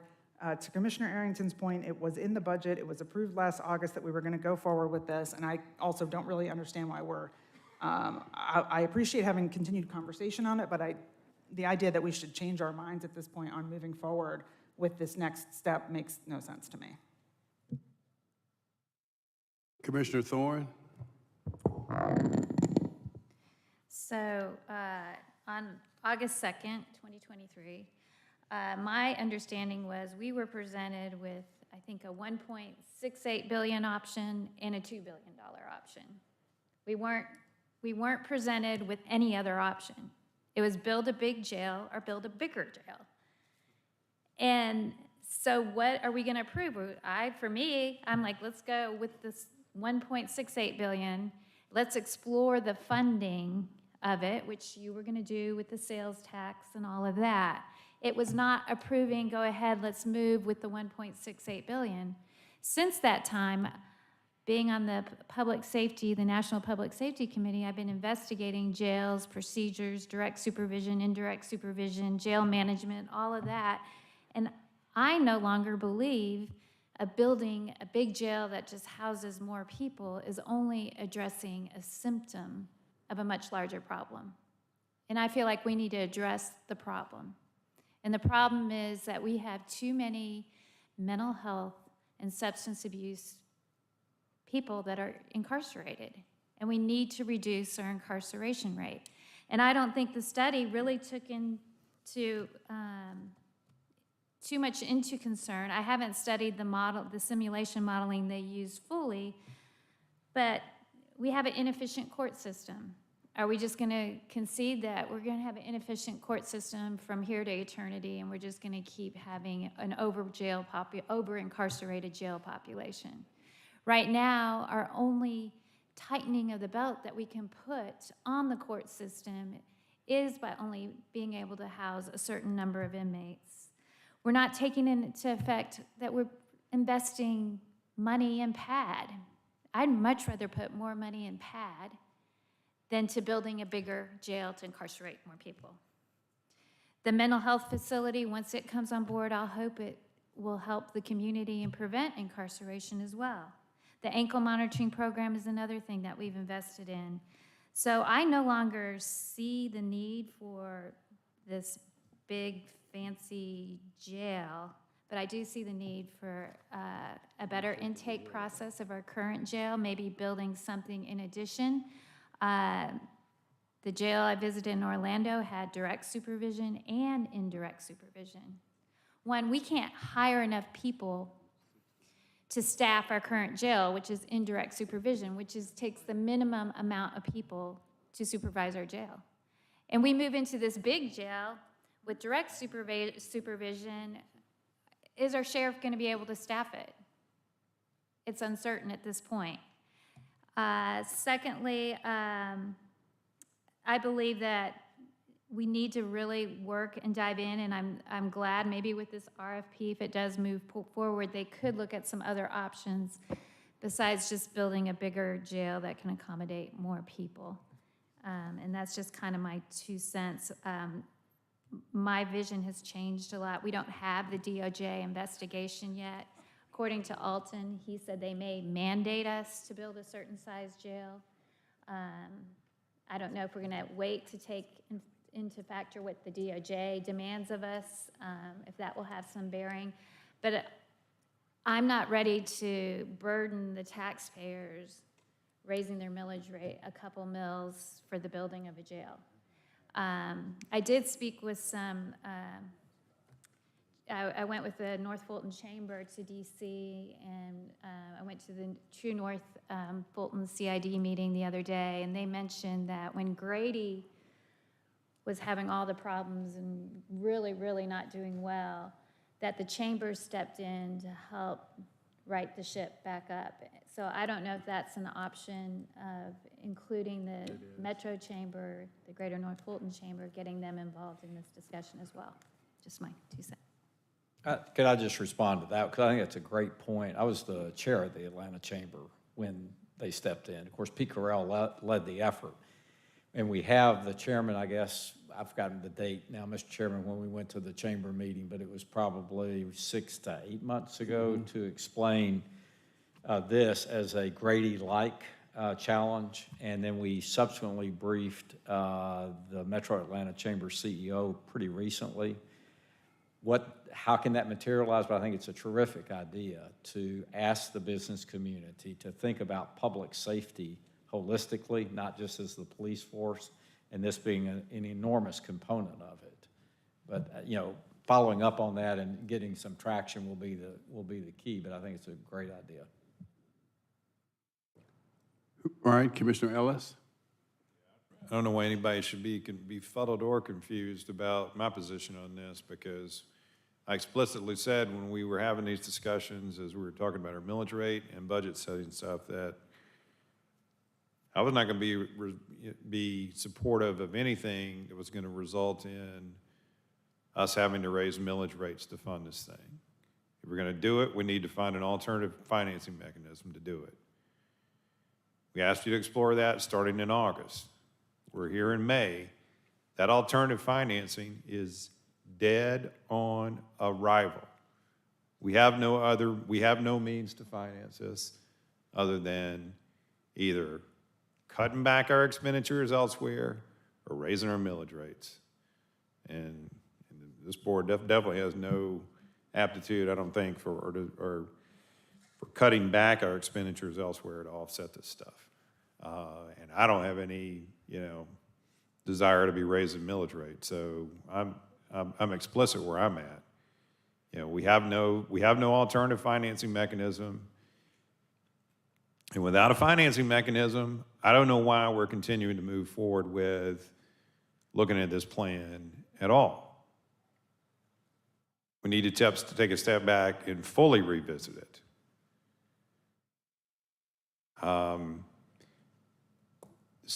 And I want to say one thing about this, where I feel like we were largely given a bill of goods on two things, or one thing in particular. Somebody's going to really have to help me out to explain where we weren't given a bill of goods. If we are hearing that we can reset all of these pods for $13 million, but yet it would take us $2.4 billion to renovate this facility, that just doesn't square up to me. I mean, I felt like that number was largely pulled out of the air and we were sold a bill of goods on that. So I do think much more meaningful work needs to be done around, what types of renovations to the facility can be done to more significantly prolong its life, and have those numbers be well under what we're talking about, and they're things that are practical and well studied. And I think that needs to play out, and we need to hear that. I hear what people are saying about we need to enlist the public, and all that sort of stuff, but I don't see how the business community and others are going to respond to this in the way that they did with the Grady-like scenario. That's why when I originally brought up this concept of a fractional sales tax, I was focused on healthcare, not on this. So I'm not surprised that here we are that we have no support for a fractional sales tax related to building a jail facility. I think this is going to come back to us having to probably solve for it on our own. I don't think we're going to get necessarily a lot of help from the business community. Maybe we can get some limited support from the state on some of these sort of subcomponents, but I think largely it's going to come back to us, which means it's going to come back to Fulton County taxpayers. And I just feel like we really got to get practical with this, and I do, feel like we have not. And I think right now we should more pull back this RFP and really reconsider what our ask for with this RFP is, and have a much more robust discussion about this as a board as a whole. Vice Chair Abdul Rahman. Thank you, Chairman. You know, there are studies that say with a newer facility or new facility, you have more effective control and supervision. We need a new facility because if we're going to have a conversation about the jail, if we're going to have a conversation about the overcrowding, if we're going to have a conversation about diversion, if we're going to have a conversation about ways of being more rehabilitative, the model that we have now is no good. Must I remind us all about the number of deaths that we have had in that jail? Now, we can have a conversation another day as to who fault it was and why it happened and this, that, and the other. But the jail that we have right now in this state is not conducive for anything but chaos. You have individuals that want to work in law enforcement, that need a job, but they will not apply at that jail for several different reasons. You have a building that's falling apart. You have operational issues. You have issues one way or another. But we can't kick the can down the road any further on this. We have to find common ground. If there's a replacement, a refurbishing, if it makes sense, let's do it. If it makes sense for it to be new, let's do it. But I think we do the taxpaying citizen of Fulton County a disservice when it sounds like we're going one direction, then we come back. Now, I'm not saying that that conversation is going on today. What I'm saying is we have a crisis at the jail. We have a crisis. We can all agree that it's a crisis. What caused the crisis, whether it was kicking the can down the road several years, maybe there was not an appetite for a new jail, we can sit all day long and have that discussion. But what we need to do as a body is to figure out what are we going to do, because to do nothing is going to have more of effect with people dying in the jail, is going to have more of effect with the lawsuits, is going to have more effect with contraband, we're going to have more of effect with not having staff. That's a reality for me. And so what I'm asking is not necessarily to go back to the drawing board. I think we're past that point. But we need to see, given the fact that the appetite has changed. You know, when we had this conversation before, people were like, well, we need a new jail, we need a new jail, we need a new jail. Well, that conversation, depending on who you talk to, somebody said, we don't need a new jail, we need a new sheriff. Well, I don't, believe it or not, I do not subscribe to that school of thought, because the jail in our present condition is not conducive for anything. And so I would ask, if we're going to go in a different direction, since we know the sales tax, we're not going to be able to do that. I don't know if the public or private is all the way off the table right now. I don't know that to be for sure. But I know for me, we must do something. If it means refurbishing, and there's a good dollar cents conversation about refurbishing, I'd be open to hearing it. But what I don't want us to do, and the message that I don't want us to send to the public who has been crying out, we must do something. And so I would ask County Manager, I'm not sure which is the best direction now, and I'm being candid in saying that because things have changed. So given that things have changed, do we need to change the way we're looking at it? Maybe. I'm just asking, because I'm crystal clear on what lane I want to stay in. And I want those that have been given the authority to give me the advice that I need. I want to make sure I'm asking you for the correct advice. Because in my mind, as I sit here and hear all the different conversations, some things have changed. So I would ask if we're going to go in a direction that's best for the Fulton County taxpaying citizen, it is a direction that 10 or 15 or 20 years from now, we will not have to, or who's ever sitting here, will not have to have that same conversation. Thank you. Commissioner Arrington.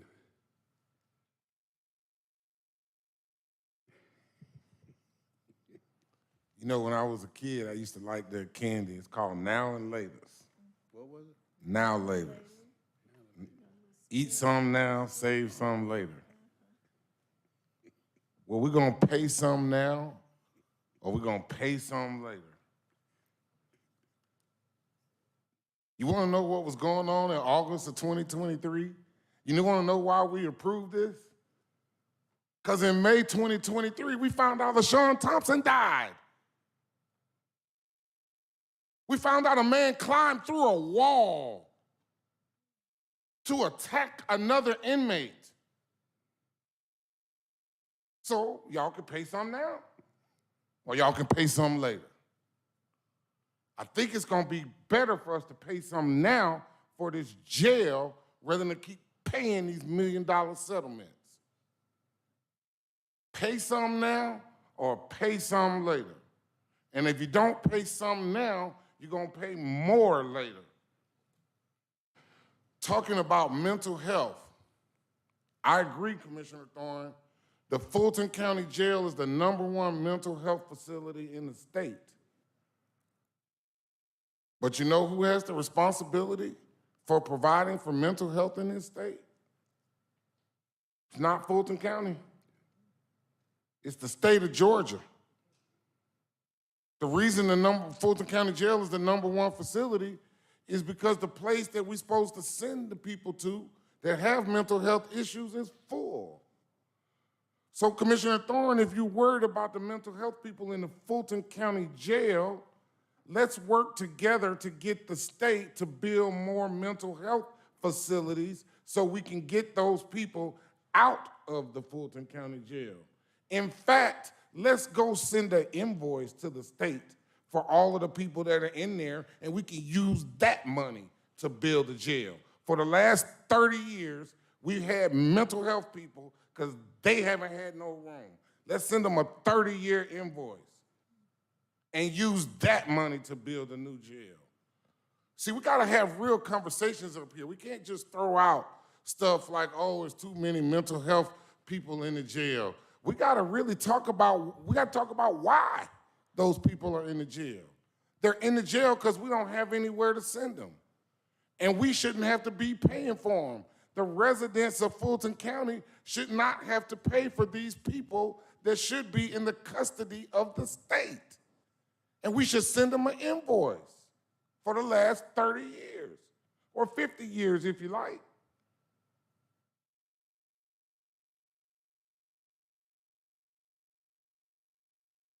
I think what we need, Mr. County Manager, Madam CFO, I think we gave you instructions to go ahead, according to this slide, proceed with the planning and seeking financing for the design.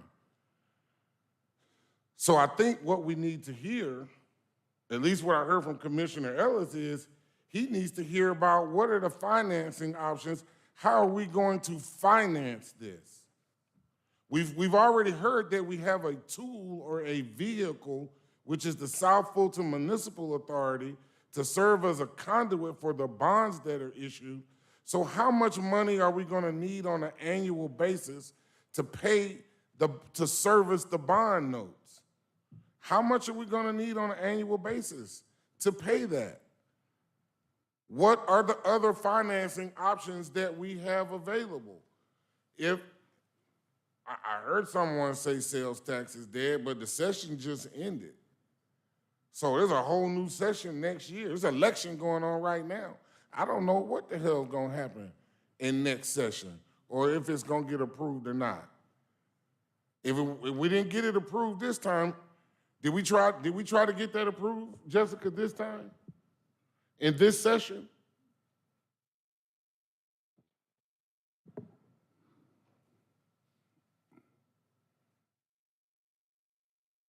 Commissioner Arrington, we had discussion with a number of legislators. As the county manager indicated, we did not receive a lot of indication of support. I do think there's some interest in seeing what the DOJ investigation brings to bear, but I don't want to speculate too much, but we did not receive a lot of support from the discussions we had. So, thank you for your answer, but I was looking for a yes or no. Either we tried to get it done this session or we didn't. We had discussions. There was no legislation introduced for this subject.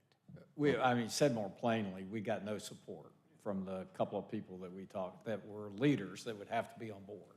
Okay, so we attempted, but we didn't Yes, get any sir. support. Yes, All right, sir. well, what other financing options are there for financing this jail? And how much do we anticipate that we would have to pay on an annual basis to service the note? So if you recall, when we did the long-term financial planning last year, we held the meetings up on the third floor, that's where those numbers were reviewed. And in broad gauge, and again, I'll turn to Sharon, but to finance the debt and just for the construction postured at $1.7 billion was about $110 million annually a year.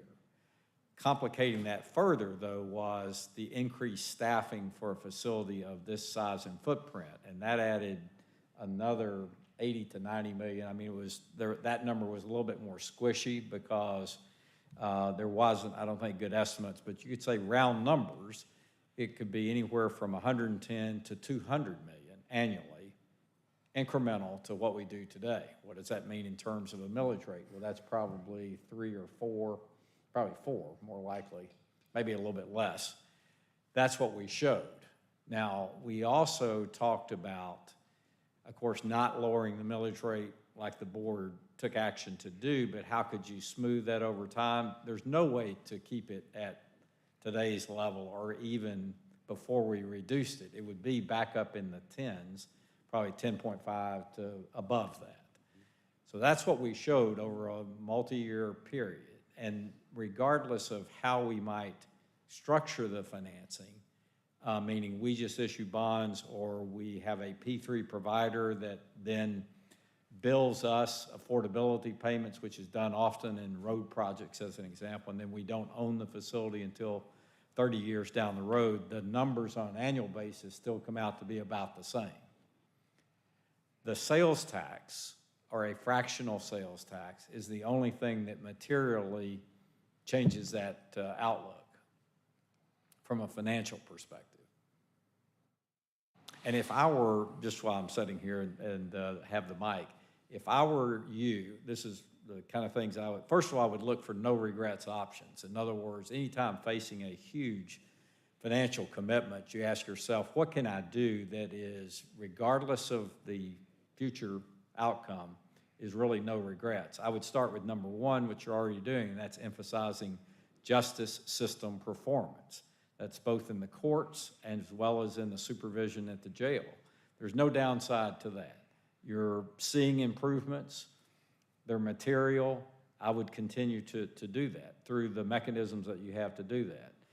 I would continue the Blitz program, and in fact, I think Ari suggested we would do Blitz 2.0. In other words, it's all the capital projects that Joe talked about, and relooking, maybe perhaps, although that's implied in those capital projects, a broader jail maintenance program. I think, Commissioner Ellis, the $2.4 billion, I'm not saying that's not an overestimate, but I think it generally also was not just refurbishing, it was expanding as well, because the notion was this could house 2,200, even if you refurbished it and you went with the assumption that it needs to be 4,400, then there was some add to that. So that's number two. Number three, I would still move forward with selecting a program manager. Why? Because I don't think that commits you to anything substantially financially. It does give you a second set of eyes, and quite frankly, we don't have the expertise internally in any of our organizations to take an objective look at this, but I do think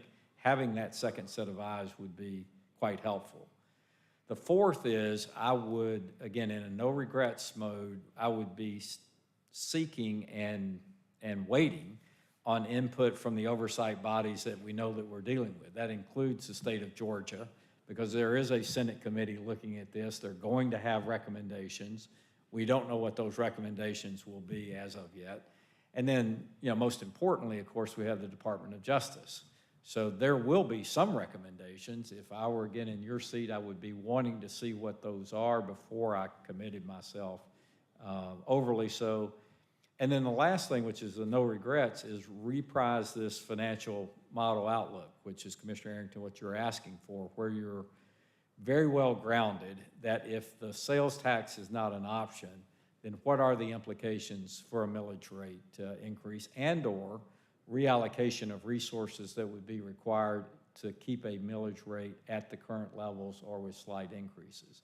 Because that, certainly could be, again, brought back anew, discussed in more detail, and of course would be the ultimate test in terms of what you think you might want to do. But those would be the 5 things, if I were in your seat, I would be thinking of as no regrets options before I launched off into a $1.6 to $2 billion build. Thank you. Colleagues, I would submit to you that we cannot kick this down the road any further. We cannot kick the building of a replacement jail down the road any further.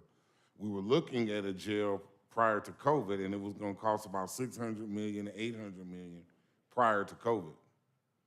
Those were the projections. Now it's up to $1.6 billion. The more we kick this down the road, the more it's going to cost. Pay some now, pay more later. We have inmates pulling steel out of concrete walls to attack other inmates and to fashion weapons. We have inmates crawling through brick stone walls to attack other inmates. Inmates dying. So I hope, colleagues, that we will continue to move forward. Commissioner Ellis, I respect your point as far as not wanting to increase the millage rate. I don't know that I agree with it. For me, this is a life safety matter. I think we have, the people that we house have to be treated fairly and reasonably. And housing someone in a facility where someone can take metal out of the wall and attack another person, or crawl through a brick wall to attack another person. I mean, think about it. Literally for the last 30, 40 years, however long the building's been there, we've had 2,000 plus inmates, up to 3,600, 3,700 inmates in a facility for 24 hours a day, 7 days a week. They're all trying to break out all day, every day. The facility has disintegrated. Otherwise, they wouldn't be able to take steel out of brick walls. Please, Lord, God, help us understand we need a replacement jail and that we cannot continue to try to kick this can down the road. All right, Commissioner Barrett. Thank you, Mr. Chairman. I agree with you, Commissioner Arrington. Thank you for those 5 points, Mr. County Manager, the no regrets list. I think that was very helpful. I wanted to just take a brief step back because we started this out by going through the presentation that you all did at the Senate hearing, and I'm just curious if they, and I probably could have found this out by going back and looking at the videos, but if they stated their purpose and their reason for having the hearings in the first place. Did they give you? I'm just asking if the Senate committee gave a clear indication of why they were having the hearings and what their goal was. I don't know. I don't recall hearing an answer to your question. Yeah, I'm not sure that they articulated it in that meeting. I think they were reacting to what they saw as problems at the Fulton County Jail and were chartered to see if they could find solutions. And again, that's why we tried to end with, how could you be helpful, as opposed to just providing opinion. Well, I asked because I sort of, at least from my understanding from the bit that I did watch, which was not all of it to be fair, that they sort of posed the question, how can we be helpful? And you responded with this list of 5 items. And I think, you know, I just wanted to get in the queue again and speak because I think it's important to note that there is a lot that the state could and can do to be helpful. And so far, they have not chosen to do any of the things that would be helpful, including the list here, increasing state funding for behavioral health beds. It's interesting to note that when people are arrested and delivered into our care, we don't have the ability to just turn them away. We have to find a way to house them. And so the fact that we're overcrowded, we don't get to say no. But when we try to transfer somebody to a behavioral health bed, they just say, oh, sorry, we're full. I think that's unacceptable. And I think the state needs to step up and provide enough behavioral health care beds so that they, to Commissioner Arrington's point, are upholding their responsibility to take care of behavioral health patients and not leave it up to us to do it at our jail. The sales tax question would have been very much appreciated and very much a help to the property tax owners in Fulton County who would prefer that we don't raise the millage rate. Certainly Fulton County is a destination county and there are a lot of people coming here to do business, to travel, and all of those things. And so getting money from a sales tax would have helped alleviate some of the burden in paying for this. They were not willing to do it. Giving us additional judges to help move things through the jail and getting people out of there faster, therefore lowering the population, also would have been super helpful. Not willing to do it. So, you know, I think we have to do what we have to do because we have our own mandate, and that is to have a jail. But I think it is, you know, important to note that the state, who feels that they have a surplus of money and can give it back to taxpayers, is not doing their duty when it comes to behavioral health and certainly could be helpful to us in other ways. So, you know, I'm sort of saying this out loud to implore the state to step up and help. Commissioner Thorne. I just wanted to respond to how the jail has increased from 2019 to now from 600 million. We didn't have the jail feasibility study completed. They didn't know. They were just throwing out estimates or guesstimates. So that's not a proper argument, not a proper comparison. And then how long I want to know, when an inmate goes through a concrete cinder block wall, how long does it take? Does it take one night? They can just whittle away through it all night? Or is it because they don't have enough supervision, that they're getting through walls, going into one cell, then going through the wall of another cell to kill somebody in the next cell? So I don't know, no matter what we build, if the supervision is going to be still an issue. I looked at jails that were 100 years old, and they are immaculate. The one right down here, the federal penitentiary, is over 100 years old. It's well-kept, well-managed. And the state, we're coming to the state asking for more funding for our initial behavioral health center. Yes, there's still more work to do, but we can't sit there and say, give us more. Oh, you're not giving us enough. We just need to let them decide the need. And I asked on the federal level. I was up in DC last year, and I met with several departments trying to see if we could get any kind of funding to help with the behavioral health of the jail, but nobody wants to go and fund incarceration. They want arrest diversion programs or post-incarceration programs. It doesn't seem like there's an appetite inside once you're incarcerated. I do believe we need to build something, and I do believe it needs to be some type of behavioral health intake center. I believe it would be a smaller, less expensive facility but I don't know until we explore that option. And it would have direct supervision for the mentally ill instead of the indirect supervision. My understanding is you do not want direct supervision for the most dangerous inmates that you have, that it's for the safety of your employees, it's better to have indirect supervision, and it's best to have a combination of both types of facilities. With that being said, I do not support, again, burdening the Fulton County taxpayers with a $3 million increase in their property taxes. Commissioner Ellis? Not a whole lot more to add, Mr. Chair, but, I got to come back to, I think this is a problem that largely we're going to need to solve on our own.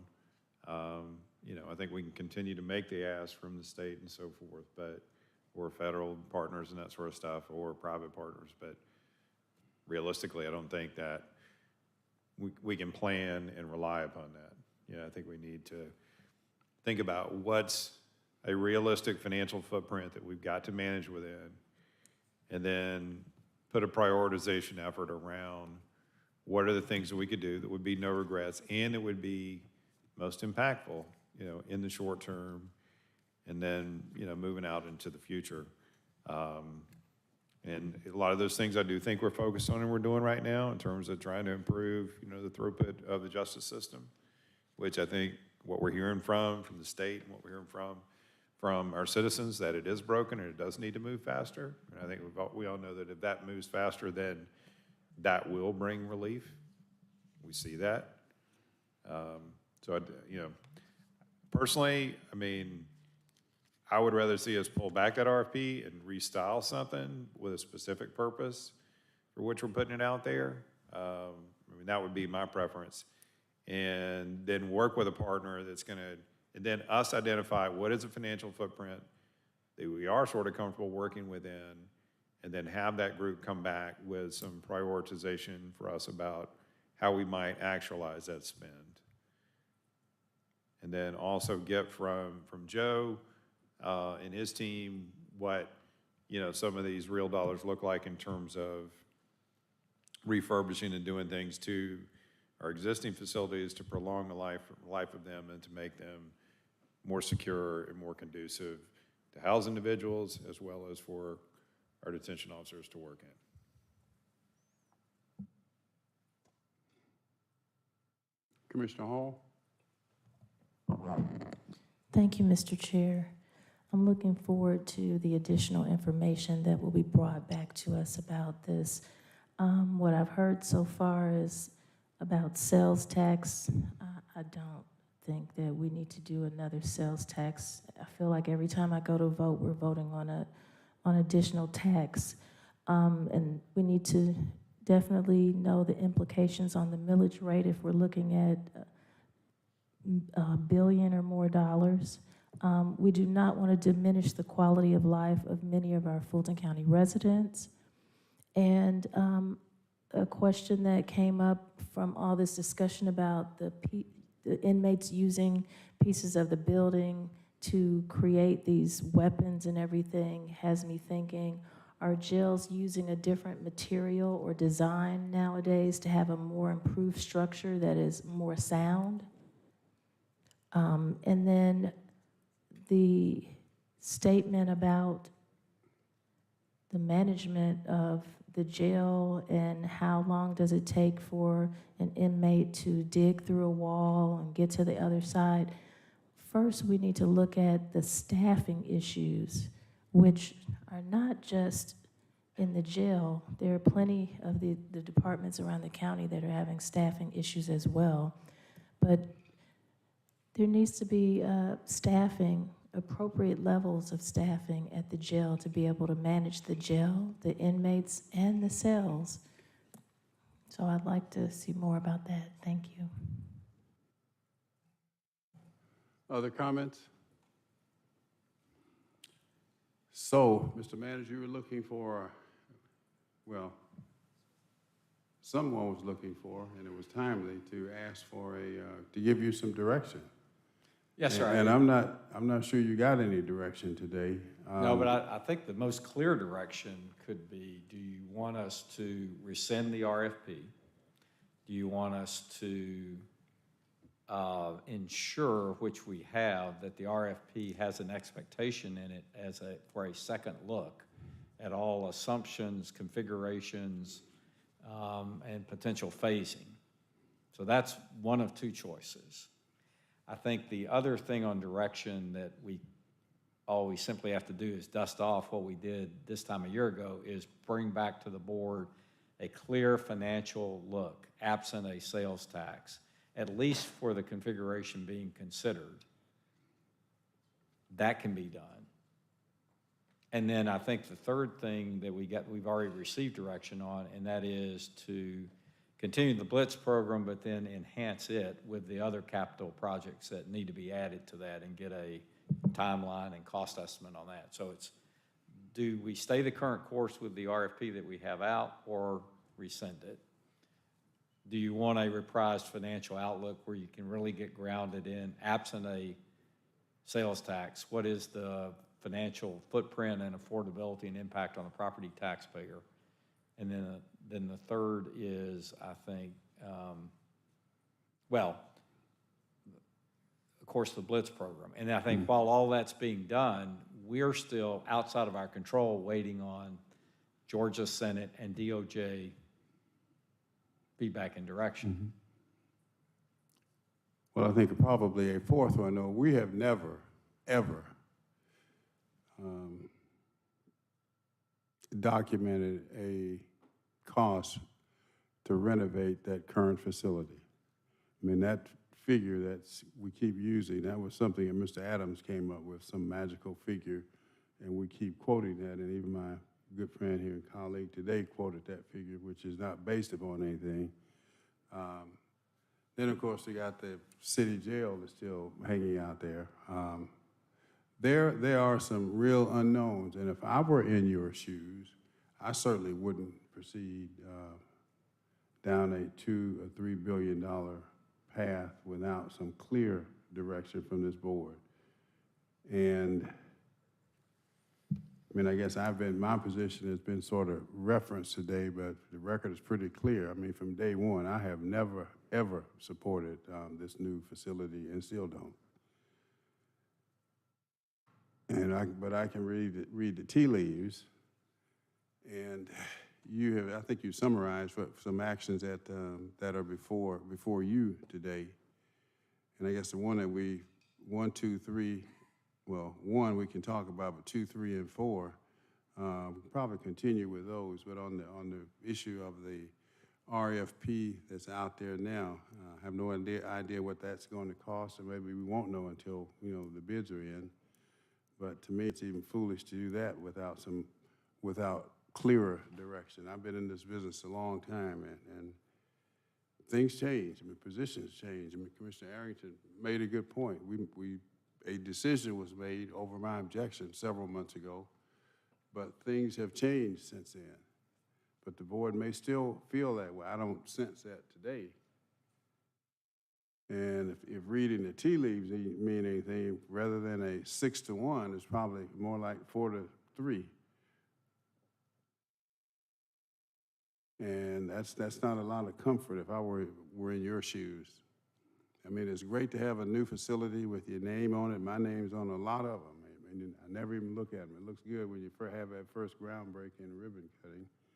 Show it to your kids and grandkids. But other than that, you're in a difficult position. I think the board's going to have to make a decision at some point.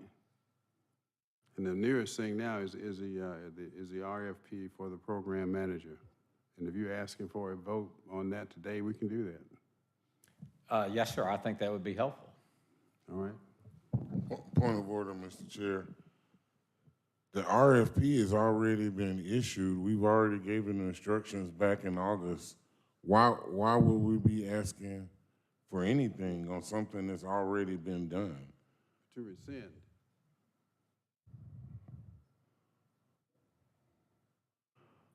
I don't think that's the question that you just asked the county manager, nor do I think that's the question he responded to. I think you just asked him, did he want us to vote on the RFP, which I interpreted as confirming that it was okay for him to go forward with the RFP. And I think that he responded yes. I don't know if he was aware that you intended to ask or were asking to rescind the RFP. No, I was using his words. He wanted a decision. He said we could make a decision today, give him some specific directions on whether or not to proceed with the RFP that was released on Monday. So I don't. So back to my point of order, I don't know that that's proper. I think someone that maybe voted for this on August 2nd, 2023 would have to undo their vote there. I don't think it works like that. I don't think you can just do that. We already instructed them to go do this. Now they have done it. And I don't think you can just undo a previous vote like that. And I mean, there is a process for doing it, but it takes someone who voted affirmatively for it to rescind that vote, and I don't think we're there. And I certainly don't think the county manager was asking for a vote to rescind something he already did pursuant to instructions we already gave him. Well, maybe I could clarify. I thought that's what you were asking. Did I want essentially a go forward with the RFP that we have released or rescinded?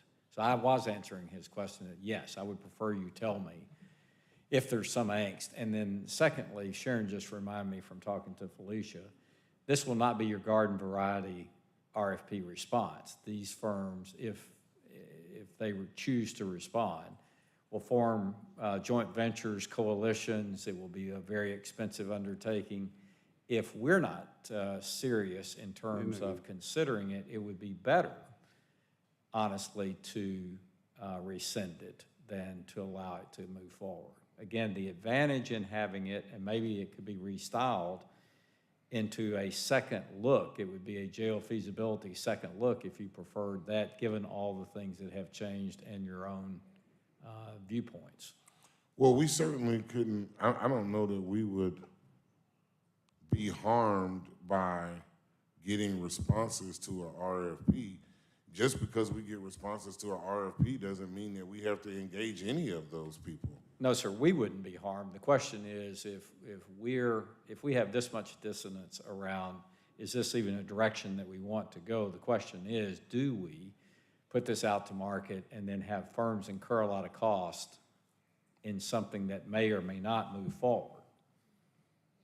Well, I mean, I think it was a 4-3 vote when it passed. So when you say dissidence, I think all 4-3 votes have dissidence. So, you know, it is what it is. It already passed. You already acted upon our previous instructions. At least that's, you know, how it is for me. Well, if I were contemplating responding to this RFP, after listening to this today, I can assure you I wouldn't, but that's, Commissioner Barrett. Well, I don't know how we got into conversation about having a vote at the last second here, but it seems to me from the conversation you heard, there was no specific direction given to change anything. I would have taken that as direction and let it go, but you know, you do you. My personal feeling is that we should continue forward with the RFP. If you want to make sure that it includes that first step of verifying and validating the data, I would support that if it doesn't already. But other than that, I don't see any reason to change the plan. All right, Commissioner Ellis. I'll offer a motion to rescind and to instruct the manager to bring back a more specific, stylized RFP that we would review and then vote upon to then be submitted. That's my motion. Commissioner Thorne, all right. There's a motion on the floor to rescind, made by Commissioner Ellis, seconded by Commissioner Thorne. Discussion? Commissioner Hall? Rescind and then do what? Have them restyle the RFP to be more specific about second look and prioritization. Allow us to also have some time around what a financial footprint we're comfortable committing to, and then present the RFP to us for approval to move forward. Other discussion? All right, let's vote. Motion on the floor is to rescind. The vote is open.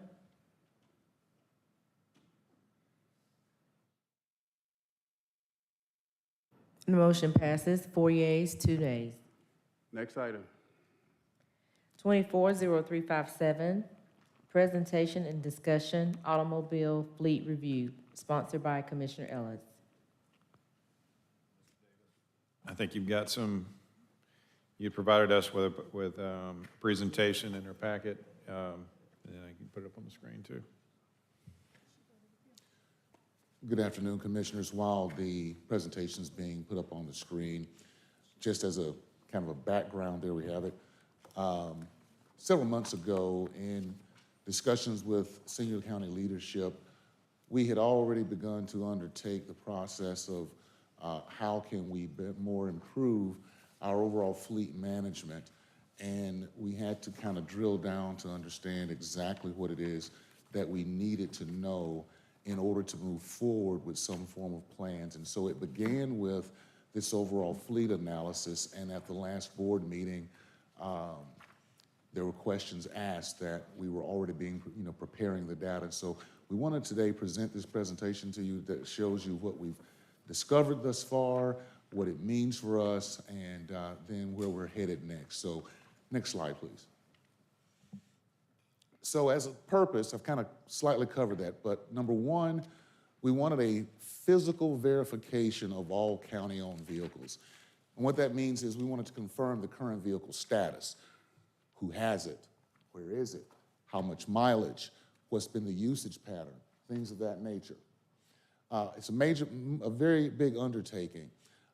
Then we wanted to, once we get the data that we receive from the physical verification, we want to be able to identify opportunities for vehicle reassignments. That is, reassign underutilized vehicles in accordance with county policy.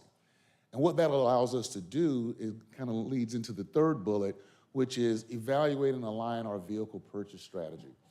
Do we need to make some changes to our current fleet policies and protocols? Do we need to evaluate whether or not we need to change our surplus eligibility requirements in terms of age and mileage of vehicles? Do we need to expand the countywide motor pool? Do we need to redefine what our minimum usage criteria is? From an investment perspective, are we better off moving forward leasing vehicles or continuing in our current pattern of capital purchases each year, or a combination of both? And then also evaluating, are we better off looking at doing more mileage reimbursement across the county versus actually owning a relatively large fleet? Next slide, please. So here we have some raw data, and then we're going to look at, in subsequent slides, we're going to see this graphically depicted. But starting with the first bullet, we have 1,097 vehicles in our county fleet. To date, we have verified 892 of those vehicles, or 81.3%. Of those 892 vehicles, 452 are older than 5 years, or at this point, we're trending at 51% of the fleet. Of those 452 vehicles that are older than 5 years, 131 of them have more than 100,000 miles.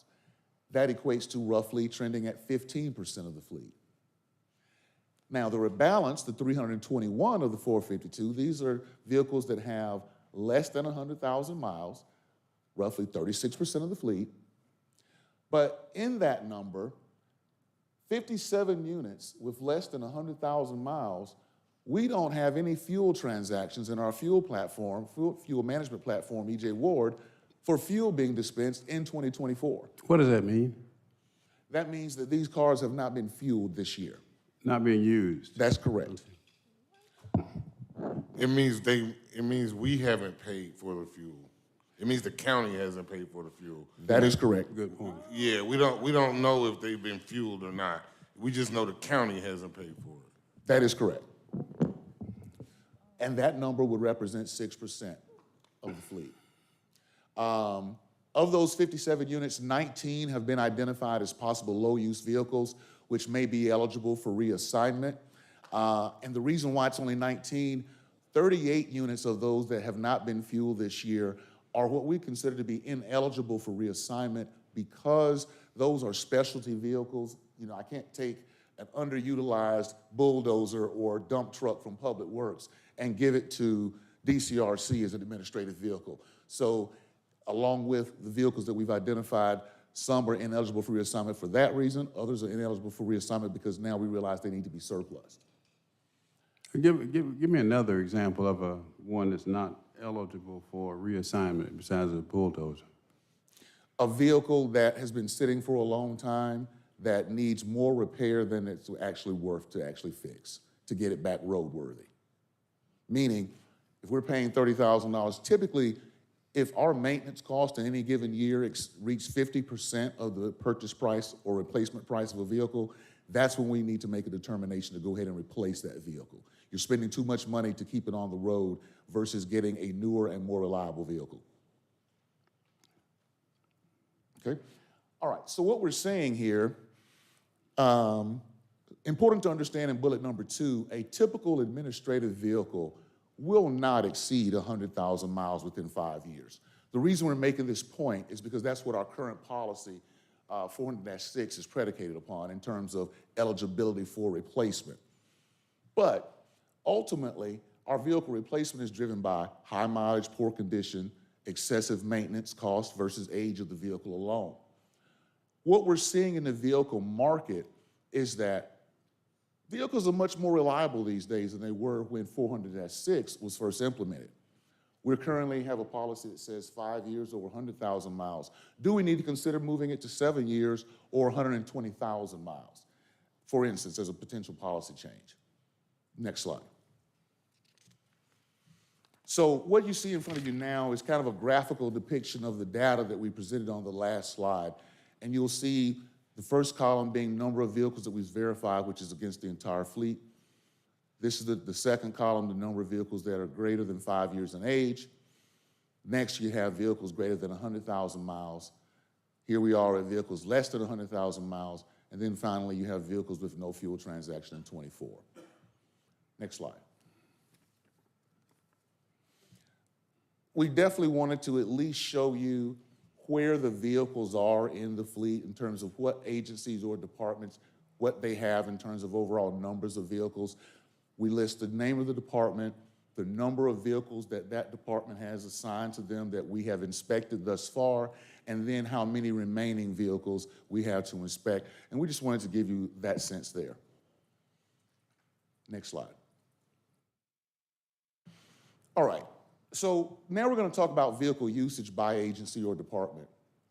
And what we've done is we've tried to categorize it, differentiating between administrative vehicles, law enforcement vehicles, and service and/or utility vehicles. And I do want to make a quick, I just happened to notice an error. In the middle, the second blue bar, that needs to be green because that represents service and utility vehicles for Public Works. But what you see here is, and we're using gallons of fuel dispensed as our measure for usage for one reason and one reason only. When we upgraded our fuel management system a couple of years ago, what we found is that oftentimes there's user error when it comes to inputting information at the console at our fuel station. I'll use myself as a very real example. One day I'm on a Zoom call on my phone in the car and I go to get fuel, so I'm still talking and listening to a call when I get out. And I mistakenly, when I am asked to put in my mileage, I'm already thinking about my user ID. So in fact, I got the two reversed. Now it will be corrected once I come back the next time and subsequent fueling opportunities after that. But at that particular moment in time, my mileage of my vehicle is misrepresented. And we have that occur more oftentimes than not. So for us, the one way to most definitively determine how much a vehicle is being used, given that dynamic, is how many gallons are being dispensed for over a period of time. And what you see here is the breakdown by type of vehicle by what I call our big four departments. That is the four departments that have the most cars in the county fleet: the Sheriff's Office, Public Works, the District Attorney, and Dream. And so what you'll see here is the comparisons of the different types of vehicles in each department and their relative usage as it relates to fuel. One of the things that we've also decided to do, and I want to bring your attention to the second bullet point on the lower right, we have been working in conjunction with the County Manager's Office of Strategy and Performance to integrate two platforms that Dream currently uses. That is our Maximo for transportation, which is our computerized maintenance management system where we track all vehicle repairs and maintenance, and our EJ Ward platform, which is our fuel management. They're two standalone systems. We're working with our third-party Maximo consultant to integrate the two so that we can get all our data on an individual vehicle in one location. That makes it a much less of a task moving forward if at any point in time you want a snapshot of the status of a vehicle, how much is being driven, how much is the maintenance cost, things of that nature. Next slide. Just to give you a snapshot of the 2023 fleet maintenance. In 2023, our fleet operation completed 297 preventative maintenance work requests. We completed 1,454 responsive maintenance work requests. But as a note, it's important to understand that while it looks as though we only did 297 preventive maintenance work requests, every time a vehicle is brought in for responsive maintenance, we go ahead and perform the preventive maintenance. So there's a little bit of embedded data there. Yes, sir. What's the difference between the preventive maintenance and the responsive maintenance? Preventive maintenance would be your oil changes, your tire rotations, things of that nature, things that the manufacturer of vehicles recommends to be done at certain mileage intervals to maximize the life expectancy of the vehicle. Responsive maintenance would be, I caught a nail in my tire, I bumped into, yes, sir. Got it. Yes, sir.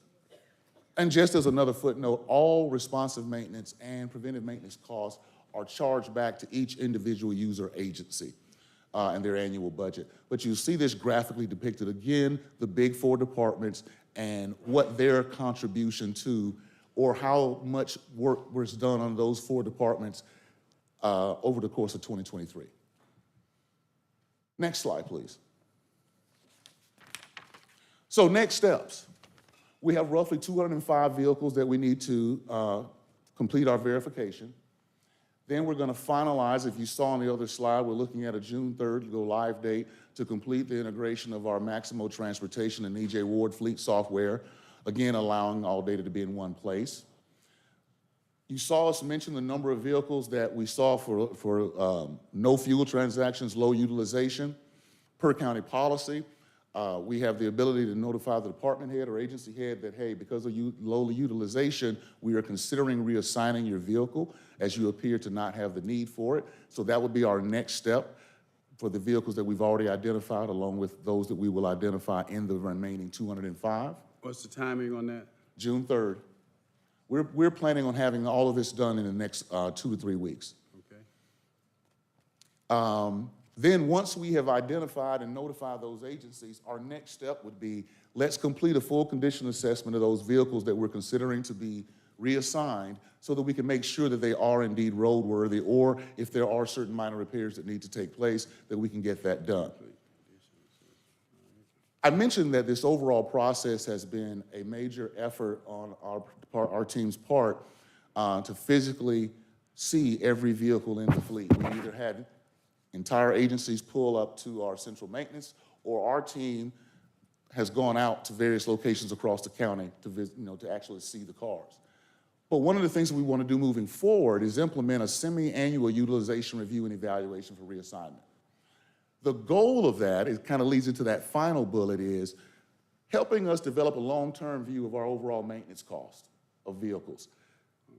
Are we in a position where we need to, buy 30 cars, or can we reassign 15 and thereby mitigate our annual capital allocation for vehicles? And so that is what the ultimate goal of this entire exercise is, to determine how we move forward and what's the best and most efficient, cost-effective manner to A, purchase new vehicles or attain new vehicles, make sure that our fleet is appropriately sized for the amount of work being done, and essentially save the taxpayers' money. And that's the end of the presentation, and we'll be glad to tell. Oh, I'm sorry, I did have one more slide. At the last meeting, Commissioner Thorne asked about WEX cards as a part of this overall presentation. I wanted to present what we've pulled together for you today. What is that? What is a WEX card? WEX card is a fleet fuel card that allows you, as a county employee that has an assigned card, to go to a retail gas station and purchase gas when you find yourself sufficiently far enough away from a county fueling site or you're traveling out of town. So what you see on the left-hand side is the usage of all the WEX cards thus far through the end of the first quarter of 2024. This is not a summation, this is the exact, these are the only entities in the county that have used WEX cards in the first quarter of the year. So we currently have this thing called WEX card? Yes, sir. Never heard of it. And so on the right-hand side, this is how many cards are allocated to departments. We have a grand total of 86 cards allocated across the department, across all departments. WEX cards? Yes, sir. So essentially, it's a credit card that allows you to go to a retail fuel station. WEX Fleet Services issues these cards, and you use it like a credit card, with the exception that when you go to a retail pump that accepts them, which is most gas stations, you do have to input certain information that ties you to the vehicle and location and so forth. So we have 86 cars allocated across the county, and of course, like I said before, you see the usage for the first quarter of the year. Next slide. So well, let me ask you a question. Yes, sir. These WEX cards,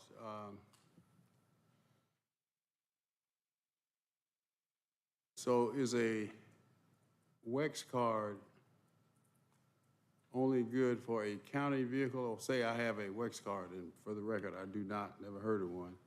But if I had a county vehicle, could I use that WEX card on my personal vehicle? Yes, so I'm sure you remember the WEX program, the WEX card program actually underwent an audit by the county auditor's office a little over a year ago. And one of the things, the results of that audit. All I'm asking you is can I use a WEX card on my personal vehicle? Yes, technically you can, which is why we have a monthly review protocol to look for ambiguities in the billings we receive from WEX. So essentially, you have to input your mileage. And what we have found is the detailed reporting from WEX allows us to see, I'll give you a perfect example. We found a sheriff's office vehicle refueled in what was, on the surface, seemingly to be too frequently, right? But what it actually was a box truck being used to haul evidence from the Old National flea market that was going back and forth and back and forth. We identified that in our monthly review. We reached out to the agency, who in turn, that's what we realized, that's what was happening. It wasn't that someone was trying to claim this box truck was the one getting fuel. No, it really was, because it was going back and forth between that location and the county warehouse to store the materials. So that's a perfect example of how we analyze these cards each month.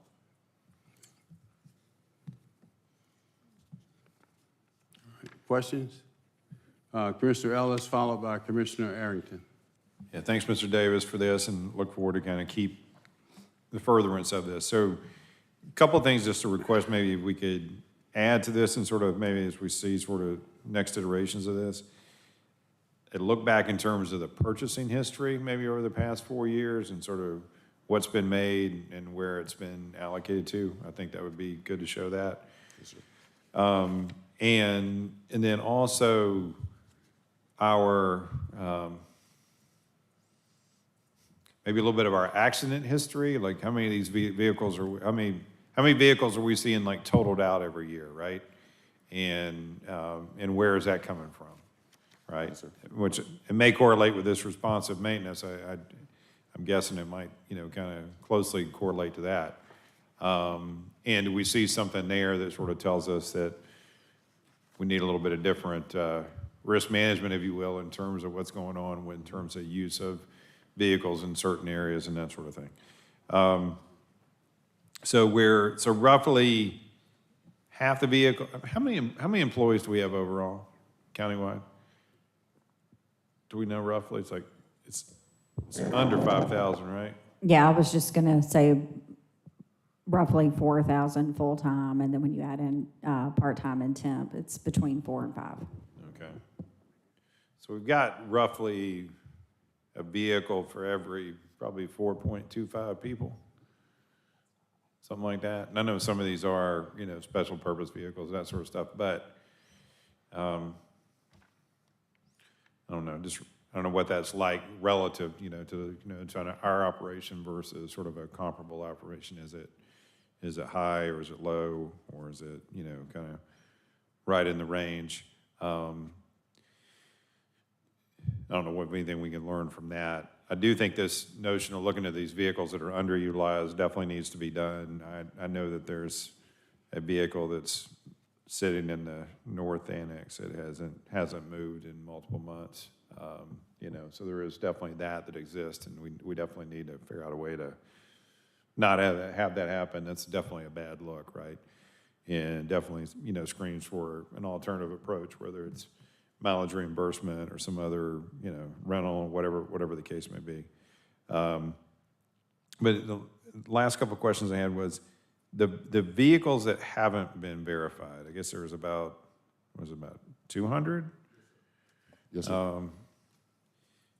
Number didn't, it looked like it was about 200 on the thing, but then in your allocation by department, it looks like maybe it's 169, so I don't know if it's exactly matched up. But let's say, what are we doing? What's going on with that group that we haven't actually verified? So we have reached out to the agencies that I believe are on the third or fourth slide that have vehicles remaining to be inspected. We work with the departments to try to determine whether it's better for them to interrupt their day and come out to our location or for us to go out to theirs and do a physical verification on their site, whether it be North Annex, North Fulton Customer Service Center, Maxwell Road, whatever the case may be. So, for example, you see 17 of Dream's vehicles have not been inspected. Yeah, what's up with that? Can't inspect your own vehicles? What's up? So in talking to our fleet manager, we decided, look, just tell the guys, get it done. Everybody mandatory, get over here and get your vehicle inspected. Okay. We did the same thing for Public Works. And so we just have these few hanging chads, if you will, that we need to go out and take care of. The biggest one, of course, is the sheriff's office due to the sheer size of their fleet. And so we do expect, in talking to the fleet manager yesterday, he knows this has got to be done in the next 2 weeks. Okay, so our goal is to get all that completed. And then you do not have, Board of Health would be separate, right? They have their own fleet that's through the state? You said Board of Health? Yeah. Yes, sir. So at the time that the intergovernmental agreements were established, Right. Fulton County transferred ownership of all the vehicles. So they're out. Yes. They're out of our mix. Yes, All sir. right. Got it. Okay. And then my last comment, I guess, and this is just more, I guess, to the manager for consideration and for you, Mr. Davis, is this is a big chunk of stuff to manage, right? And do we need, maybe we have sort of our own dedicated management, or do we need to think about just sort of, do you need some more resources that are specifically oriented around this, a little more specialized around fleet management, et cetera, that you would dedicate to it? And I think that's something, I guess, as you kind of continue to go through the analysis, it may be worth just thinking about, having some more people that could be sort of clearly just dedicated, focused on it, et cetera. Would that help you on that long term? So, not asking you necessarily to answer on that, but just something for consideration. So. Commissioner Arrington.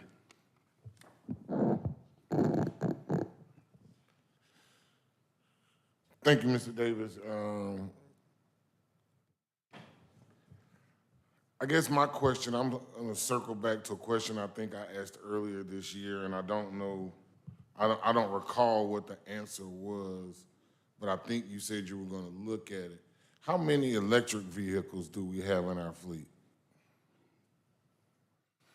Two. Two. I believe the sheriff's office purchased or have a couple of electric vehicles. I know he's reached out to me about how he's gonna get those charged, but in terms of our administrative fleet, we have 2 vehicles. So my next question was gonna be, how many electric charging stations do we have? 2. And where are those 2 located? Under us in the parking garage, sir. I know we allocated some money for electric charging stations throughout the county. I think Chairman Pitts pushed for that. They're at the libraries. Okay, so. Wait a minute now, so we only got 2 and some at library, that would be more than 2. So I'm not familiar with a specific allocation for electric vehicle charging stations. What we have done is come before you for things such as letters of support so that we may participate with other entities such as the City of Atlanta for electric charging station grants. But we have not received a specific charging station allocation, which is actually what makes it somewhat difficult. Most portable platforms are roughly $100,000. The chair did something about electric vehicle charging stations. I don't remember what it was, but I remember we made some allocation, I thought, for electric vehicle charging stations. Now, it may have been throughout the county and not specifically for county vehicles, because if we didn't have any, it probably wouldn't make sense.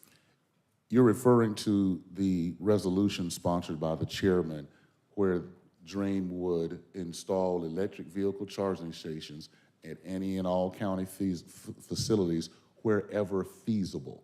So it was a resolution directing us to evaluate and determine where we can install charging stations. That resolution did not come with funding.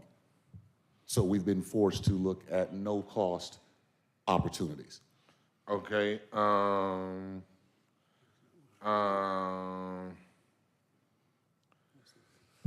Okay, so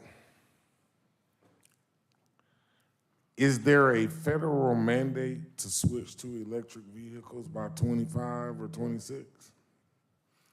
Well, there's 2 things. There is a federal requirement to have a certain percentage of your vehicles being manufactured in the United States be electric vehicles by 2030, which is the same regulatory oversight or compliance that is factored into the county's sustainability plan. If you all remember, that sustainability plan was updated a little over a year ago to revise our targets from 2025 to coincide with what you're mentioning, Commissioner Arrington, of 2030. And that is why we've been on a very hard push to participate wherever we can at no cost, as there's no funding, to obtain electric charging stations so that we can then convert 50% of our light-duty administrative fleet vehicles to either plug-in hybrids or full electric vehicles. Well, we might have $10 million. We just turned the chances on this $10 million we have for this jail. So we might have $10 million available for electric vehicles. You know, on that point, Commissioner Arrington, there are firms, you know this, sir, that will install these charging stations free. Yeah. So initially we had a target of 2025 for how many electric vehicles or for what percentage of electric vehicles? The goal was always to have 50% of our administrative fleet converted to either plug-in hybrid or full electric vehicles by 2025.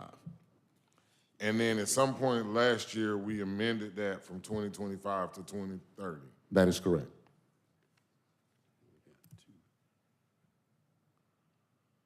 All right. I would love to see the cost, Mr. Davis, of what it would cost for us to do that by 2025 or 2026. 2025 might be a little too aggressive. But if we have $10 million, maybe not. Yes, We might be able to do it this year with $10 million. All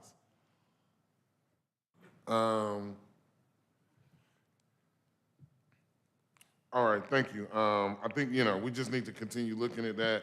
And I think we also need to look at these people that'll come in and install the charging stations for free. And we also need to look at Clayton County, because I hear they got a whole bunch of electric vehicles that sitting on the side of the road because they have nowhere to charge them. Don't we have an RFP out now dealing with electric vehicles, charging stations? Yes, sir. We actually are in what we'll call it contract negotiations. Our approach with the lack of capital funding to apply to this was to do this as a revenue generating contract, a revenue share, meaning get a company that will assume all the costs on the front end to do the installation. They're going to make money on those charging stations, and they will give the county a certain percentage. We put an RFP out for that. Out of the 3 respondents, only one company came back with a proposal that was at no cost to the county. The others were all at some level of a monthly cost per charging station. So we naturally went with the entity that it was at fully no cost to the county. This is a company out of Florida, and we are now going back and forth, and it's been rather tedious because their cost projections were so specific that when we got ready to talk about our specifications that they may have overlooked, it changed their projections over time. Obviously, for a company that is installing something for free, return on investment is extremely important for them, which is why we went with a revenue share, because we could make it a 5-year contract. We have narrowed it down to probably 2 or 3 different items that we need to come to terms on. But the company, once we get there, we're assured that within 120 days from notice to proceed, they can begin to have their first charging station, in place, because that solicitation was for the North Service Center, the South Service Center, and the North Fulton Customer Service Center at Maxwell Road. That's where we intended to install the first round. But it does also give us the option to expand to other facilities as we see fit to keep in compliance with the resolution. Is that where most of the administrative vehicles are, at those 3 locations? I mean, if we're talking about getting 50% of electric vehicles up for administrative places, in my mind, I assume that we would have the charging station where those 50% of the vehicles would be. Thank you for that question. So in terms of where the vehicles would be, it would literally be all over the county. But the reason we chose those locations is because it was easier for us to meet the goal of the latest resolution of charging stations wherever feasible than it was to move forward with charging station installations to support a fleet we don't have yet.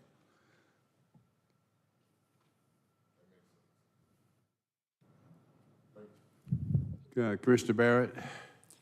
Thank you, Mr. Chairman. I want to just go back a second, and then I do have some EV questions as well. But on the presentation, and if somebody already asked this, I apologize, but on the presentation, on the page where you have, I don't think they're numbered, but where you have the fleet analysis and you list the vehicle statistics, and you have a bunch of 892 of 1,097 vehicles on that page, under the list of vehicles that have less than 100,000 miles, you have 57 units that have no fuel transactions in 2024, meaning they haven't been used? to Commissioner Arrington's point earlier, it means that they have not been fueled with gas purchased by the county. That does not necessarily preclude someone from putting their own money into a county vehicle. I'm finding it hard to believe that 57 I do too. generous county employees decided to use their own money to fuel fleet vehicles. I'm only asking because it seems like those should be, I would assume, also identified as possible no or low use vehicles and be repurposed. So the way we displayed the data, it was 57 units that have not been fueled in 24. Out of that 57, 19 have been identified for possible reassignment because 38 cannot be reassigned. Because? They are utility vehicles, dump trucks, bulldozers. But maybe we just don't need them. Do we sell them? And that's the other part, that's the other point. We repurposed the 19, assuming we determine that they're roadworthy, and then we move forward with surplus.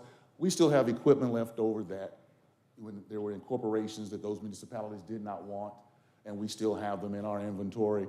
That's what makes up those 38. So this is a work in progress? Yes, ma'am. Okay, gotcha. On the EV side, I'm a little confused about the contract, the RFP with the no-cost vendor. So those are to be for public and our use? Is that the point of those? So yes, what we talked about with the vendor was we initially want to get charging stations out at our facilities. At some point, whether it be after the first year or second year of the contract term, we want to be able to, through the same vendor, utilize those same stations for our fleet. It's just that we're not there yet. The two that we have are getting charged downstairs, so we don't have vehicles yet. We have to have the infrastructure in place. And once we have the infrastructure in place, this contract allows us to expand upon it, as time goes on. And the goal would be, vendor, now show me through your functionality how we can differentiate between the public and the county fleet. I understand your efforts to, respond to the resolution that was put forth. But I do wonder, and maybe we need to look at this, have we done a full cost analysis of what converting our fleet to predominantly electric or hybrid or whatever would, the overall cost and savings? Because I think, one of the whole points of EVs is that, they're more expensive up front, but they save money over the long haul because there's basically no maintenance, and there's, tires and wipers, but basically no maintenance, and there's, obviously there's no fuel cost. So the charging cost is far, far less than the fuel cost. So I'm just wondering if we've done that full analysis. I know sometimes we get very stuck on the year-by-year thinking as opposed to the long-term thinking, but I think it would be really good to see what the upfront cost would be and what the savings over time would be versus just sort of continuing along and trying to get free things. And Yes, ma'am. So I would tell you that our energy and sustainability team consists of one person right now. That's our Jessica Lavender, our energy and sustainability manager. But what Jessica's been really good about is being able to get some very high-end interns, whether they be graduate program interns or undergrad. We started the very process that you're talking about, but then interns leave at the end of the summer. But we have, I believe, 2 or 3 more that will be starting in the next week. And that is exactly what those interns will be working on amongst some other projects for us. So what we're hoping is that by the time we're able to install that first EV charging station, we'll be able to also have the data to indicate the very questions you have now. it just seems to me, and I'll kind of look over at the county management team and this Madam CFO and all of that this is beyond just a sustainability research project, but also a financial cost-benefit analysis. And so maybe y'all can get some help from the CFO's team somewhere in looking at those numbers. Just a thought.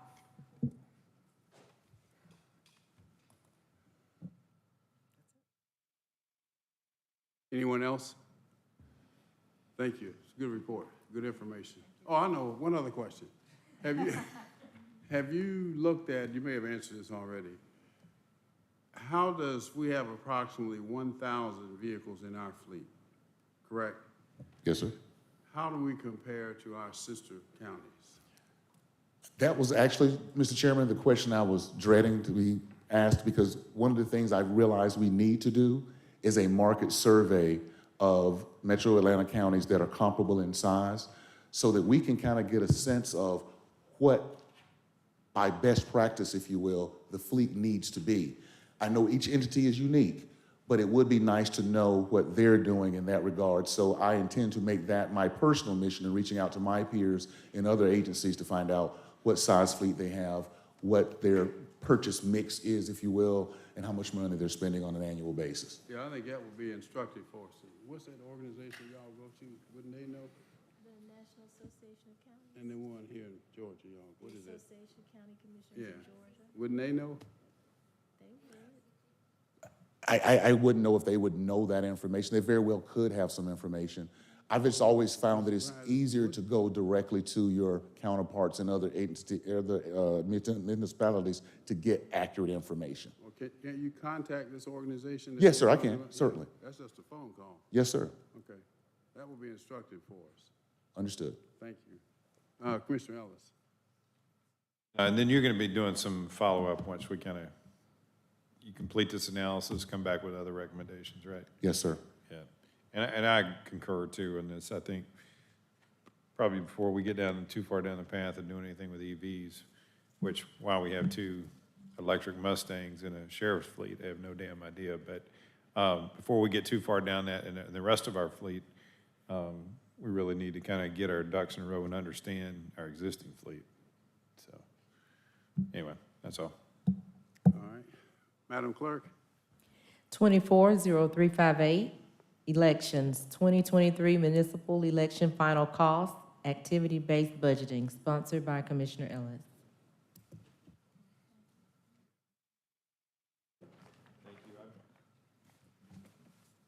Thank you, Ms. Williams, for joining us. And Commissioners also shared just sort of a brief deck with you, and I think Ms. Williams also has one. I wanted to kind of share just a few things quick, and then we can share her piece too, if you have that.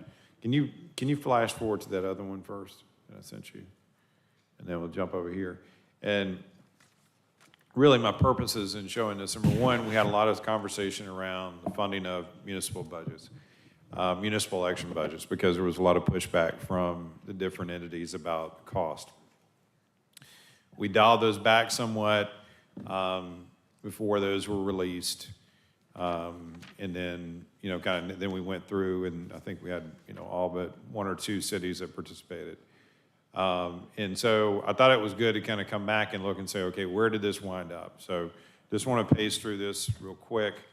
Because I know this is something that our cities were interested in, also kind of where this was going to wind up. And I think when I'd asked this question, we had not issued the refund checks. So flash forward to the next slide. Are you on the first page, Commissioner? Yeah. So this will show you kind of what we had originally budgeted by election and runoff per city.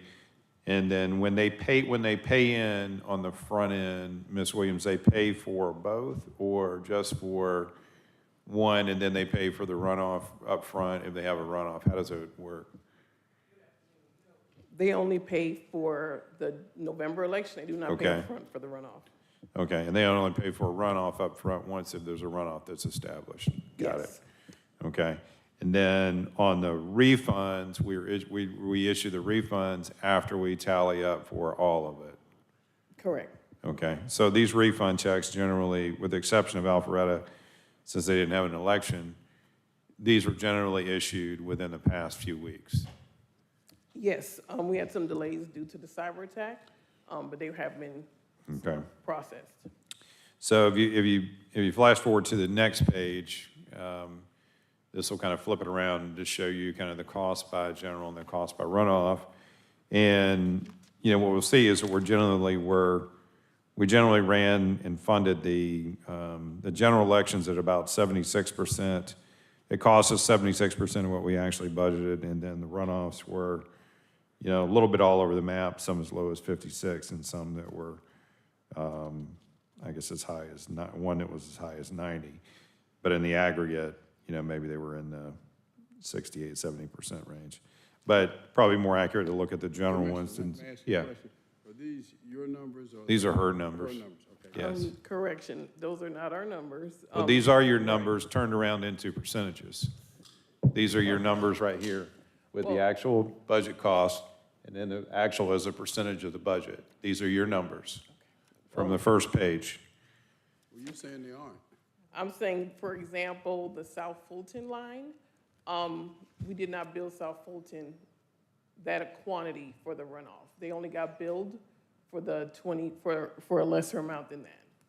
So like I said, we agreed with the action plan, but we were not given this presentation beforehand, so we do want to go through it to double check some of the numbers.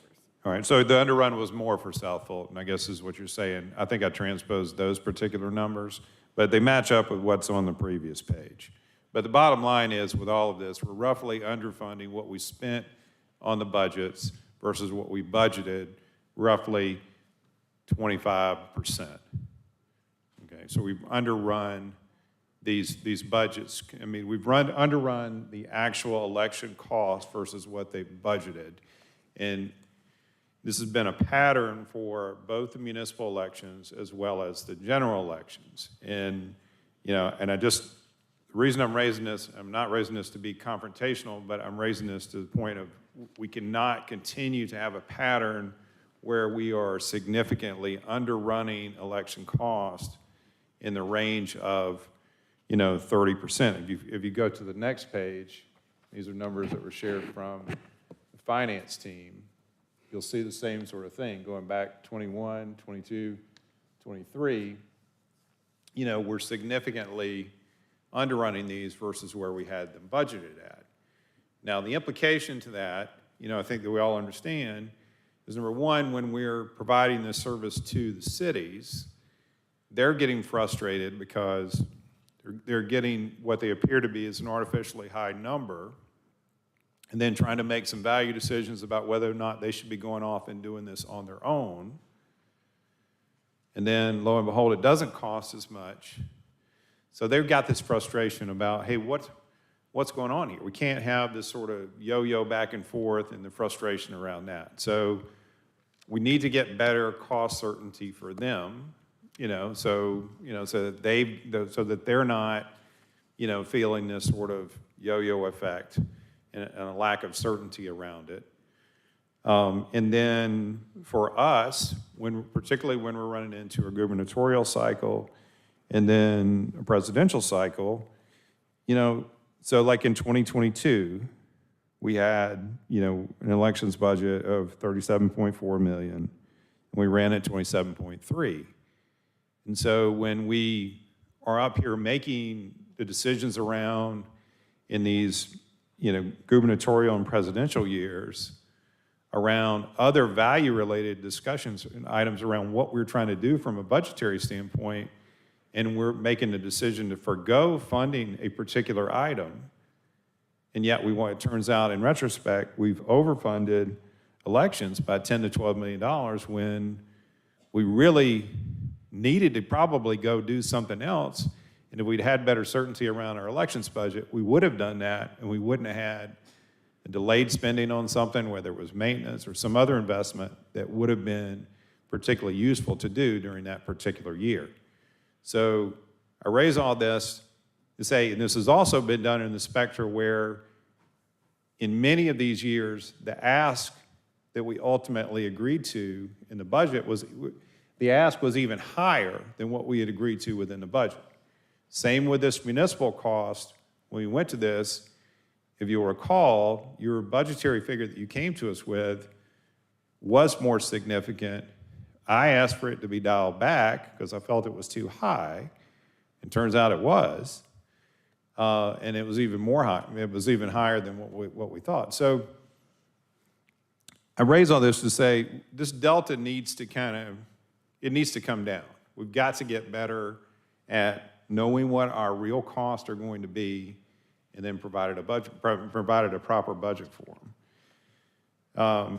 And then if you flow through to the next page, and I don't really want to necessarily, these are supposedly coming from Cobb's line item budget. These were taken directly from their budgetary reports. But I want to focus less on this and more on the next slide. If you go to the next slide. This is from Cobb Elections. This is their data. So they've obviously got built out targets and activity-driven things that should ultimately work to drive their budgets. Okay? I'd ask you all for similar data points, and while we got some of these through and they're listed on the next page, while we were able to get some of these through, kind of digging around and that sort of stuff, they were not things that we had sort of readily available. So my point in terms of go back to the Cobb slide. So my point in terms of sharing this is not to say Cobb's model is the best one and what we should adopt or whatnot, but I really feel like we need, because we're clearly what we are doing right now is not leading us to a good budgetary process and a good budgetary figure to work off of. It seems to be more of a number that sort of just picked out of the air in that we've been trending excessively higher ever since 2020. So my point of bringing this forward is I feel like between your board, your management team, and then possibly with support from our management team, really needs more of an activity-based driven budgetary process to work through, both for our municipal elections, but as well as for, the own elections that we pay for, that the municipalities don't pay for. And we should have enough data to work off of, to work towards that at this point. And we should have these data points, and we should be able to work towards something that's more effective than what we're doing right now, that narrows that delta, that's something more in the range of 5 to 10% than 25 to 35%. So I'll stop with that, and that's the reason why I raise this and bring it up. And I know you had some stuff that you had and you want to share, and that's fine. But I mean, hopefully you understand my point is I want us to move towards activity-based budgeting that's going to close this gap and allow us to operate within more of a confined real number. So may I ask, I'm sorry.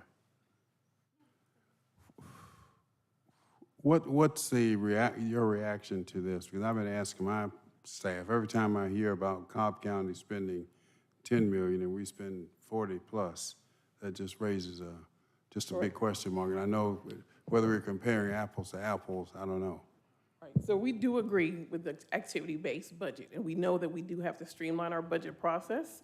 We're just like, again, given this presentation, we will look through it and provide feedback to the slides. In regards to comparing us to Cobb, we're a lot larger than Cobb. We have 300,000 more voters than Cobb. I know, I mean, the obvious stuff is there Right. something else. Are we doing more than we should be doing? Well, we in the presentation we have upcoming, we can explain a little bit how we get underruns. I'll be quiet, okay. Commissioner Thorne, you want to be heard now? Do you have a presentation you want to give us? Yes. Okay, do you want to do that first, and then? Sure. And then if I have any questions, you may Okay. answer them in your presentation. Okay. Do we have a paper from you, or is it on the? It should be on PowerPoint, on the screen.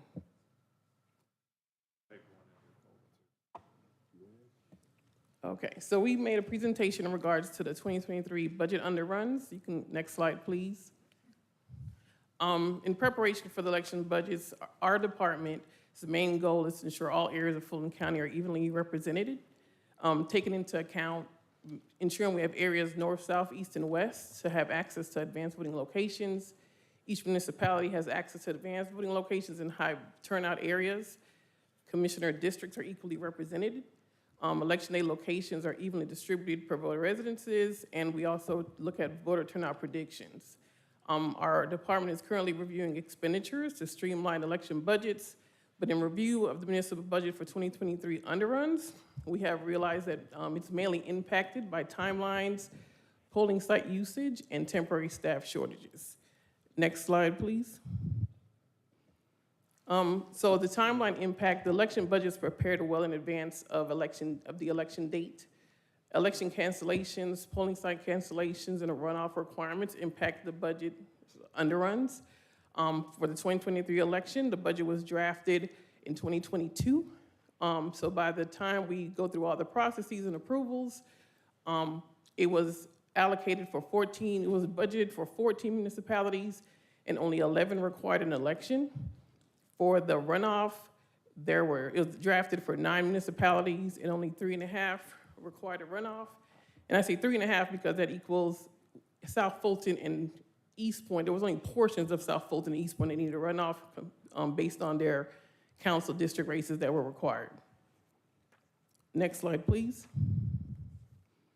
So after the 2022 election, the department, after the 2022 election, we had already started trying to do cost saving measures. We had decreased our election day precincts by 60 locations.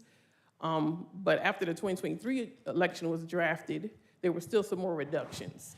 And when we reduce polling sites, that impacts all types of funding lines.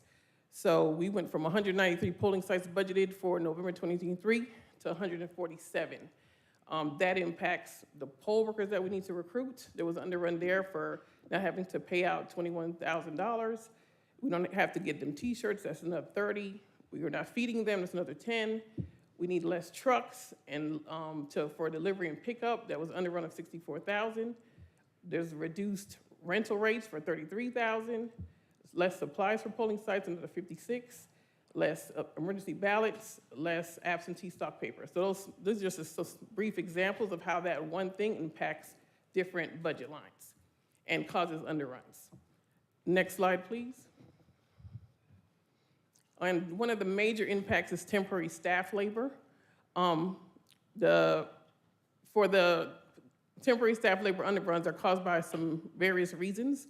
One would be the temporary staffing agency did not fill the positions we requested. Delayed start dates due to contractual procedures. And for like security, if the security company is unable to fill positions. This is our greatest impact, if you see the figures above, how those cause great underruns. Since divisions within our department were able to successfully execute the 2023 election, we are seeing if these staffing levels can be maintained. We're doing an internal review to see, are you able to keep your staff that low, or did you have a hardship burning out employees? So we're looking at that to be drafted into the next municipal election. Next slide, please. So compared to the 2021 election, where the county incurred costs because it was based off a set rate outlined in the municipal cost resolution, the 2023 election was re-implemented a percentage-based municipal cost distribution. That way, the municipalities get refunds and the county did not incur costs. So again, they were initially given these totals in the first column where it says budgeted cost. That's what we advised the cities they would have to pay. They paid those amounts, and the refund column is what we reimburse the cities. If they did not have a runoff, they were not billed. And we did the calculations of what was needed. So for instance, like I said earlier, South Fulton was only part of South Fulton needed a runoff, so they were only billed for $46,000. East Point was initially 105, they only billed for 85, and they got refunds for any underruns. Next slide, please. In conclusion, the underruns do offer oversights for informed budgeting. And again, we do agree with action-based budget planning, and we're gonna sit down and go line by line through our 2023 budget to outline future budgets for municipals. We're gonna reduce that way, we will reduce the overall request out front. We will know that we do not need to ask for so much money up front when we request our budget. And we're gonna enhance this by doing more turnout analysis and optimal resources, et cetera. For 2025, since the governor has signed House Bill 1312, there is going to be a statewide Public Service Commission election. We're researching this matter now to find out, we're waiting for this SOS calendar to see how that would impact municipalities. It could possibly be a county-funded election. But as has been the option since 1989, municipalities can still have the option to conduct their own election. We will still support them with voter registration services, but they can be permitted to go all paper, have their own election or lease our equipment, and we will support them in either capacity. But again, we do agree with the activity base, and we are going to do a complete review of the budget before we do the initial request. And that concludes our presentation. Commissioner Thorne? Thank you for that. Yes, I do remember back when we were looking at the MOUs, and it was almost $10 per voter, and we brought it down to $6 something per voter. So they would have been charged a much higher rate back in January. I think we held it a couple weeks, and you brought it back again. And I had asked you back then, what your fixed cost and your variable costs were. Like if a city decides to run their own election, does that increase it for everybody else? And you said no. So you basically are saying that all your costs are a variable cost. It's percentage based on the number of registered voters involved in the election. So we do that, we incorporate that in the cost. Okay, so the polling site change impact, if you have less polling sites, you're having less expenses, but you're having less polling sites mainly because counties are either doing their own elections or they don't have an election like Alpharetta, correct? So that would bring your cost. That would bring our costs down, but again, like I said in the slide, if we predict that Alpharetta was having an election, their polling sites and their number of registered voters were incorporated into the budget. We will not know if they need to cancel their election until after they do qualifying. So the reason why Alpharetta had to cancel was because nobody had an opponent there, but it's already into the budget at that point. Their polling sites were already in the budget, their number of registered voters were everything was in the budget, but we will not know that until qualifying. That doesn't happen until, it was like August of 2023. And when did they get their refund check? When we were able to finish, I think the cyber attack slowed us down, but I don't recall the date that they got their refund. They might have got it before, I don't know. I can't answer that question.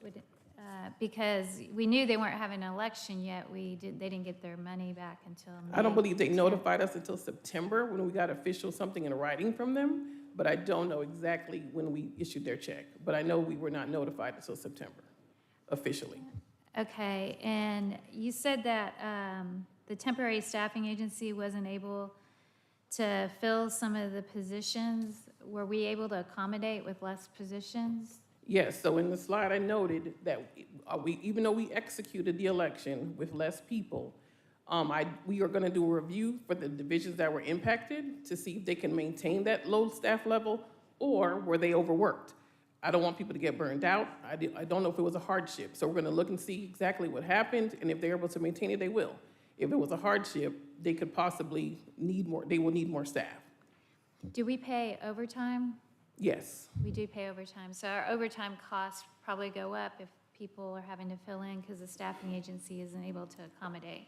Or does the staffing agency give us a break if they aren't able to accommodate? No, we pay overtime. We pay overtime, okay.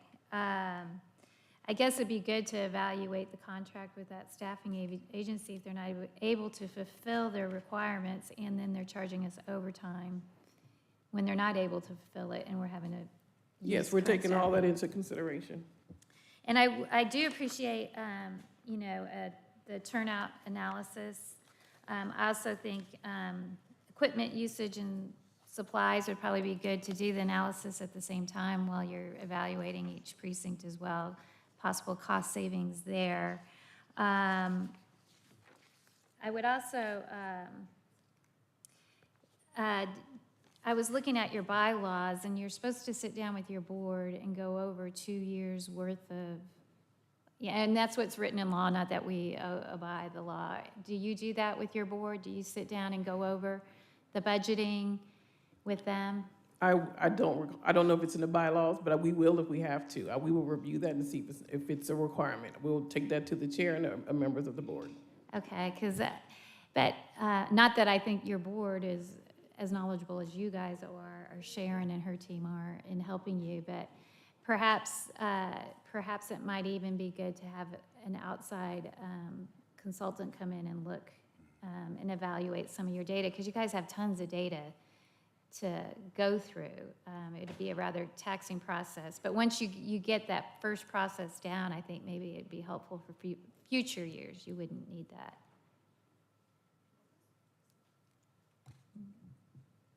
That's all I That's it. Commissioner Ellis? Last thing, I mean, I don't care whether it's required or whatever by state law. I mean, I do think your board, I mean, I sit on plenty of boards that are government-related and all that sort of stuff. Budgets are reviewed and discussed with those boards, you know, and they have a chance to weigh in on them. And I think they need to be actively engaged. And so I'm gonna be writing to them myself and asking them to be actively engaged, because we've also heard from two or three different board chairs who've come down here and told us we needed more money in the budget, which implied that their boards had been reviewing it and that there were actually merits for and reasons why the budgets need to go up. And then it played out throughout the course of the year that those costs weren't needed. So, so I think, you know, it's a collective effort, and I think they need to be part of that process and weigh in on it as well. So. Yes, let me make a correction. So we do provide our budget to the board. Do we sit down and do a deep dive with them? No, we do not. But we can incorporate that at a deeper dive. But they are provided that budget before we present it to the BOC. Yeah, well, I mean, they're on a board. They can see these results. It's an opportunity for them to weigh in and help bring about better overall collective performance too. So they should share in that accountability.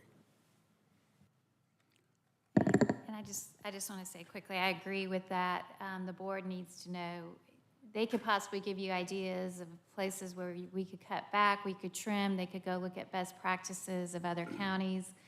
When you go to your Gav Rio conference, they might see something that someone's doing. So I think it is important that your board's very knowledgeable on areas where you're spending and give you suggestions of where you could maybe possibly cut back, or you need to increase, you may need to increase spending. Okay, we'll do. Our board gives us good insight, so yes, we will meet with them in a deeper dive regarding the budget.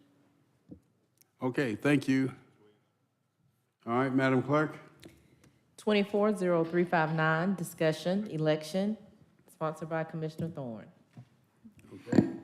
Okay, I got a lot of emails, tweets, texts, phone calls, whatever, about the State Board of Elections.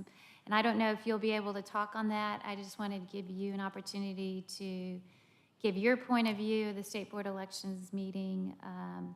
But you sent me an email saying that you can't talk because it's under litigation. So I was just going to leave it up to you what you want to say.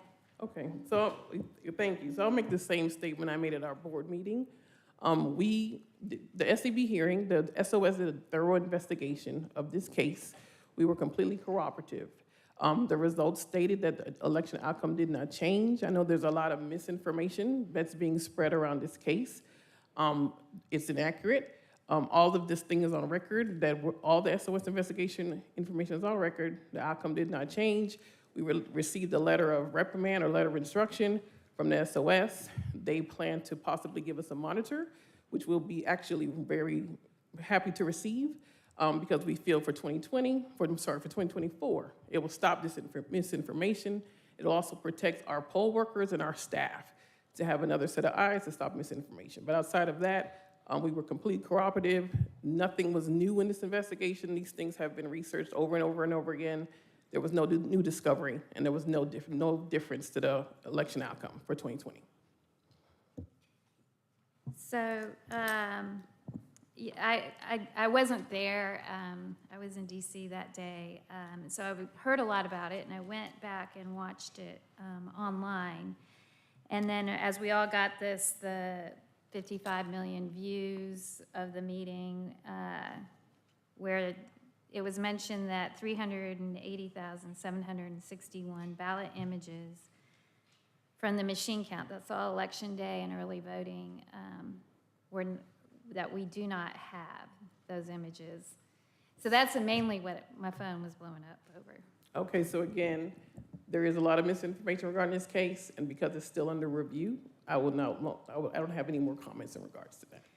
Okay, so that, I mean, it would be great if we could tell people and give them a lot of trust.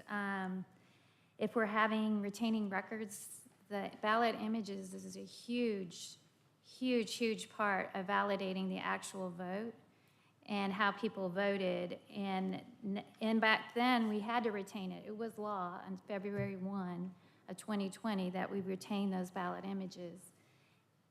Yes, it was. It was in January, it was passed and effective February 1 of 2020.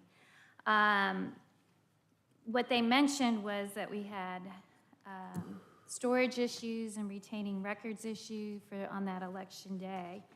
They said that 10 early voting scanners that contained about 20,713 votes, there was barely any documentation to show that those scanners were actually used on election day. But the board chalked it up that we just kept poor records and record retention. On the second count, they said there was massive errors and fraudulent recounting, poor batch management. And from what I understand, you were in charge of the hand recount. And there were 6,000 plus miscounts or errors in the counting. And that 3,500, you were 3,500 short of the original count. And that 3,000 were double scanned, over 3,000 were double scanned. So they chalked it up to poor batch management, and they don't even know if the double scans were actually counted or not. They simply just don't know. The third count initially came out at 511,000 instead of 528. So they were short, about 17,000 ballots. And Ryan Macias from the elections group was contacted, and he said it was some kind of scanner error, if I'm correct, and that he was able to add 16,000 plus election day to the tally to bring it in within the margin of error. And so you guys said you had to borrow scanners, there were technical issues, and you didn't have proper protocols into backing up data. Our new attorney that we hired, Ann Bowman, pleaded with the board for a reprimand. Since we have a new board, we have new senior staff, we have a new location with the warehouse that we purchased, and we have new SOPs in place, and that 6 elections have gone great. But I kind of tend to disagree because we had issues in January 2021 where we had to recertify the election because we failed to upload votes. We had issues in that November election, municipal election, where we had to recertify because somehow they found some more votes. We had issues in the May 2022 election because we forgot to upload about 1,600 votes, I can't remember the exact number. And you got a reprimand for that back in February. So I'm just hoping that we understand the gravity of what's going on with our elections. It seems to be, I would love to hear more discussions about, we're putting in this new standard operating procedure. We have this new batch management. We have this new process that we're going through to make sure this doesn't happen. Because now, we pay the most, our Fulton County taxpayers pay the most to run our elections than anybody else in the entire state. Yet we continually have issues and we have problems. And now the taxpayers are going to be asked to pay for not just one monitor. From what I hear, it's going to be multiple monitors, just due to the scope and the size of Fulton County. So I just wanted to bring that forward. I don't think we were ever made aware that you guys were reprimanded back in February. An article came out in April on it. It was never brought to our attention. I didn't hear you guys discuss it in your meetings as well. I just want us to be open and, we gotta be open and transparent if we're gonna have honest and have people trust our election process. So I hope we can work together on that. I hope, we can, I tried to reach out to Kathy Woolard, tried to meet with her before she's elected, tried to meet with her on Zoom, tried to meet with her, and she refuses to meet. So unless you guys can meet with people who might disagree with how something's run and come to a compromise, I'm willing to compromise on anything, but we have to have dialogue and we have to have discussion. So I hope you're not going to chalk everything up to misinformation or disinformation, and you can correct me on any of these facts. but these were the notes that were taken. They said that we were in violation, 140 violations of the law. And the reprimand was with basically law 183-15-03 for poor batch record management. And that's really all I had to say. Thanks. I would just like to say that for the listening audience, if you want to get the facts in regards to what the SOS investigators, I'm sure there's open record, they can go and get the SOS investigator report. And those will give them the correct numbers and our response also to the SEB. But thank you. And I've talked with the state board as well. Thank you. All right, anything else? All right, Madam Clerk. 240360, outstanding water bill from the City of Atlanta, sponsored by Chairman Pitt. All right, Madam CFO, the water bill saga. Did y'all meet this week? No, Mr. Chairman, we were Why not? originally scheduled to meet last Thursday. The city canceled due Why? to a unforeseen scheduling conflict, and we have rescheduled that meeting for later this month. Hadn't been rescheduled. It has. What? It has been rescheduled, yes, sir. When, for when? May 28th. Okay. All right, so there's no update. Madam Clerk? 240. Just a minute. Commissioner Barrett? So you'll give us an update at the next BOC meeting? If the meeting is held, yes, ma'am. Thank you. I did also ask in my correspondence back to them when they canceled the meeting, because you all asked me this the last time, if they would, in the interim, be so kind as to provide us with the details that support the balances on the spreadsheet that they sent to us. Have not received any information on that as of yet. Thank you. And Madam County Attorney, to the question that Commissioner Arrington posed early on about the statute of limitations, have you addressed that? Well, we've researched what the statute of limitations are for various things, like on contracts, on open accounts.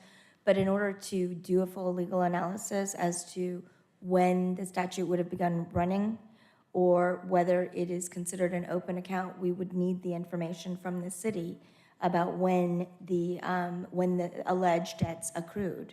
So until we have that base information from the city, we can't run the analysis on whether the statute is run. I would guess that it has run, because it's my understanding these are very old debts that would have accrued decades ago. So my sense of it is that all statutes have run, but we can't tell you that definitively until we have the city's basis that details when the charges accrued. Okay, Commissioner Arrington? Yeah, I think that makes sense. You gotta have a starting date to know when the end date is. My understanding, again, OCGA 9325 is at 4 years on an open account. I did speak with someone in the city on another matter, and I think they were indicating 7 years. So, you know. Either way, if it's 20 years old, they might be out of time. But again, we need their base information in order to fully analyze that. But there is a date somewhere in the past, right? Whether it's 5 or 7, right? Once they describe the nature of the charges and when they accrued, we can decide which statute would apply, and then can advise as to whether we believe that the statute has run already. Right, I My understand guess that, is that it would. but isn't there a number someplace that after 5 years, you can no longer, or 4 years, whatever? Depends on what kind of debt it is. It's what? It depends on what the nature of the debt is. And so the information we are waiting for from the city may also determine which category of debt it is. Okay. I don't understand this, why this is so complicated But on a statute of limitations. all of the statutes that we have found would have run unless those are more recent debts. Okay, Commissioner Ellis? Is a motion to file appropriate?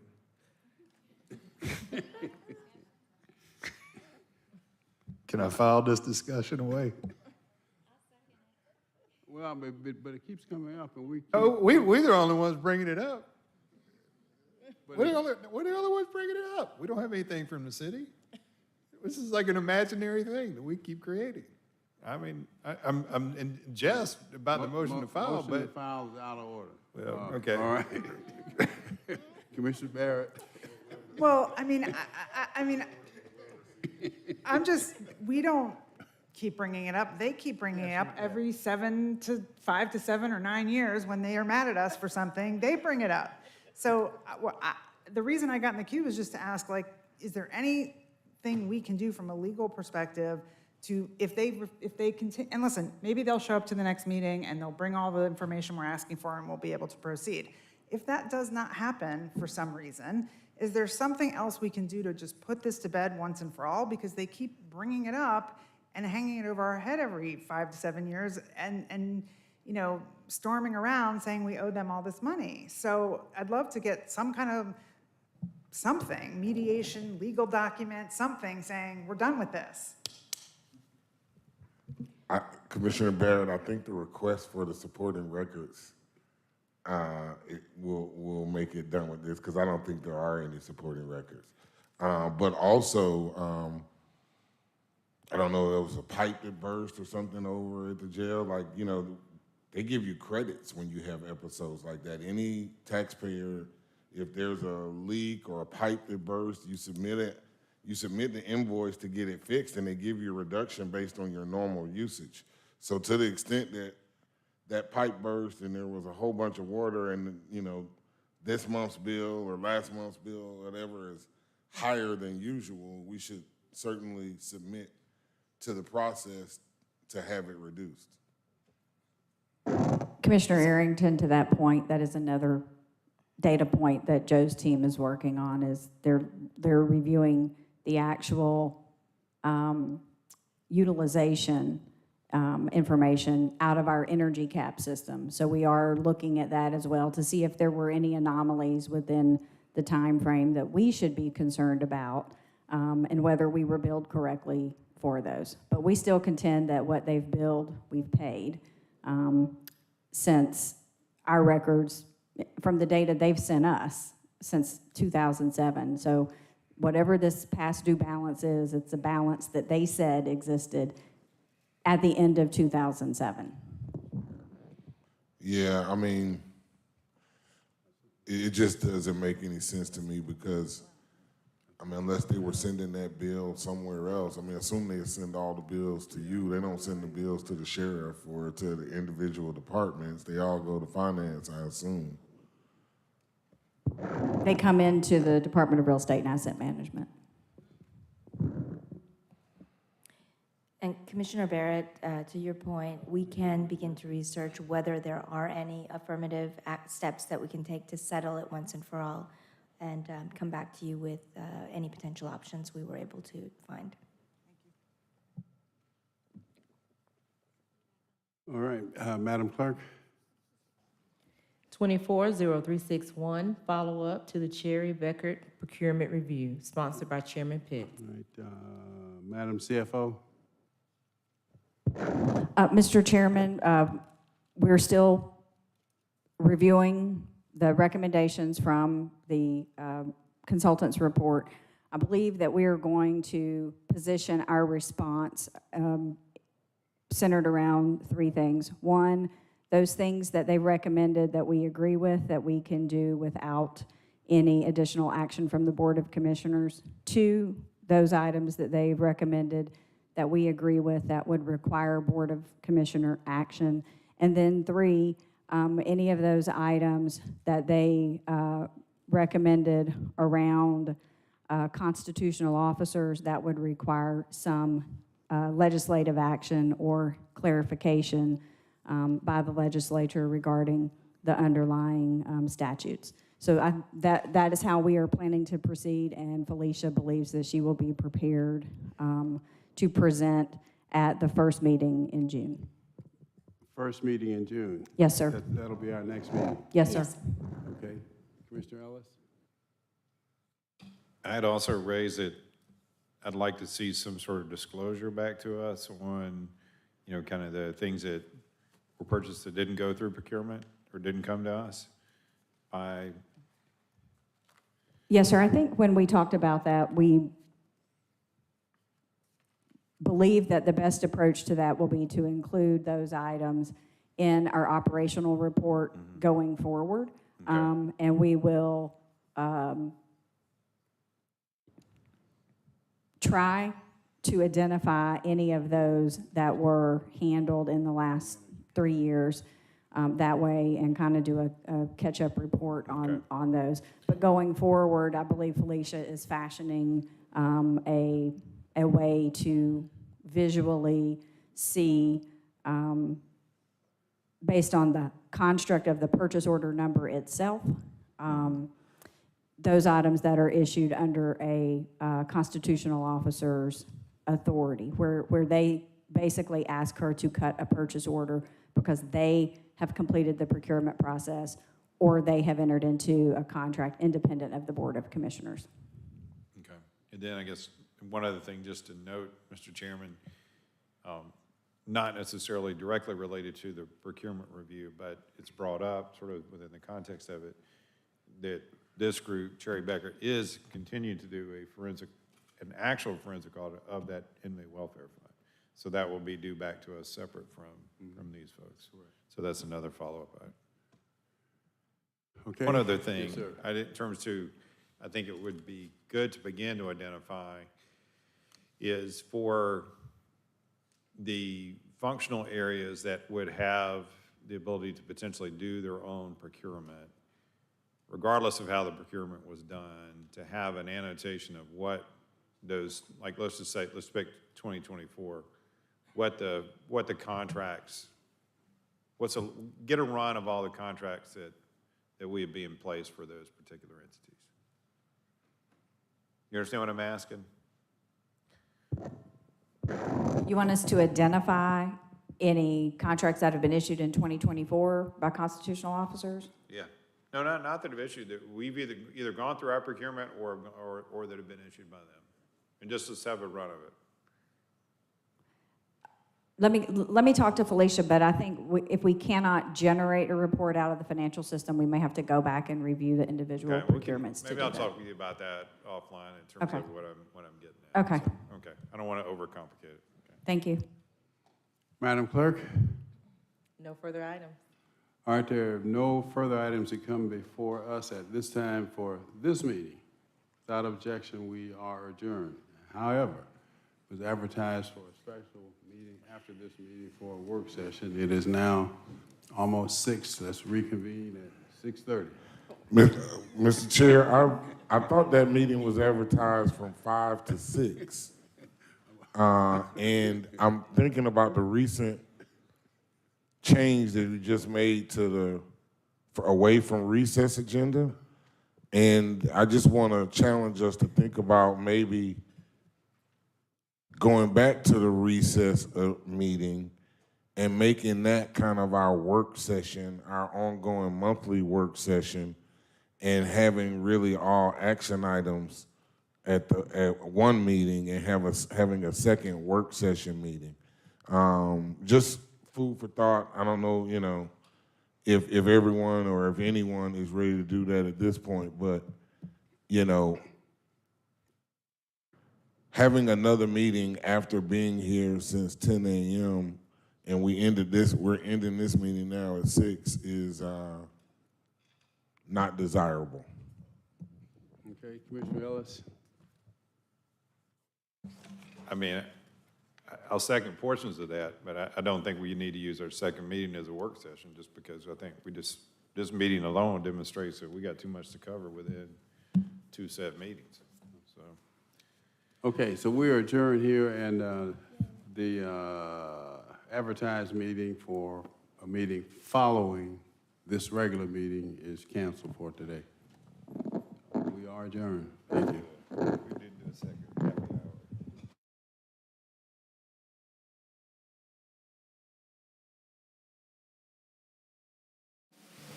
For a written transcript of this meeting, or if you need reasonable accommodations, including this communication in an alternative format due to disability, please contact the Clerk to the Commission's office at 404-612-8232.